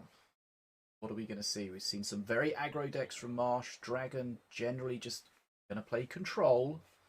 Let's see if that's what we find out. Here we go. We're loading into game number 1 of the redemption bracket final. Marshe against Dragon.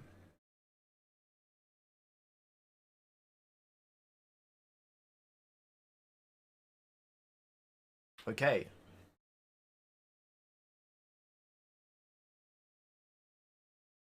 And Marshe's playing his super aggro deck. Yep. Opens with the Gax. Not able to shut it down, but Dragon's going to take the bridges here. Dragon will be okay with that.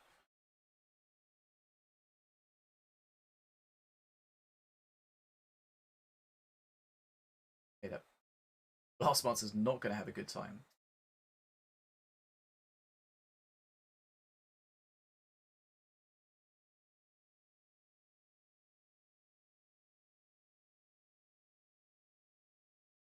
Very strange. Right. No, it wasn't quite timed right, so you have to time it during, especially against something like the Brother, where it's got a slow attack. You've got to time it so it's going to be attacking at the right time. Reconator not getting much done. Bridges staying in Dragon's favour, but here we see, here comes the pressure. Scrap launcher. Dragon's ready to react, but there's some very strange aggro.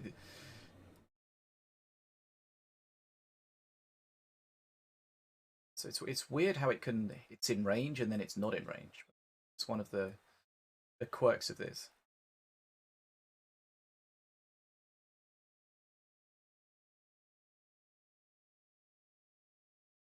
Yep. Dragon ahead in. I mean, if he's been following the bracket, he will have seen that Marshe has beaten some very good players. This is one of the strats he's been using. Doesn't want to fall foul of that. Here comes the Gax. Marshe is dropping relatively low. Okay, that was nice. The assassin not dying was fairly useful.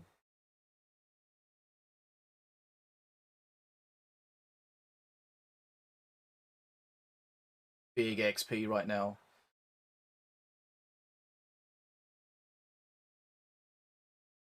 Yeah, Dragon knows he just needs to keep healing. That's the play right now. Take some damage. Yeah, that was kind of a little bit strange.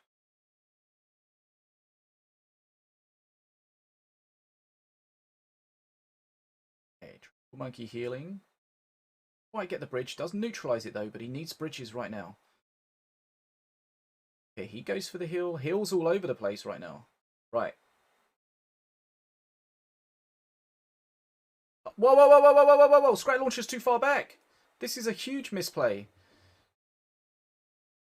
Try to play it as far back as possible so units can't aggro it from across the bridge in the middle, but let's get a couple of pixels too far away. It's a real problem.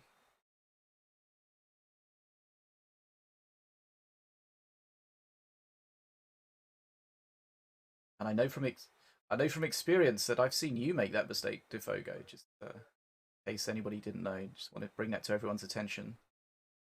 You're welcome. I've got a replay. I've got a replay here of it. Actually, let's just bring that up. I wish. Okay, here comes the Gax, but Marshe is struggling on all fronts. Behind on XP.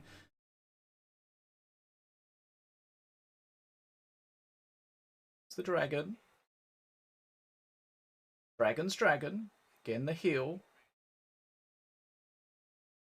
Yeah.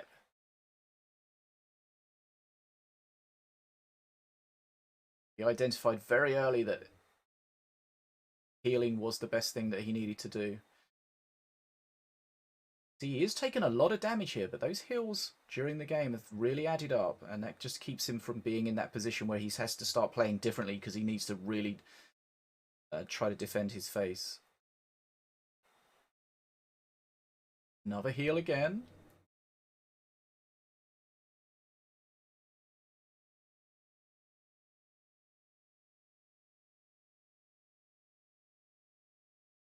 Here comes. Yeah, that Scrat Launcher miss was huge. If he gets him down to a few hundred HP, then that definitely be the reason why he lost. The Dragon's got a lot of range counters for that, so not too much value coming out of that. It can do 1,000 damage uncontested, but it's being very contested.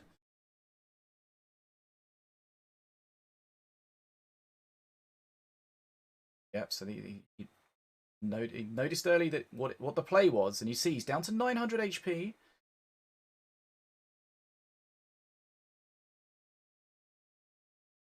That Gax is probably just going to kill himself. There we go. Dragon played that perfectly.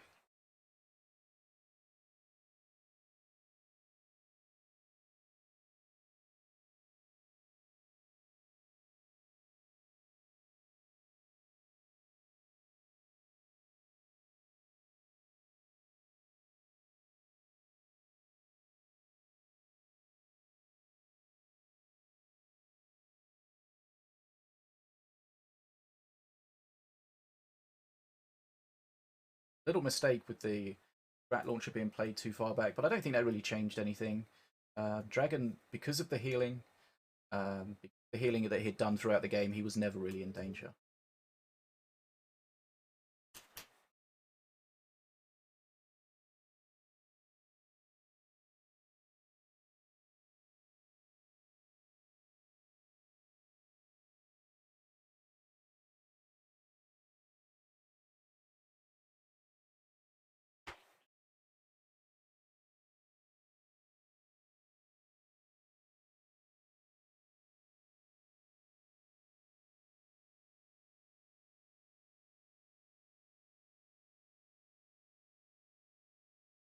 Yeah, he definitely got an awkward opening hand for sure. But these things happen, especially when you've got cards of those kind of types in your deck. You know, these things happen, and you have to make the best of the bad choices at the start, and maybe he didn't quite do that.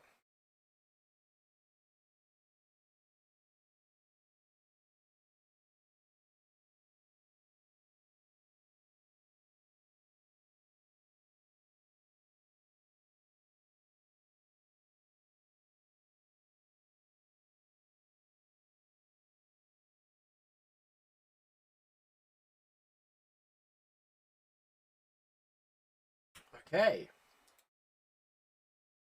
Game number 2. Dragon struck first.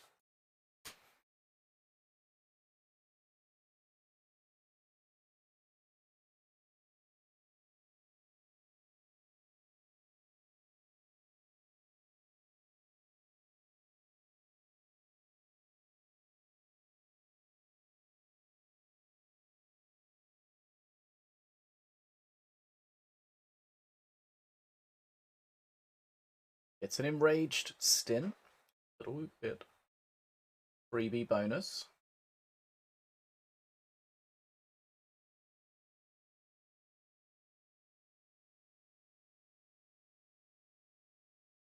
It's for the heal. Not sure about that. Yeah. He wasn't actually going to kill anything, and he didn't really need the HP.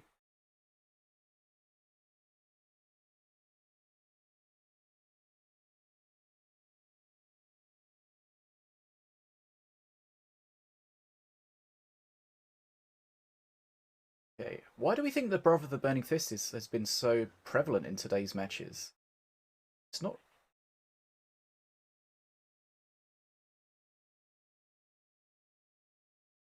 Yeah.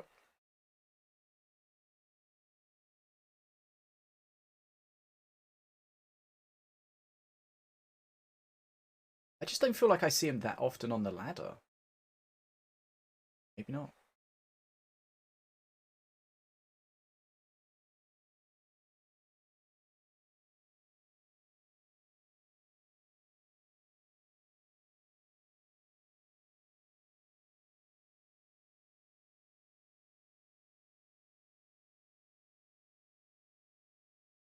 Okay.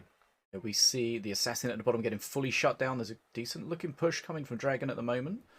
The XP's basically equal.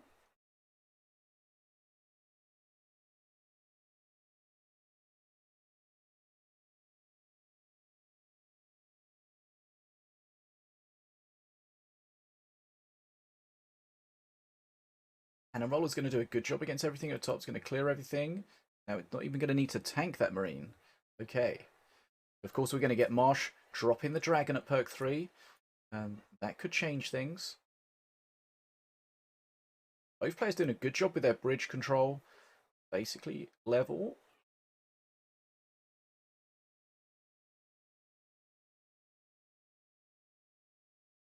Going to clear. Okay. Nice jump at the top. Didn't quite grab the bridge, so he had to use another one. Yeah, so the key to playing Wrecked is jumping about to keep the real Wrecked alive, to grab bridges, but also to drop the clones, which can do their DPS and, of course, their explosion DPS. But that's a little mistake from Marshe. Didn't kill the Marines and enrage them.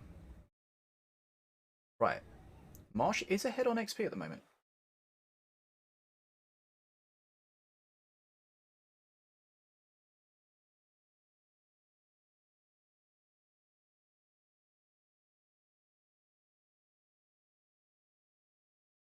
Perk 3 is here for Marshe. Okay. Nirvir the Fallen is available. Is he going to choose to play it immediately, or is he going to hold on to it? Of course, when you play it defensively, as we see the top players do, they do give out a bit of bridge control, but he is ahead. So he does have the ability to do that, wants to get as much value as possible out of the breath, the spirit fire, all across here. Okay, so he's going to use... Oh, that's a mistake! The plan was to use the cannon roller to then... to not only do damage to the brother, but to jump back onto the bridge. And that was... he played it just too early, and there was no real need to play it quite so... millisecond correctly. And now we've got a slowed Nirvir, a cursed Nirvir. These could be the little mistakes that can allow Dragon back into this. Remember, Dragon 1-0 up at the moment.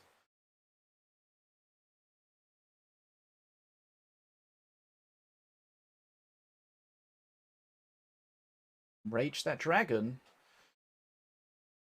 If he kills it before it does anything, then that's fine. There we go. Right. Game on. Dragon has gone down. Marshe has got the XP lead from it, though. Can Dragon bring it back?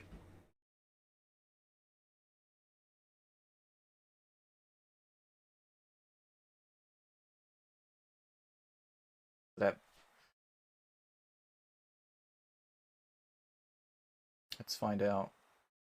We know that that perk 3 from Morelia is a one-time thing, so the benefit has come and gone. Base damage coming out from Wreck there. We've seen that in previous tournaments.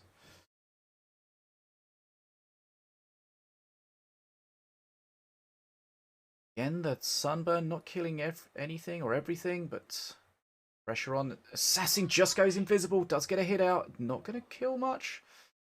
Pressure coming on. Right, this is very close. Let's look at the XP. We've got 19 XP to go for Marshe. We've got 34 to go for Dragon. Dragon really... Yep, he's trying to get to face. He's trying to get that one punch blast on face. The Marines, the Legionnaires, not exactly what he wants to hit with it, but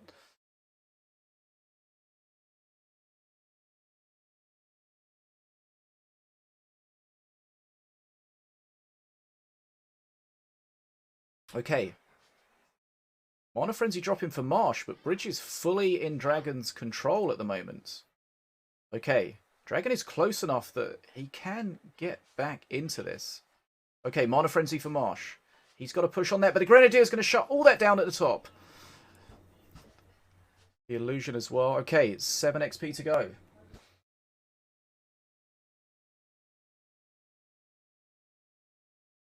Right, Mana Frenzy for Dragon. In any second. Now, okay. But Marshe has secured the bridges. Okay. Brother doing a great job in the middle, tanking everything, but Dragon's having a terrible time trying to close this down. Right, okay. He's cleared the push down. Now he can push on the bridges. Dragon is back in this. Reached Mana Frenzy a long way behind. Again, that Sunburn really just not doing what it needs to. We got a enraged Drone Walker or Aimbot at the top there. Pushing pressure on the top. If Dragon can secure both bridges, it's going to be over.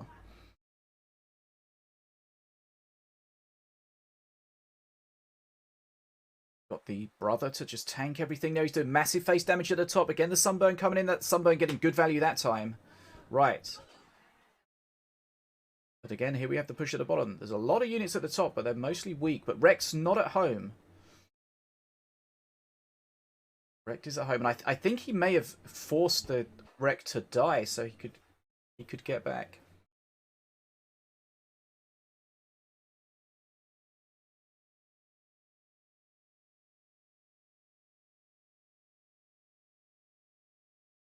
Not getting too much value out of it. And Roller doing what it can, but there's too much here. Here we go. All the clones on face now. Deep Cycle Wrecked, one of the strongest decks available at the moment. Marshe down to 115 HP. Has stopped it for a second, but the next push is coming already. Cannon Roller's going to be tanking in. Dragon's going to take this by 2 games to 0. Okay, Dragon is ahead. This is a best of 5. Dragon is substantially ahead now. But it is definitely still all to fight for, all to play for. 2 games to 0. Wreck just too strong there, Cosmic.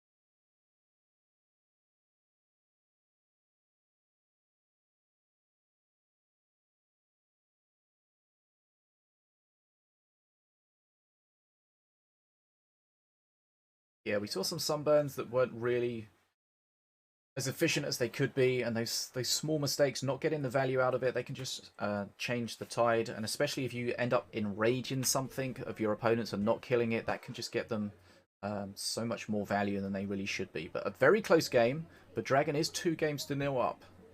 What do we think, DfogoX? Can Marshe turn this around, or is Dragon just stamping his authority on this?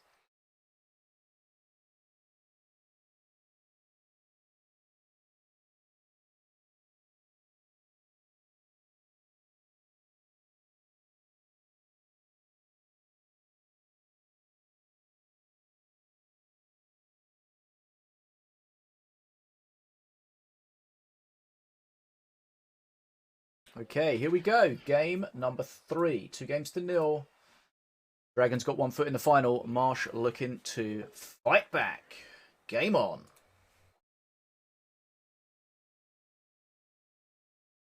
Apep against the owner.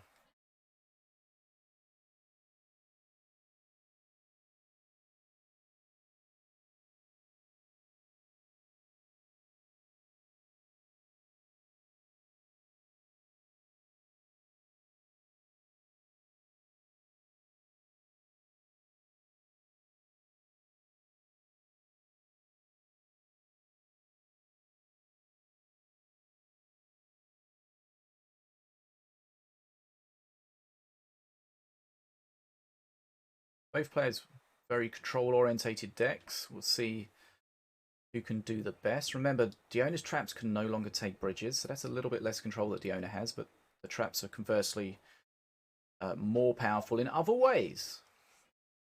More HP for the taunt trap, void trap, and more damage output for the crossbow trap.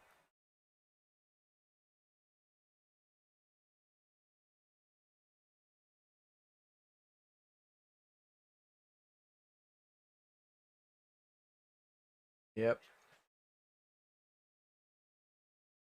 I mean, some players really do have cards that they really like to play.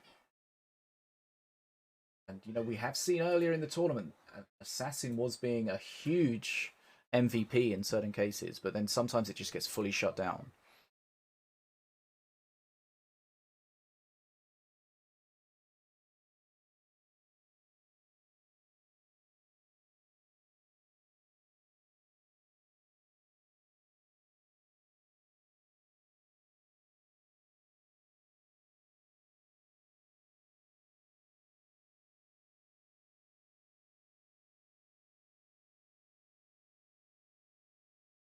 Trap did a great job. Trap taking out the cannon roller was very nice.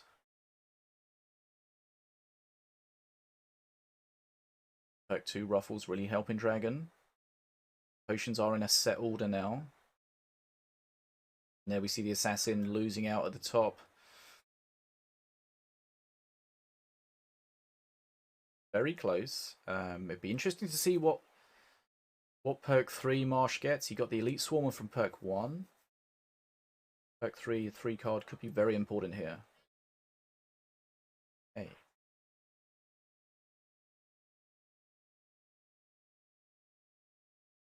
Doesn't quite die though.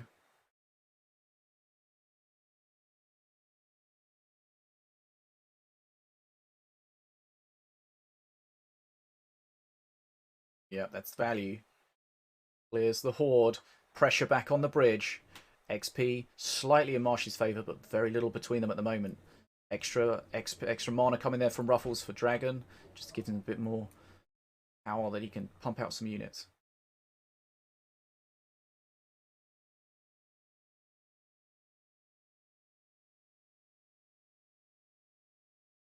You're basically saying I can match your control and then I'm going to get an extra unit. That should allow me to control better.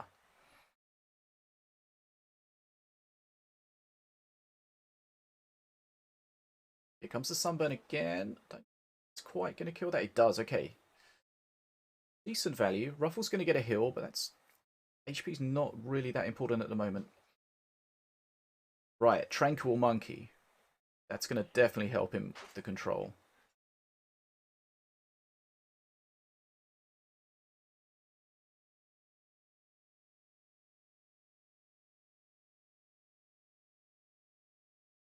Get too much value that time. Not going to get a chance to heal. Defensive being a real pain. Nice.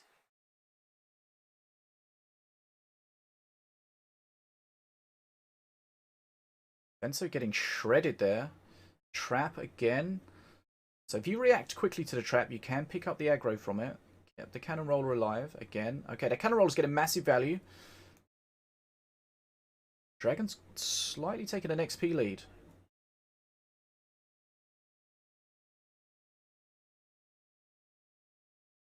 It's good push at the top. But ever since that Marshe got that extra card, he's had less control. But now he might be able to get back into it. But I mean, he would have loved an extra range unit to deal with that Defenso. That Tranquil just struggling. Very nice placement of the trap. You see, you place the trap so that the cannon roller would attack it and then force it to back up in towards his units. Perfect.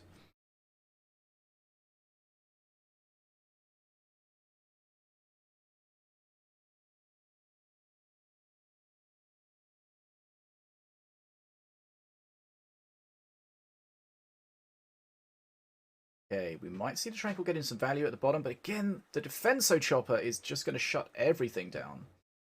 Does have the cannon roller available to start dealing with that. He's going to put the trap down there. Didn't seem entirely necessary, but here comes the push. Dragon getting more control now. He's easing towards Mana Frenzy. And it seemed like that Tranquil, that extra card for Marshe would really help things, but Dragon is just not taking any notice of that. He's got his own control.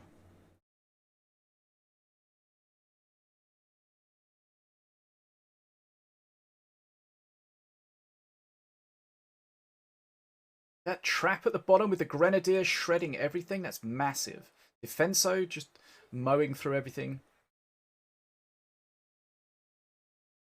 I mean, Dragon's got the Mana Frenzy, he's got the bridges. He's looking to close out this final best of 5 by 3 games to 0. What can Marshe do? Can he hang on? There's just going to be card after card after card coming from Dragon right now.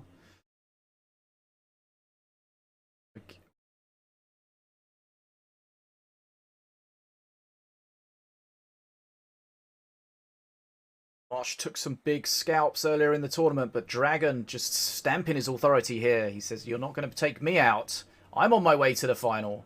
Marshe is beaten by 3 games to 0 in this redemption bracket final. That means Marshe is our 3rd place player overall, so a hugely well, yeah.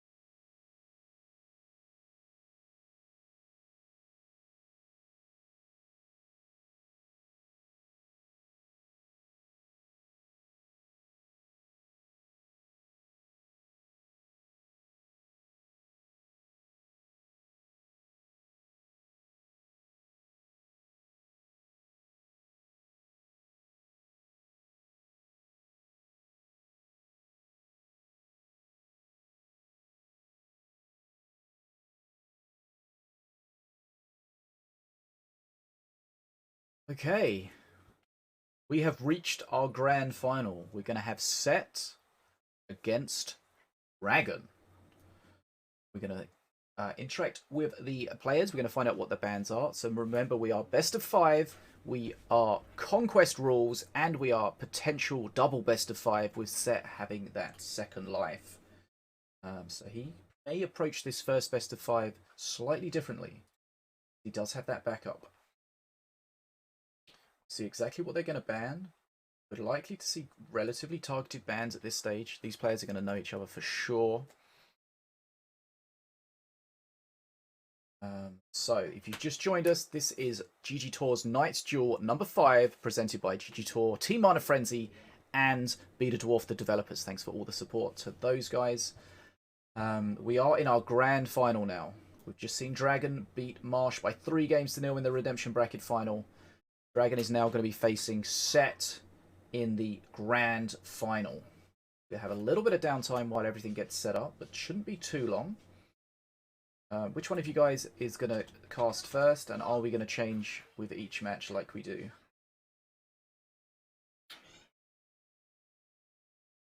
Are we going to swap over on each game like we normally do?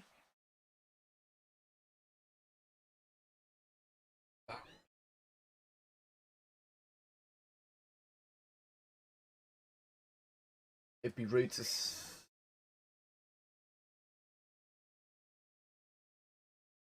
Oh god.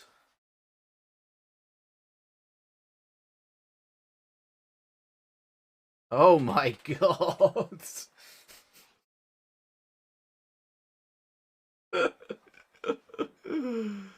Oh my god. I didn't realize you were dressing up. God damn it.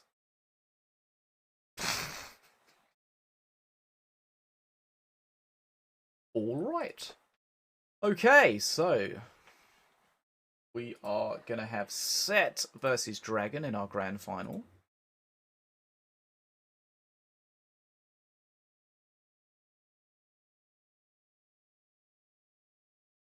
My god.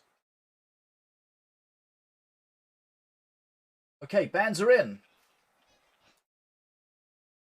Who would like to...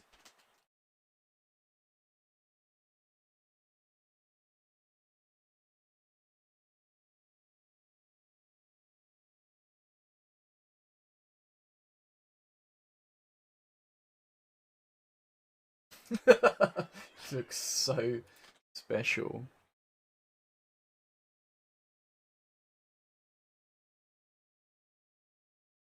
You look like you got a lazy eye. Okay, bands are in. Who would like to take us through the bands that we're seeing?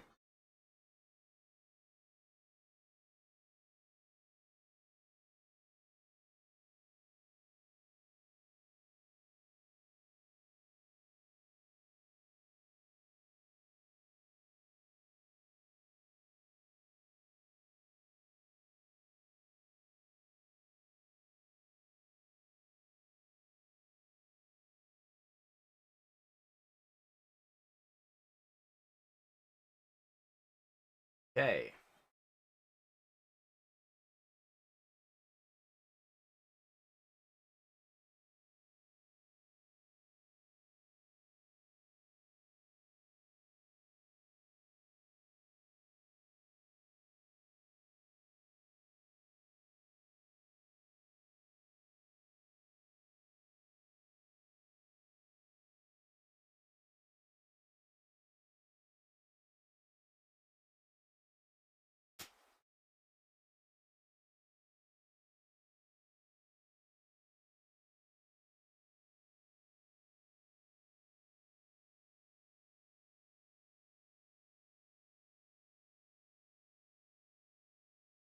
Okay, so we've got the bands in. We're just waiting the players to come online.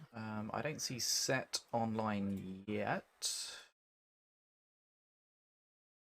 Dragon is ready to go. Okay, so we're almost ready for our grand final, ladies and gentlemen.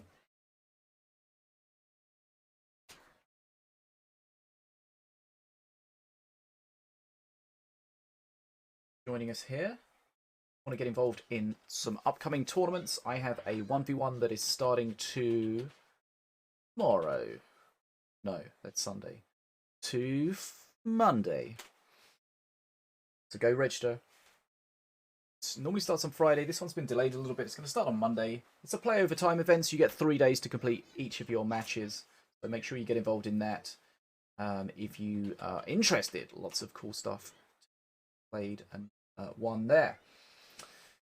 Right, so Set, are you online? No, you are not.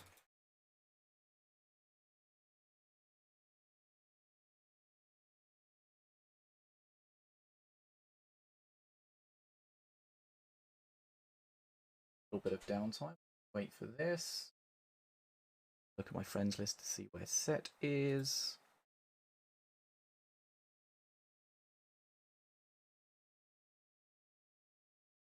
Yeah. Okay. Do that at the end of the stream if that's something that people want to do. Available. There's not that many balance changes.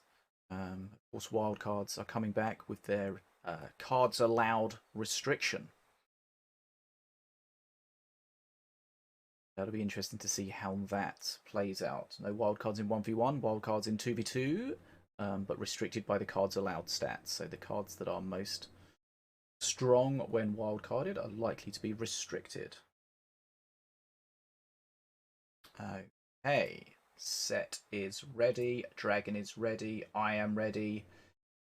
Whoever is at Cosmic's house is ready.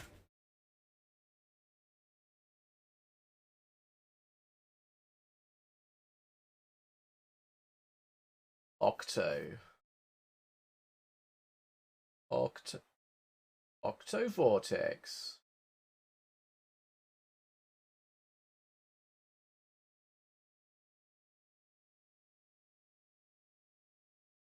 Wow.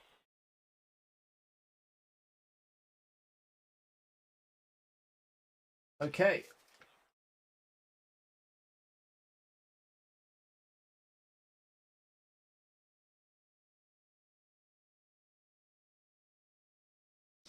God.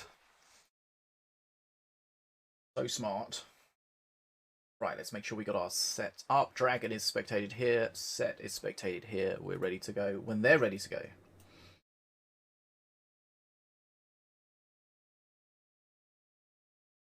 Bit of downtime. The guys are just getting ready.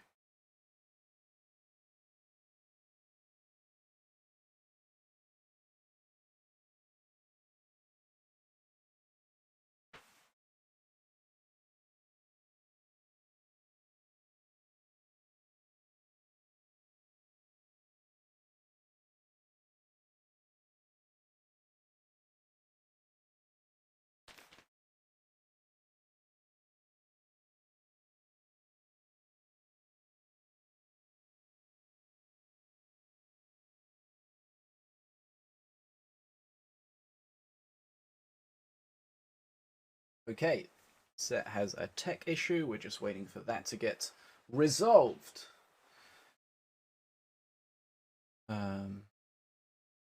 So maybe we can look at the changes that are coming up.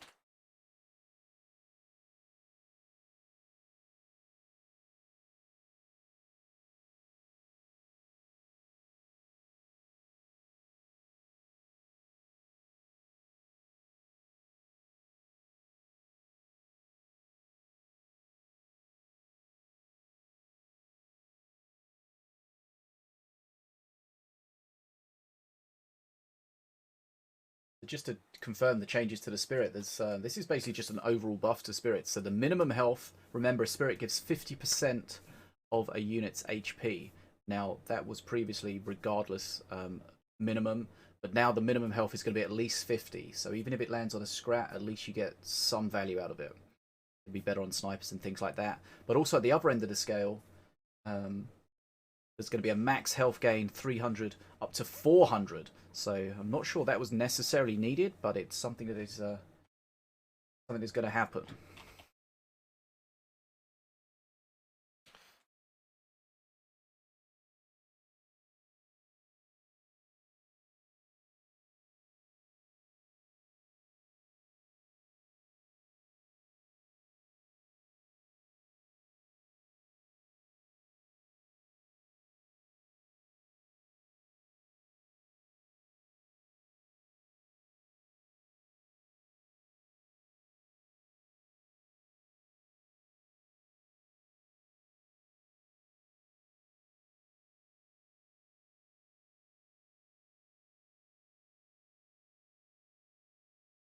Yeah, I think it's very strong. It can do so much damage, and it does face damage as well.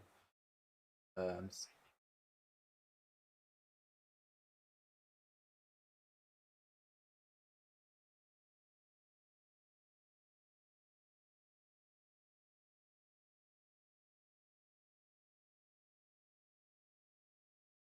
so yeah,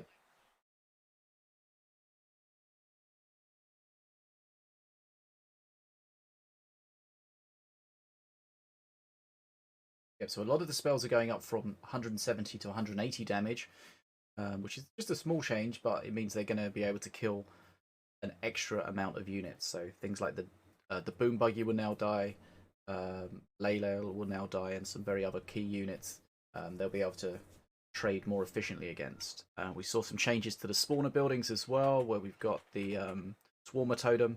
It's going to be a bit better, and the Crossbow Guild is going to spit stuff out just a bit more quickly, so you get an extra cycle. We've got the Priestess, which is going down from 3 speed to 2 speed.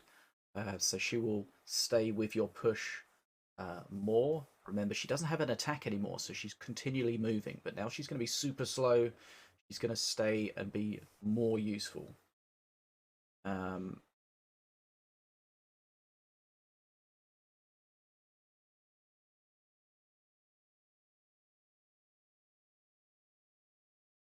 Magma Storm's an interesting buff because, of course, it's up to 180 damage, but that's each fireball, and there's 10 of them.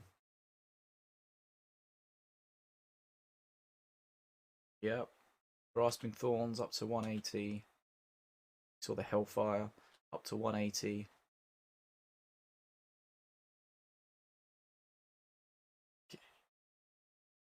Hold on, right. Let's fill everyone in at home on what is happening. So it appears that Set unfortunately has some technical issues and is unable to compete in our final, which is unfortunately very sad from everyone's point of view. Here's That's it, yeah. McDonald's shut and it's got no way to charge it. So unfortunately, we're going to have a forfeit in the grand final, which is... I believe so. Unless he just needs some time. But what I can see... Let's find out.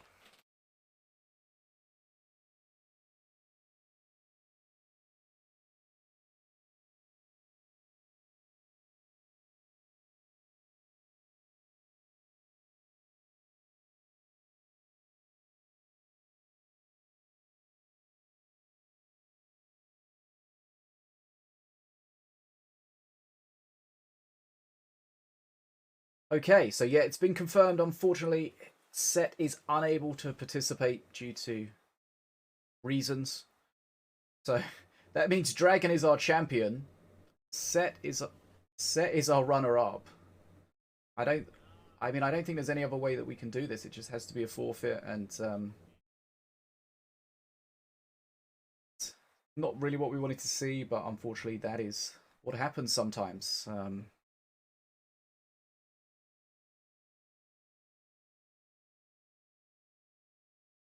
I mean, Sinobii almost burnt his house down, but nobody could see that yet. Correct.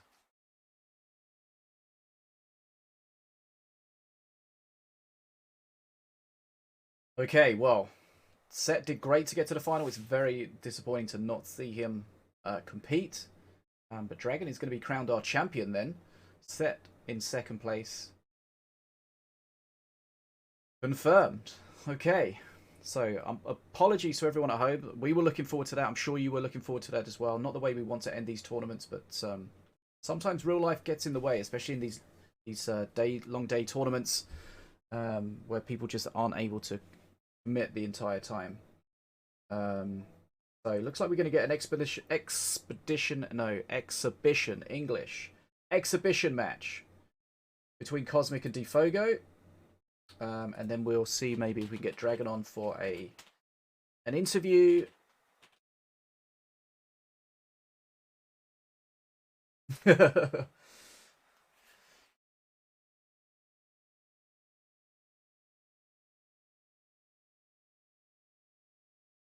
out. Okay. Right. Frustrating, but these things happen.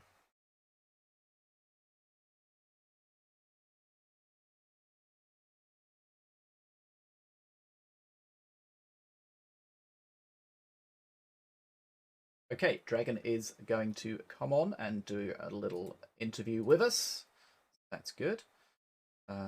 So let's get our Google Meet business. Okay.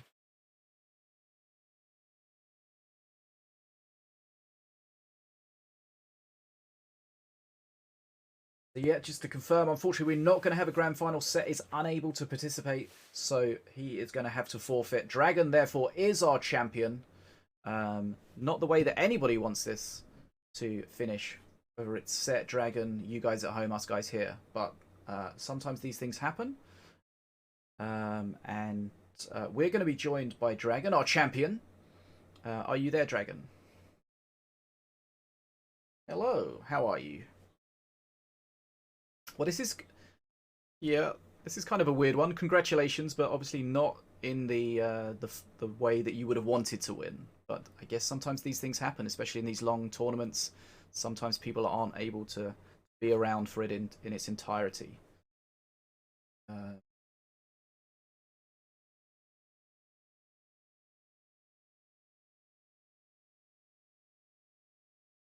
Okay. How would you, assuming that you would have played Set, or how do you feel the games would have gone? Were you confident about beating him based on how you've been playing today, based on what you've seen of him?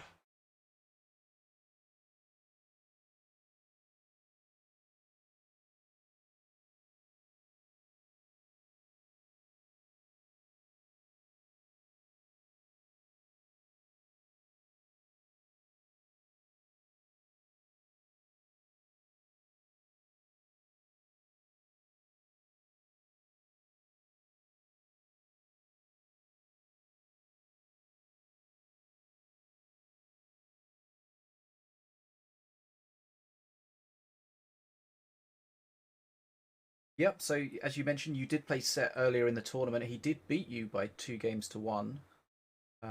Were able to ultimately come back and be our champion. Now, if we talk about the redemption bracket final, so is Marsh somebody that you're familiar with?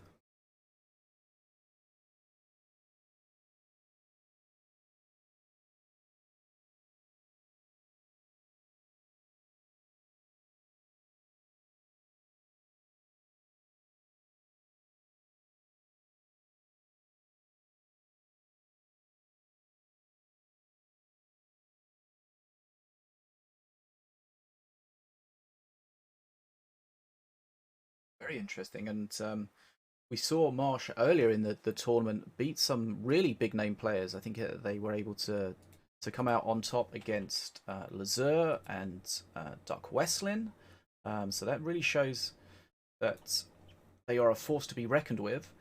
And we saw they were playing some very aggro decks as well, which can sometimes um, take people unawares. But it seemed like when you faced that, you were ready for it. You know, you played Morelia and you were healing almost from the start, like you knew exactly what you were going to expect.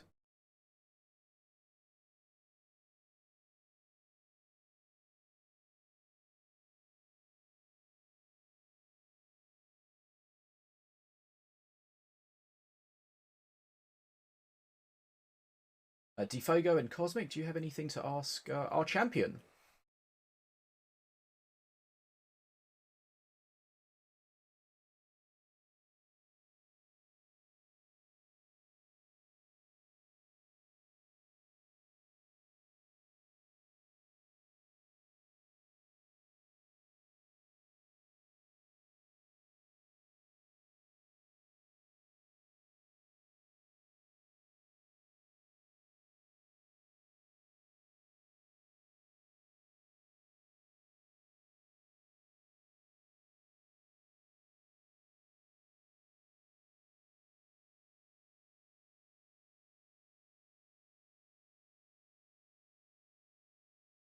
Have you seen the new cards that are dropping for next season?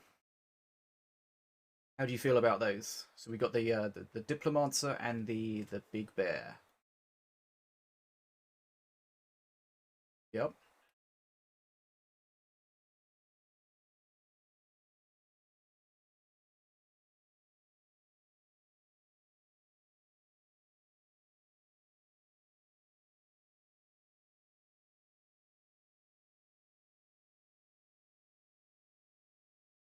Yeah, the bear looks like it could certainly become very meta because you know that certainly just be a replacement in people's decks for a warrior, especially with the swarm meta we've seen a lot. That Stone Bjorn is going to be very strong against that. So it'll be interesting to see that because you know sometimes we see these new cards that are added and they come and go, but sometimes there's a card that sticks around and becomes very meta, and this could be certainly one of those. So it'll be interesting to see how that does. But you know, the other side of that would be a shame if the warrior just completely gets forgotten about, and you know that's sometimes what happens when you put a similar card in that's a bit stronger. Then it just completely negates that previous card.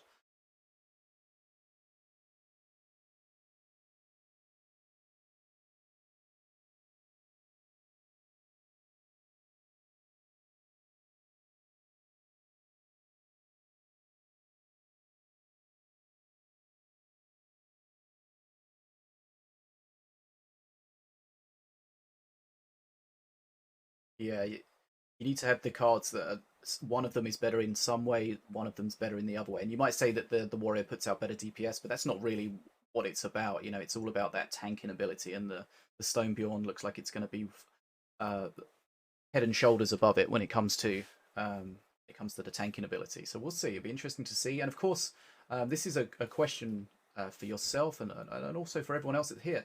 Wildcards are coming back. How do we feel about that? Of course, just to remind you, wildcards will not be in 1v1. I'm sure Dragon, as a player that plays a lot of 1v1, a lot of tournament play, that'll be something that you're happy about.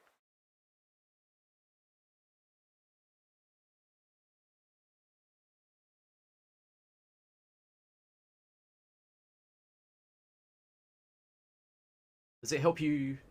Yeah, go ahead.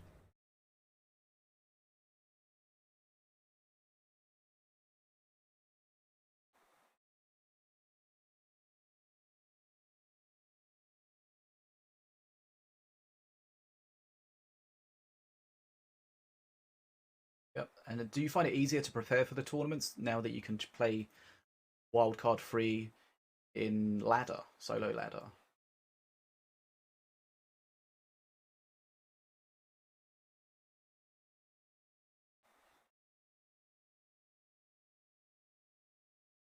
Yep, so just to confirm to everyone at home, wildcards are coming back, but not as we know it. They will not be in solos, and they will be in duos, but they will be restricted. Some of the cards that are the worst or the best when they're wildcarded will be restricted. Each card is going to have a new statistic called the copies allowed stat.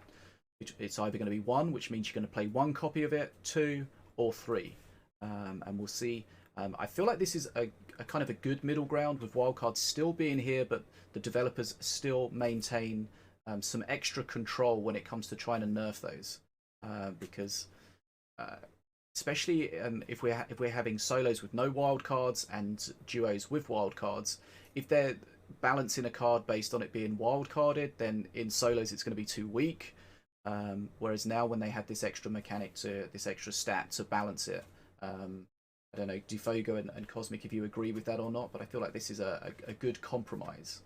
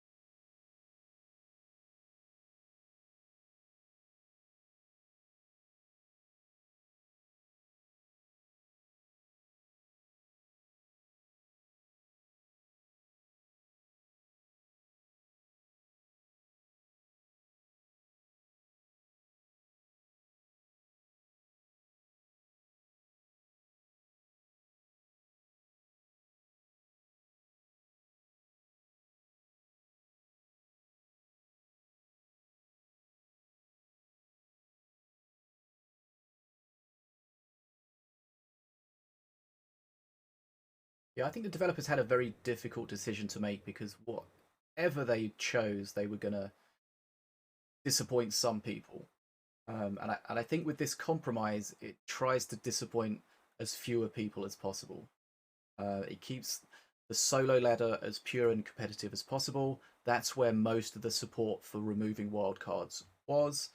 It still allows wildcards in randoms and pre-mades, where most of the support for keeping wildcards was. But it has the compromise to not let just some really abusive mechanics get out of control. So we'll see how it goes. Of course, we've seen the game with wildcards, we've seen the game without wildcards. Now we'll see the game with a combination. Um, and I just hope that it's communicated appropriately because it can get a little bit confusing if you're I queue into this game with this deck, but then I can't queue into this game with the same deck. And of course, when they removed wildcards temporarily, there wasn't immediately an appropriate error message to let people know why suddenly they couldn't play their games, they couldn't play their cards. So I spoke to the developers about that, and there are feedbacks that are going to be in the game in place to hopefully let everyone know exactly what's going on. So if you suddenly can't queue, you know it's because you've got a wild card or you've got too many copies of a card that's not allowed. So yeah, that's dropping on Monday. We'll look forward to the new cards, the new balance changes, the new wildcard restrictions, and we'll see exactly how that goes. Uh, yeah, of course.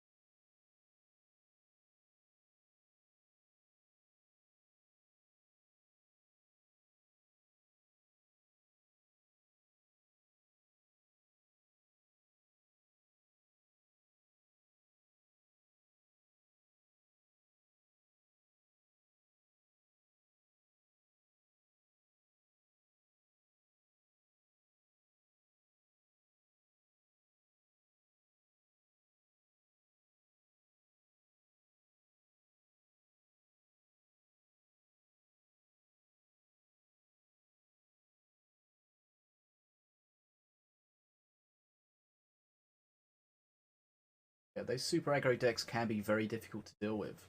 Can take you a bit off guard, and saw earlier in the matches that aggro was just too much for some people to deal with.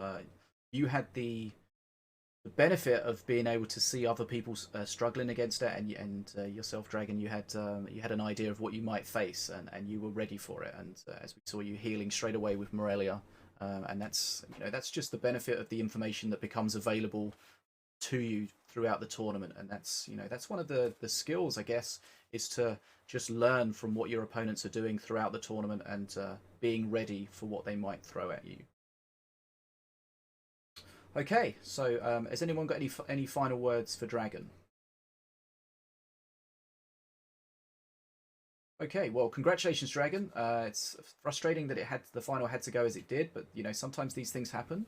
But you did what you needed to do. You got there, and unfortunately, Set was unable to compete. But very well done, Dragon. You are the GGtoor Night Duel number 5 Grand Champion. Very well played. And we look forward to seeing you again soon in all of the tournament action that's available in Minion Masters. I know you're playing a lot of them. You do very well in a lot of them. And you are certainly one of the top players out there. One thing actually I will mention is Cat was unable to play today. Deadshot was unable to play today.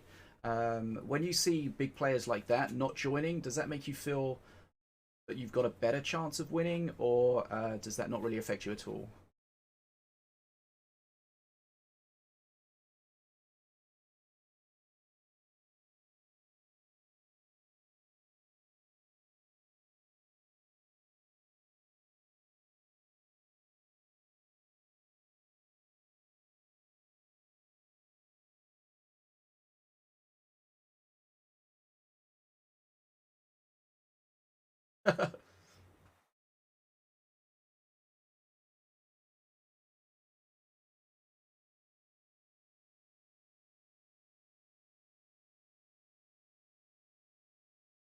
Yep.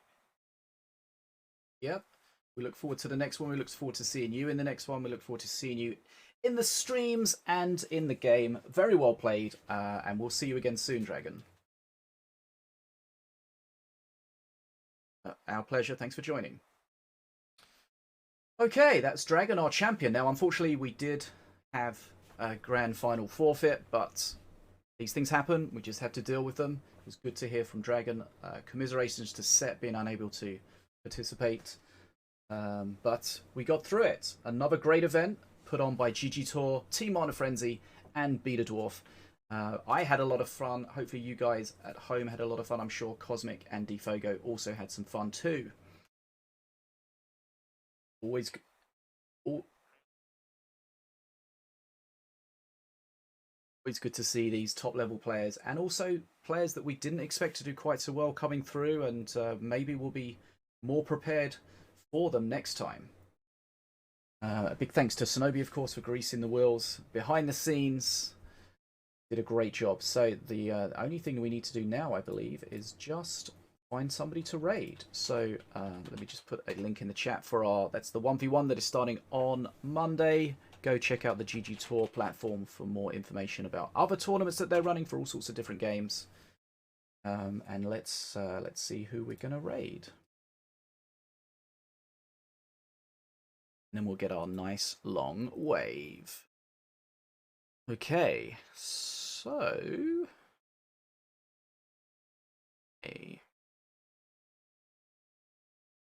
Right.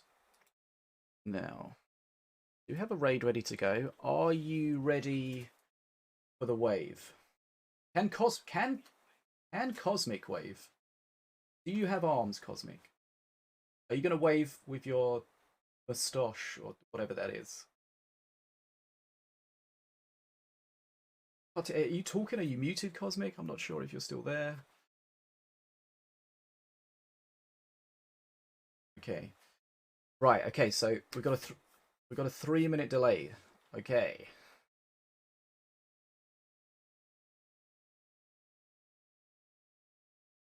We don't have to. I mean, if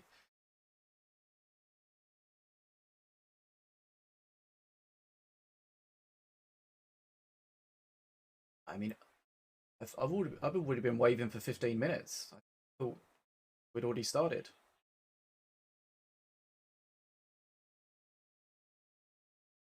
Maybe. Thanks for everyone at home that joined us today.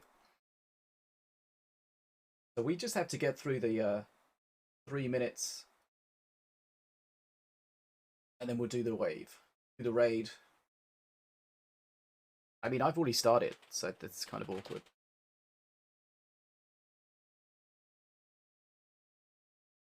Bye! Some of us are professional wavers. Something's... Okay, well, I will watch the stream and then I'll be able to see I start waving. What? Is that it? What's your stamina, man?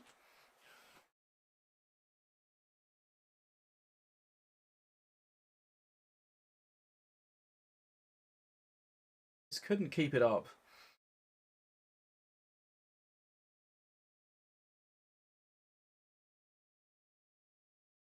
Rootless.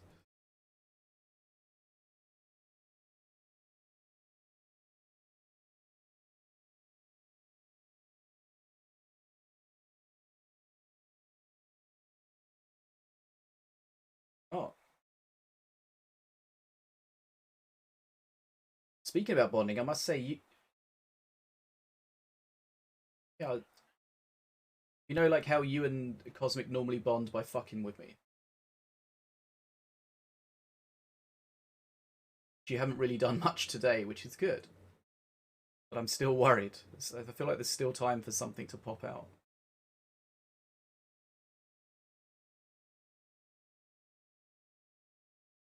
Yeah, weren't expecting that.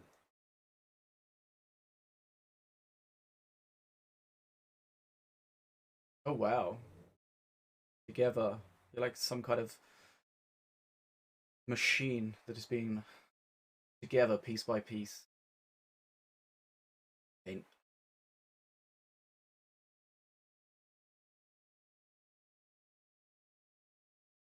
Wait. No. No. No. No.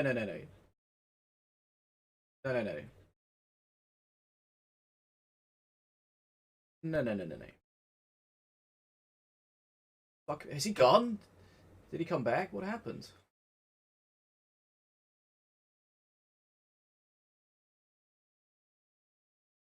Had enough.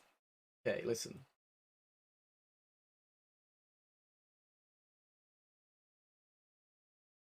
Try not to say something too dirty.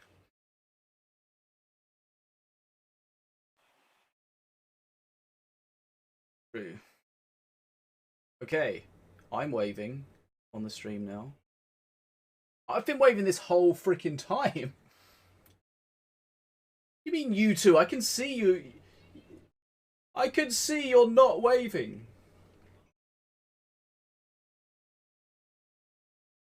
Well, we don't know. You never proved it. I proved I can wave for this whole time. It's like a mini workout. Only on one arm, though. I've got one stronger arm, and it's just from waving at the end of streams, nothing else.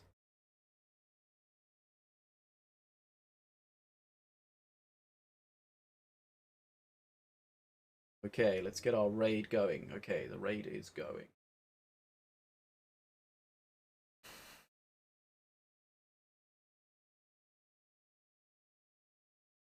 Bye!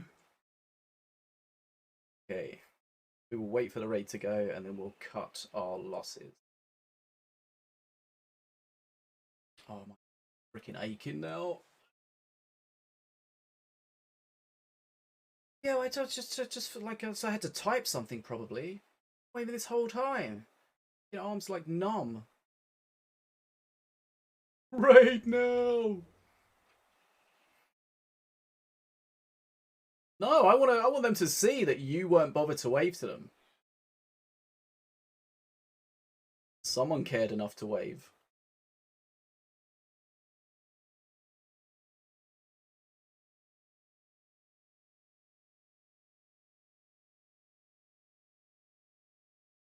Osmic's lip's probably about to fall off. You have to move your lip to... Yeah, I mean, two of us here seem to.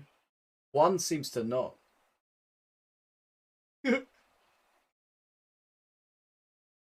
Okay, the raid's going.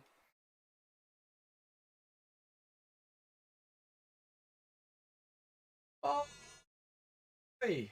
Okay, are they gone? Are they gone?